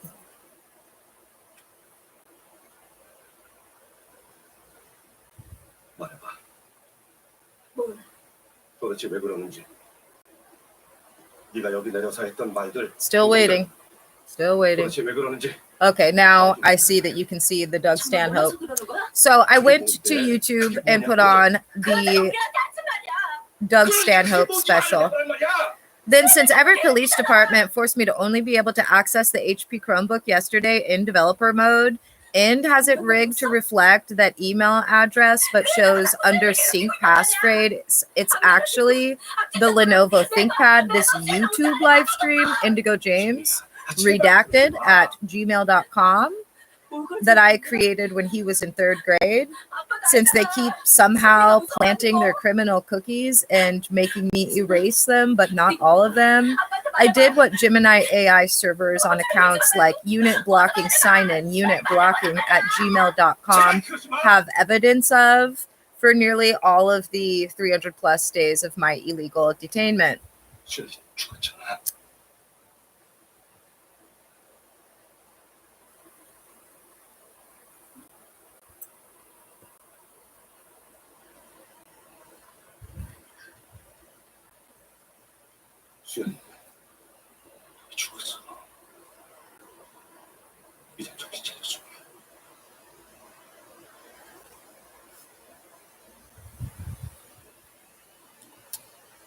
I clicked the developer tools. I saw all of their devices, Pixel 7s, iPads, iMinis, their iOS phones. We have never owned Mac, anything. Their criminal access to edit files, their entry points, their mappings, their reg rules, regex, their special folders, and I disabled as many as I could and erased their ignore list and special folder exception. Then I selected under application their stuff, set it to offline on YouTube, and this caused error messages. I screenshot, which I'll show you the screenshots now. When I say their stuff, I mean I clicked on application, service workers. And then here's a screenshot. Well, you can't see it because they've got a visual delay still. I clicked on their service worker stuff, set it to offline on YouTube, and this caused error messages I screenshot on the HP Chromebook, showing it kicked them off my internet for YouTube, theoretically. They then somehow froze the ability to do any more on YouTube. So I had clicked to see who is registered under the application/service workers and developer tools before I pushed offline for them. So I went to that web page, which I'll show you right here. And when I went to this page, it showed that all of these are some of their extensions and hacks, some of the ways that they've been able to torment me other than their Cisco, their Verizon network, their illegal root and kernel access acquired after kidnapping and assaulting me, after ignoring legitimate police reports surrounding that for over 7 months straight, before, during, and after, vandalizing my home, shoving their USB devices into all of my devices to have root and kernel access to prevent me to be able to have food delivered to my home and to prevent me from running any sort of video or audio footage or saving it, or inserting external storage devices to do so, or accessing any other website that would allow me to run live streams. And when I went here to this page that you can see, I was able to reopen developer tools, but first I was asked if I wanted to give permission to service workers to be able to edit all of my files, namely one that was listed as Kronos something or another. And it asked for permission, and I selected cancel. There was no option. There was just yes or cancel. Everett Police Department via Unit 207 wanted permission to edit Kronos files. I selected cancel. There was only a yes or cancel. Then I pushed stop on one of the three of these. As you can see, each one, it has a registration ID. It says the scope is Chrome extension, / BPM, blah, blah, blah, blah, blah, blah. Storage key origin, Chrome extension / BPM, blah, blah, blah, blah. Top level site, Chrome extension, BPM, ancestor chain bit, same site. The second one is the same, but the extension is GNND, blah, blah, blah. Origin, GNND, blah, blah, blah. Same thing, top level site, Chrome extension, ancestor chain bit, same site. And the third one down here. Now, even though I pushed stop on these, the one on the bottom and the one on the top both reinitiated repeatedly, even after I selected that they couldn't edit the files that they were asking for permission. And when I did that, this caused a lot of excitement upstairs and a hurried phone call. To be clear, we only own the Lenovo ThinkPad, what's recording this live stream, and the HP Chromebook. And only the Lenovo ThinkPad is legally logged onto this account, the live stream account, legally. And we all know the Everett Police Department are criminals, less the whistleblowers. At this point, there's only one remaining threatened felony to be made actionable, reported to the FBI by me in 2017 as the Everett Police Department's top officers, including Jared Irvin, who thought his retirement in January of this year would prevent his detainment, arraignment, and incarceration, were not only aware of, but very angry about back in 2017. And even still in 2019, the last time I saw him face to face, his big bug eyes and his little dorky self. Anyway, that one remaining felony is my fucking murder to be deemed as suicide without video and audio footage. Now, I don't know how they've caused such a delay on the visual because earlier it was only running a 9-second delay. But once again, there's a substantial delay in the visual. For instance, I've now got the Lenovo ThinkPad aimed at the ceiling at 3:09 p.m. And yet I'm still looking at the HP Chromebook.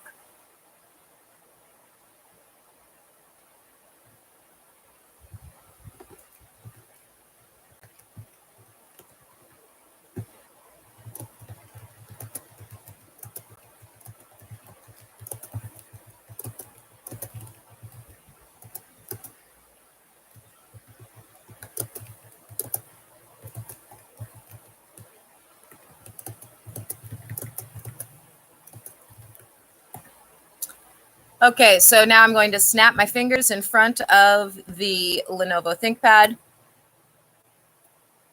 That was at 9 hours and 35 seconds. That's when I snapped my finger on this live stream. We're at over a 15-second delay at this point for the visual. We're at over a 20-second delay on the visual.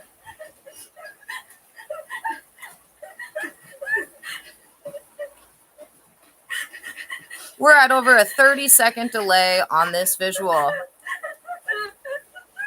We're at a 35-second delay.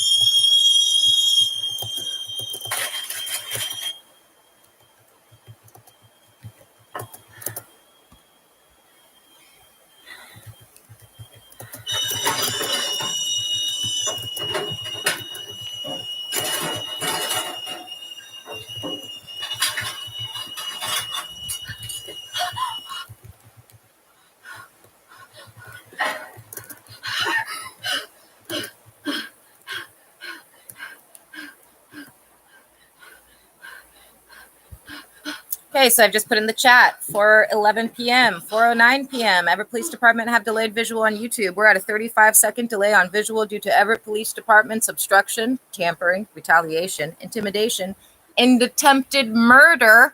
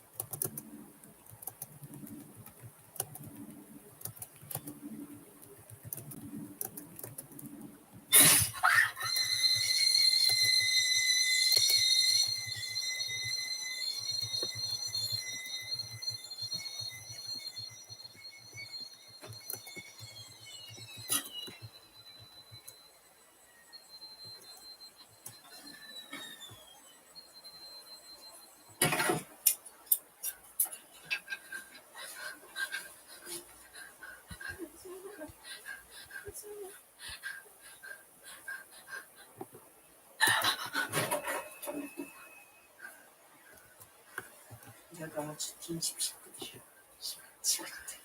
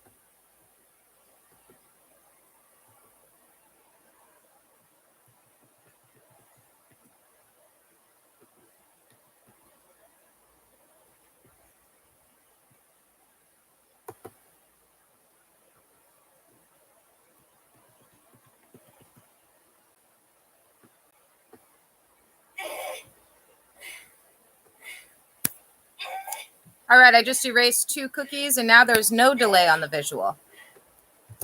I just erased 2 of their criminal cookies, and now there is no delay on visual, but they are 2 that I have repeatedly stated in live stream. They plant while recording over and over again.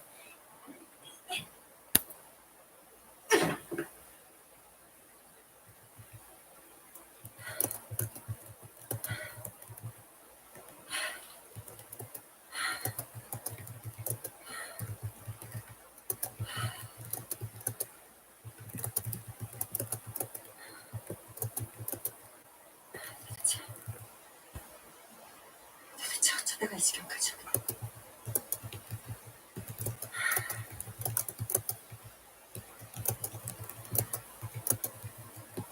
아직도 모르겠어.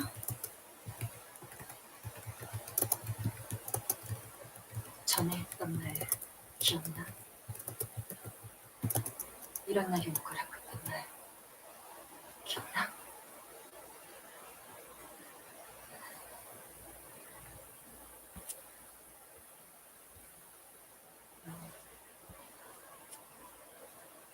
진짜 무서운 게 뭔지 알아? 누가 잊고 싶은 게 있는데 깨끗하게 지워버리고 싶은 게 있는데 도저히 잊지도 못하고 지워지지도 않는 거지. 근데 그게 평생 묻어나면 The control room still has the delay, so they must have those criminal cookies on here still.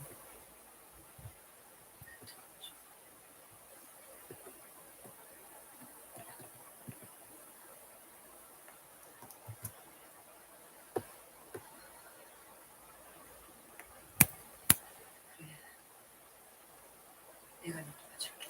Yep. 우리 여기서 끝내자.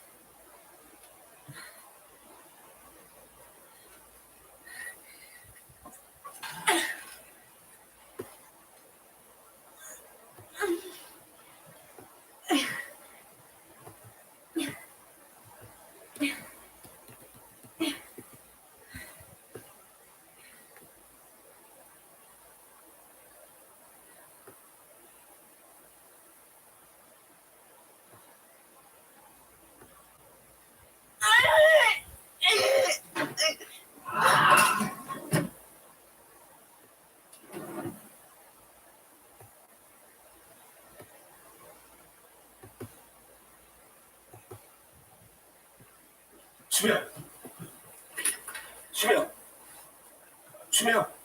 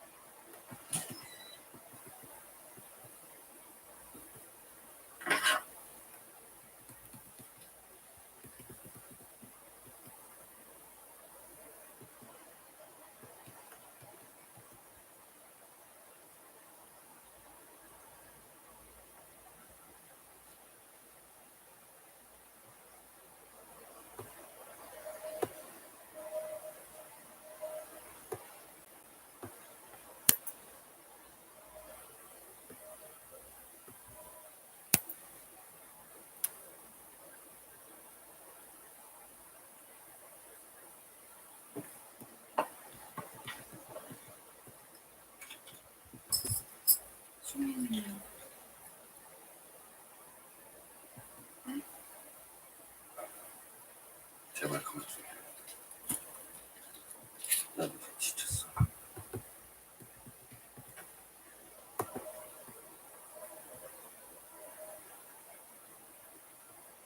약 먹어. 그거 나아질 거야.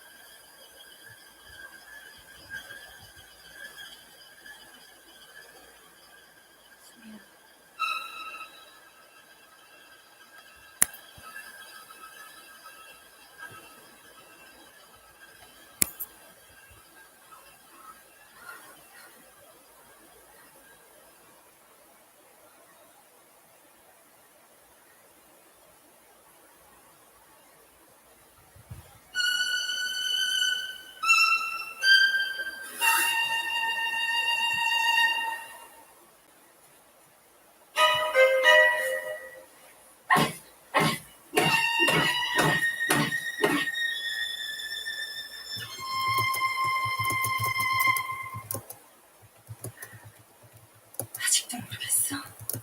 갑자기 환경이 바뀌어서 그래. 병이 나은 게 아니었구나. We're back to an over 35-second visual delay from the control room at 4:22 p.m. 많이 피곤해.